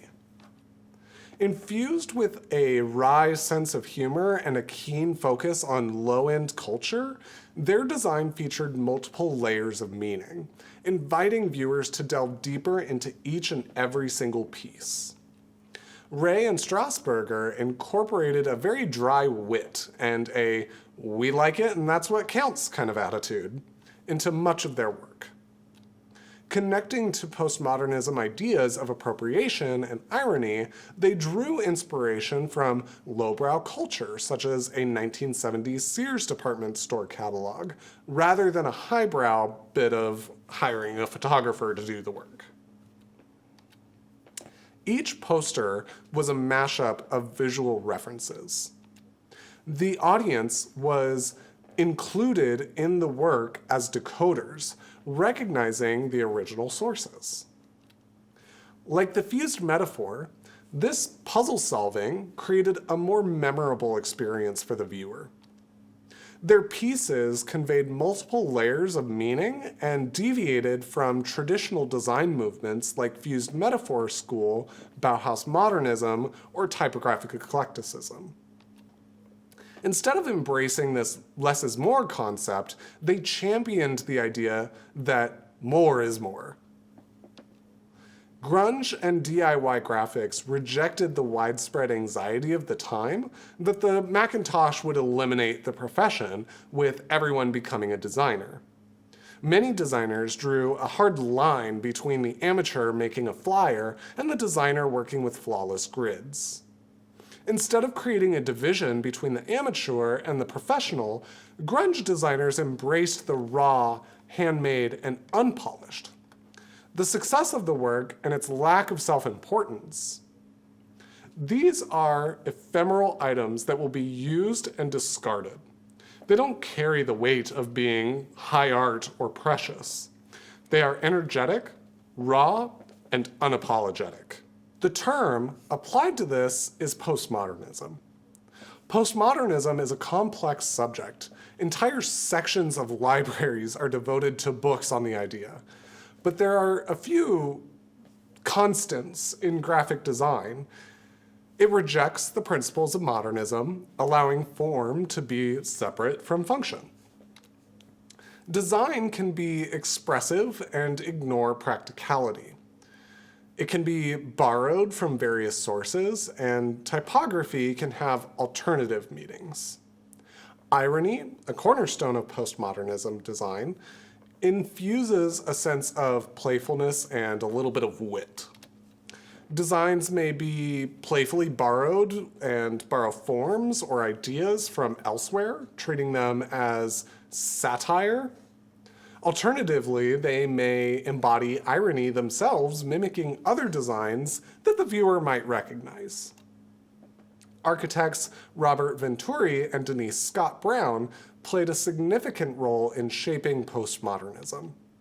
In their influential book, Learning from Las Vegas, they introduced the concept of vernacular design as a key element of postmodernism.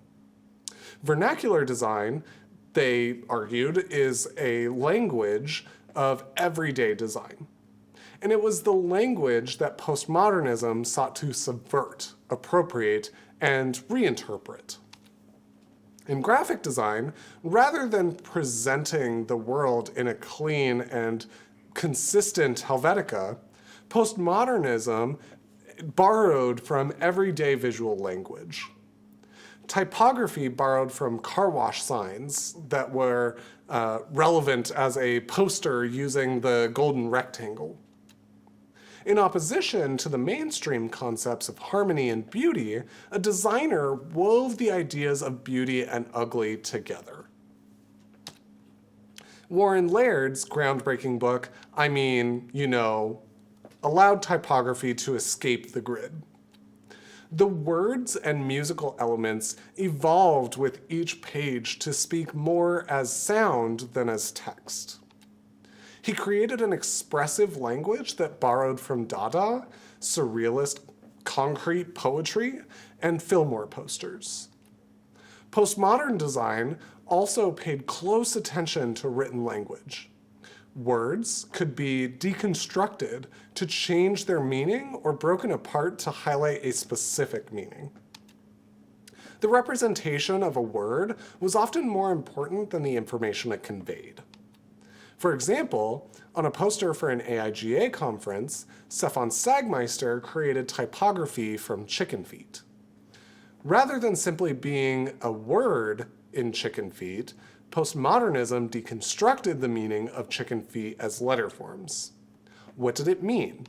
What were the references? What were the cultural and political issues? All work in the postmodern genre was designed to be analyzed from a historical, semiotic, and psychological point of view. Postmodern design invites a deep intellectual engagement. Designers and writers meticulously dissect the meaning of a collaged image, letter space typography, and choice of colors. Every element is imbued with meaning, fostering a sense of intellectual depth and engagement. To most viewers, postmodern design seemed friendlier and more humorous than hardline Swiss modernism. The solutions were nostalgic and warm, and layered messages replaced mathematical rigor. The design world, however, deconstructed every element, reviewing the complex interplay of political and cultural meaning. In postmodern design, an open book was not just an open book. It represented literacy, history, language, and 30 other possible meanings. At the moment, and as the movement evolved, the playful connection of vernacular typography and appropriated imagery evolved into a niche conversation of dystopia. The design represented the ugliness and complexity of the world rather than the utopian modernism that focused on simplicity. The best solutions were visually engaging and could be understood in multiple different ways. However, others became convoluted intellectual exercises aimed at smaller and smaller design audiences. Design was poised for split between those who focused on postmodern critical theory, primarily in academia, and those focused on the larger mass market in practice. In 1984, Apple released the Macintosh. Today we celebrate the first glorious anniversary of the Information Purification Directives. We have created, for the first time in all history, a garden of pure ideology, where each worker may bloom, secure from the pests of vain contradictory thoughts. Our unification of thoughts is more powerful a weapon than any fleet or army on earth. We are one people, with one will, one resolve, one cause. Our enemies shall talk themselves to death, and we will bury them with their own confusion. We shall prevail. On January 24th, Apple Computer will introduce Macintosh. And you'll see why 1984 won't be like 1984. This was a groundbreaking event in the world of graphic design. Prior to this, graphic design was a labor-intensive process, often involving the use of physical tools and materials. When the Macintosh was unleashed in 1984, it sent seismic shockwaves through the entire graphic design profession. This was a significant moment as it marked the beginning of a new era in graphic design. Some designers were hesitant, even repulsed by it. A renowned designer famously declared he wouldn't bear the scent of it. Yet the Macintosh would go on to revolutionize the entire industry, forever altering the course of graphic design history. The Macintosh could make typography. The initial options were primitive, Helvetica or Times New Roman, bitmapped images, and very slow processing. Designers set type on the Mac and created black and white images.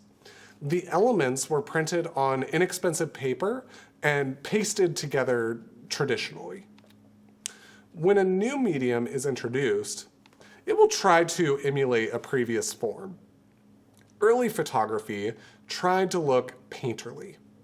Now, designers tried to find a language unique to the digital environment. Early work took the language of the medium, the bitmap, and exaggerated it. Images were pixelated or degenerated. Digital errors in typography were actually highlighted. The idea of accident and imperfection was incorporated into the design. Screen-based design expanded from extremely inexpensive, advanced computer graphics, animation, and editing into the design studio. The advent of the digital medium heralded a new era of creative freedom, particularly in the realm of typography and three-dimensional space. Typography took on a radical, layered, three-dimensional form. What once would have necessitated days of painstaking work with physical films and layers could now be effortlessly created and manipulated. The digital medium was a gateway to limitless creative possibilities. Many designers exploring the possibilities in the digital arena had experience with Swiss typography and postmodernism. April Greiman's poster for the Southern California Institute of Architecture was layered with an image, fine lines, and digitally produced typography. The viewer was invited to reconstruct the meaning from the individual pieces. Scott Michaela's typographic treatments for a Michael and Janet Jackson video were revolutionary. The typeface with imperfections and exaggerated forms was animated dimensionally. Dynamic, three-dimensional typography was now a reality in a screen-based medium, motion. The digital revolution brought a profound shift, the democratization of design. Suddenly, the power to design was no longer confined to a select few. It was now accessible to anyone from a professional designer to your mother. Now everyone could be a desktop publisher. The digital medium empowered individuals to express their creativity and design their own invitations, logos, and flyers. Sometimes this created remarkable and odd results.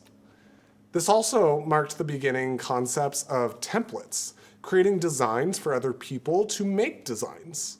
A clear split occurred between civilians who now made low-end design, such as an in-house newsletter, and high-end design created by trained professional designers. Like concerns about AI and of the design profession in the modern day, it soon became clear that skill, craft, and knowledge define the profession, not the tools.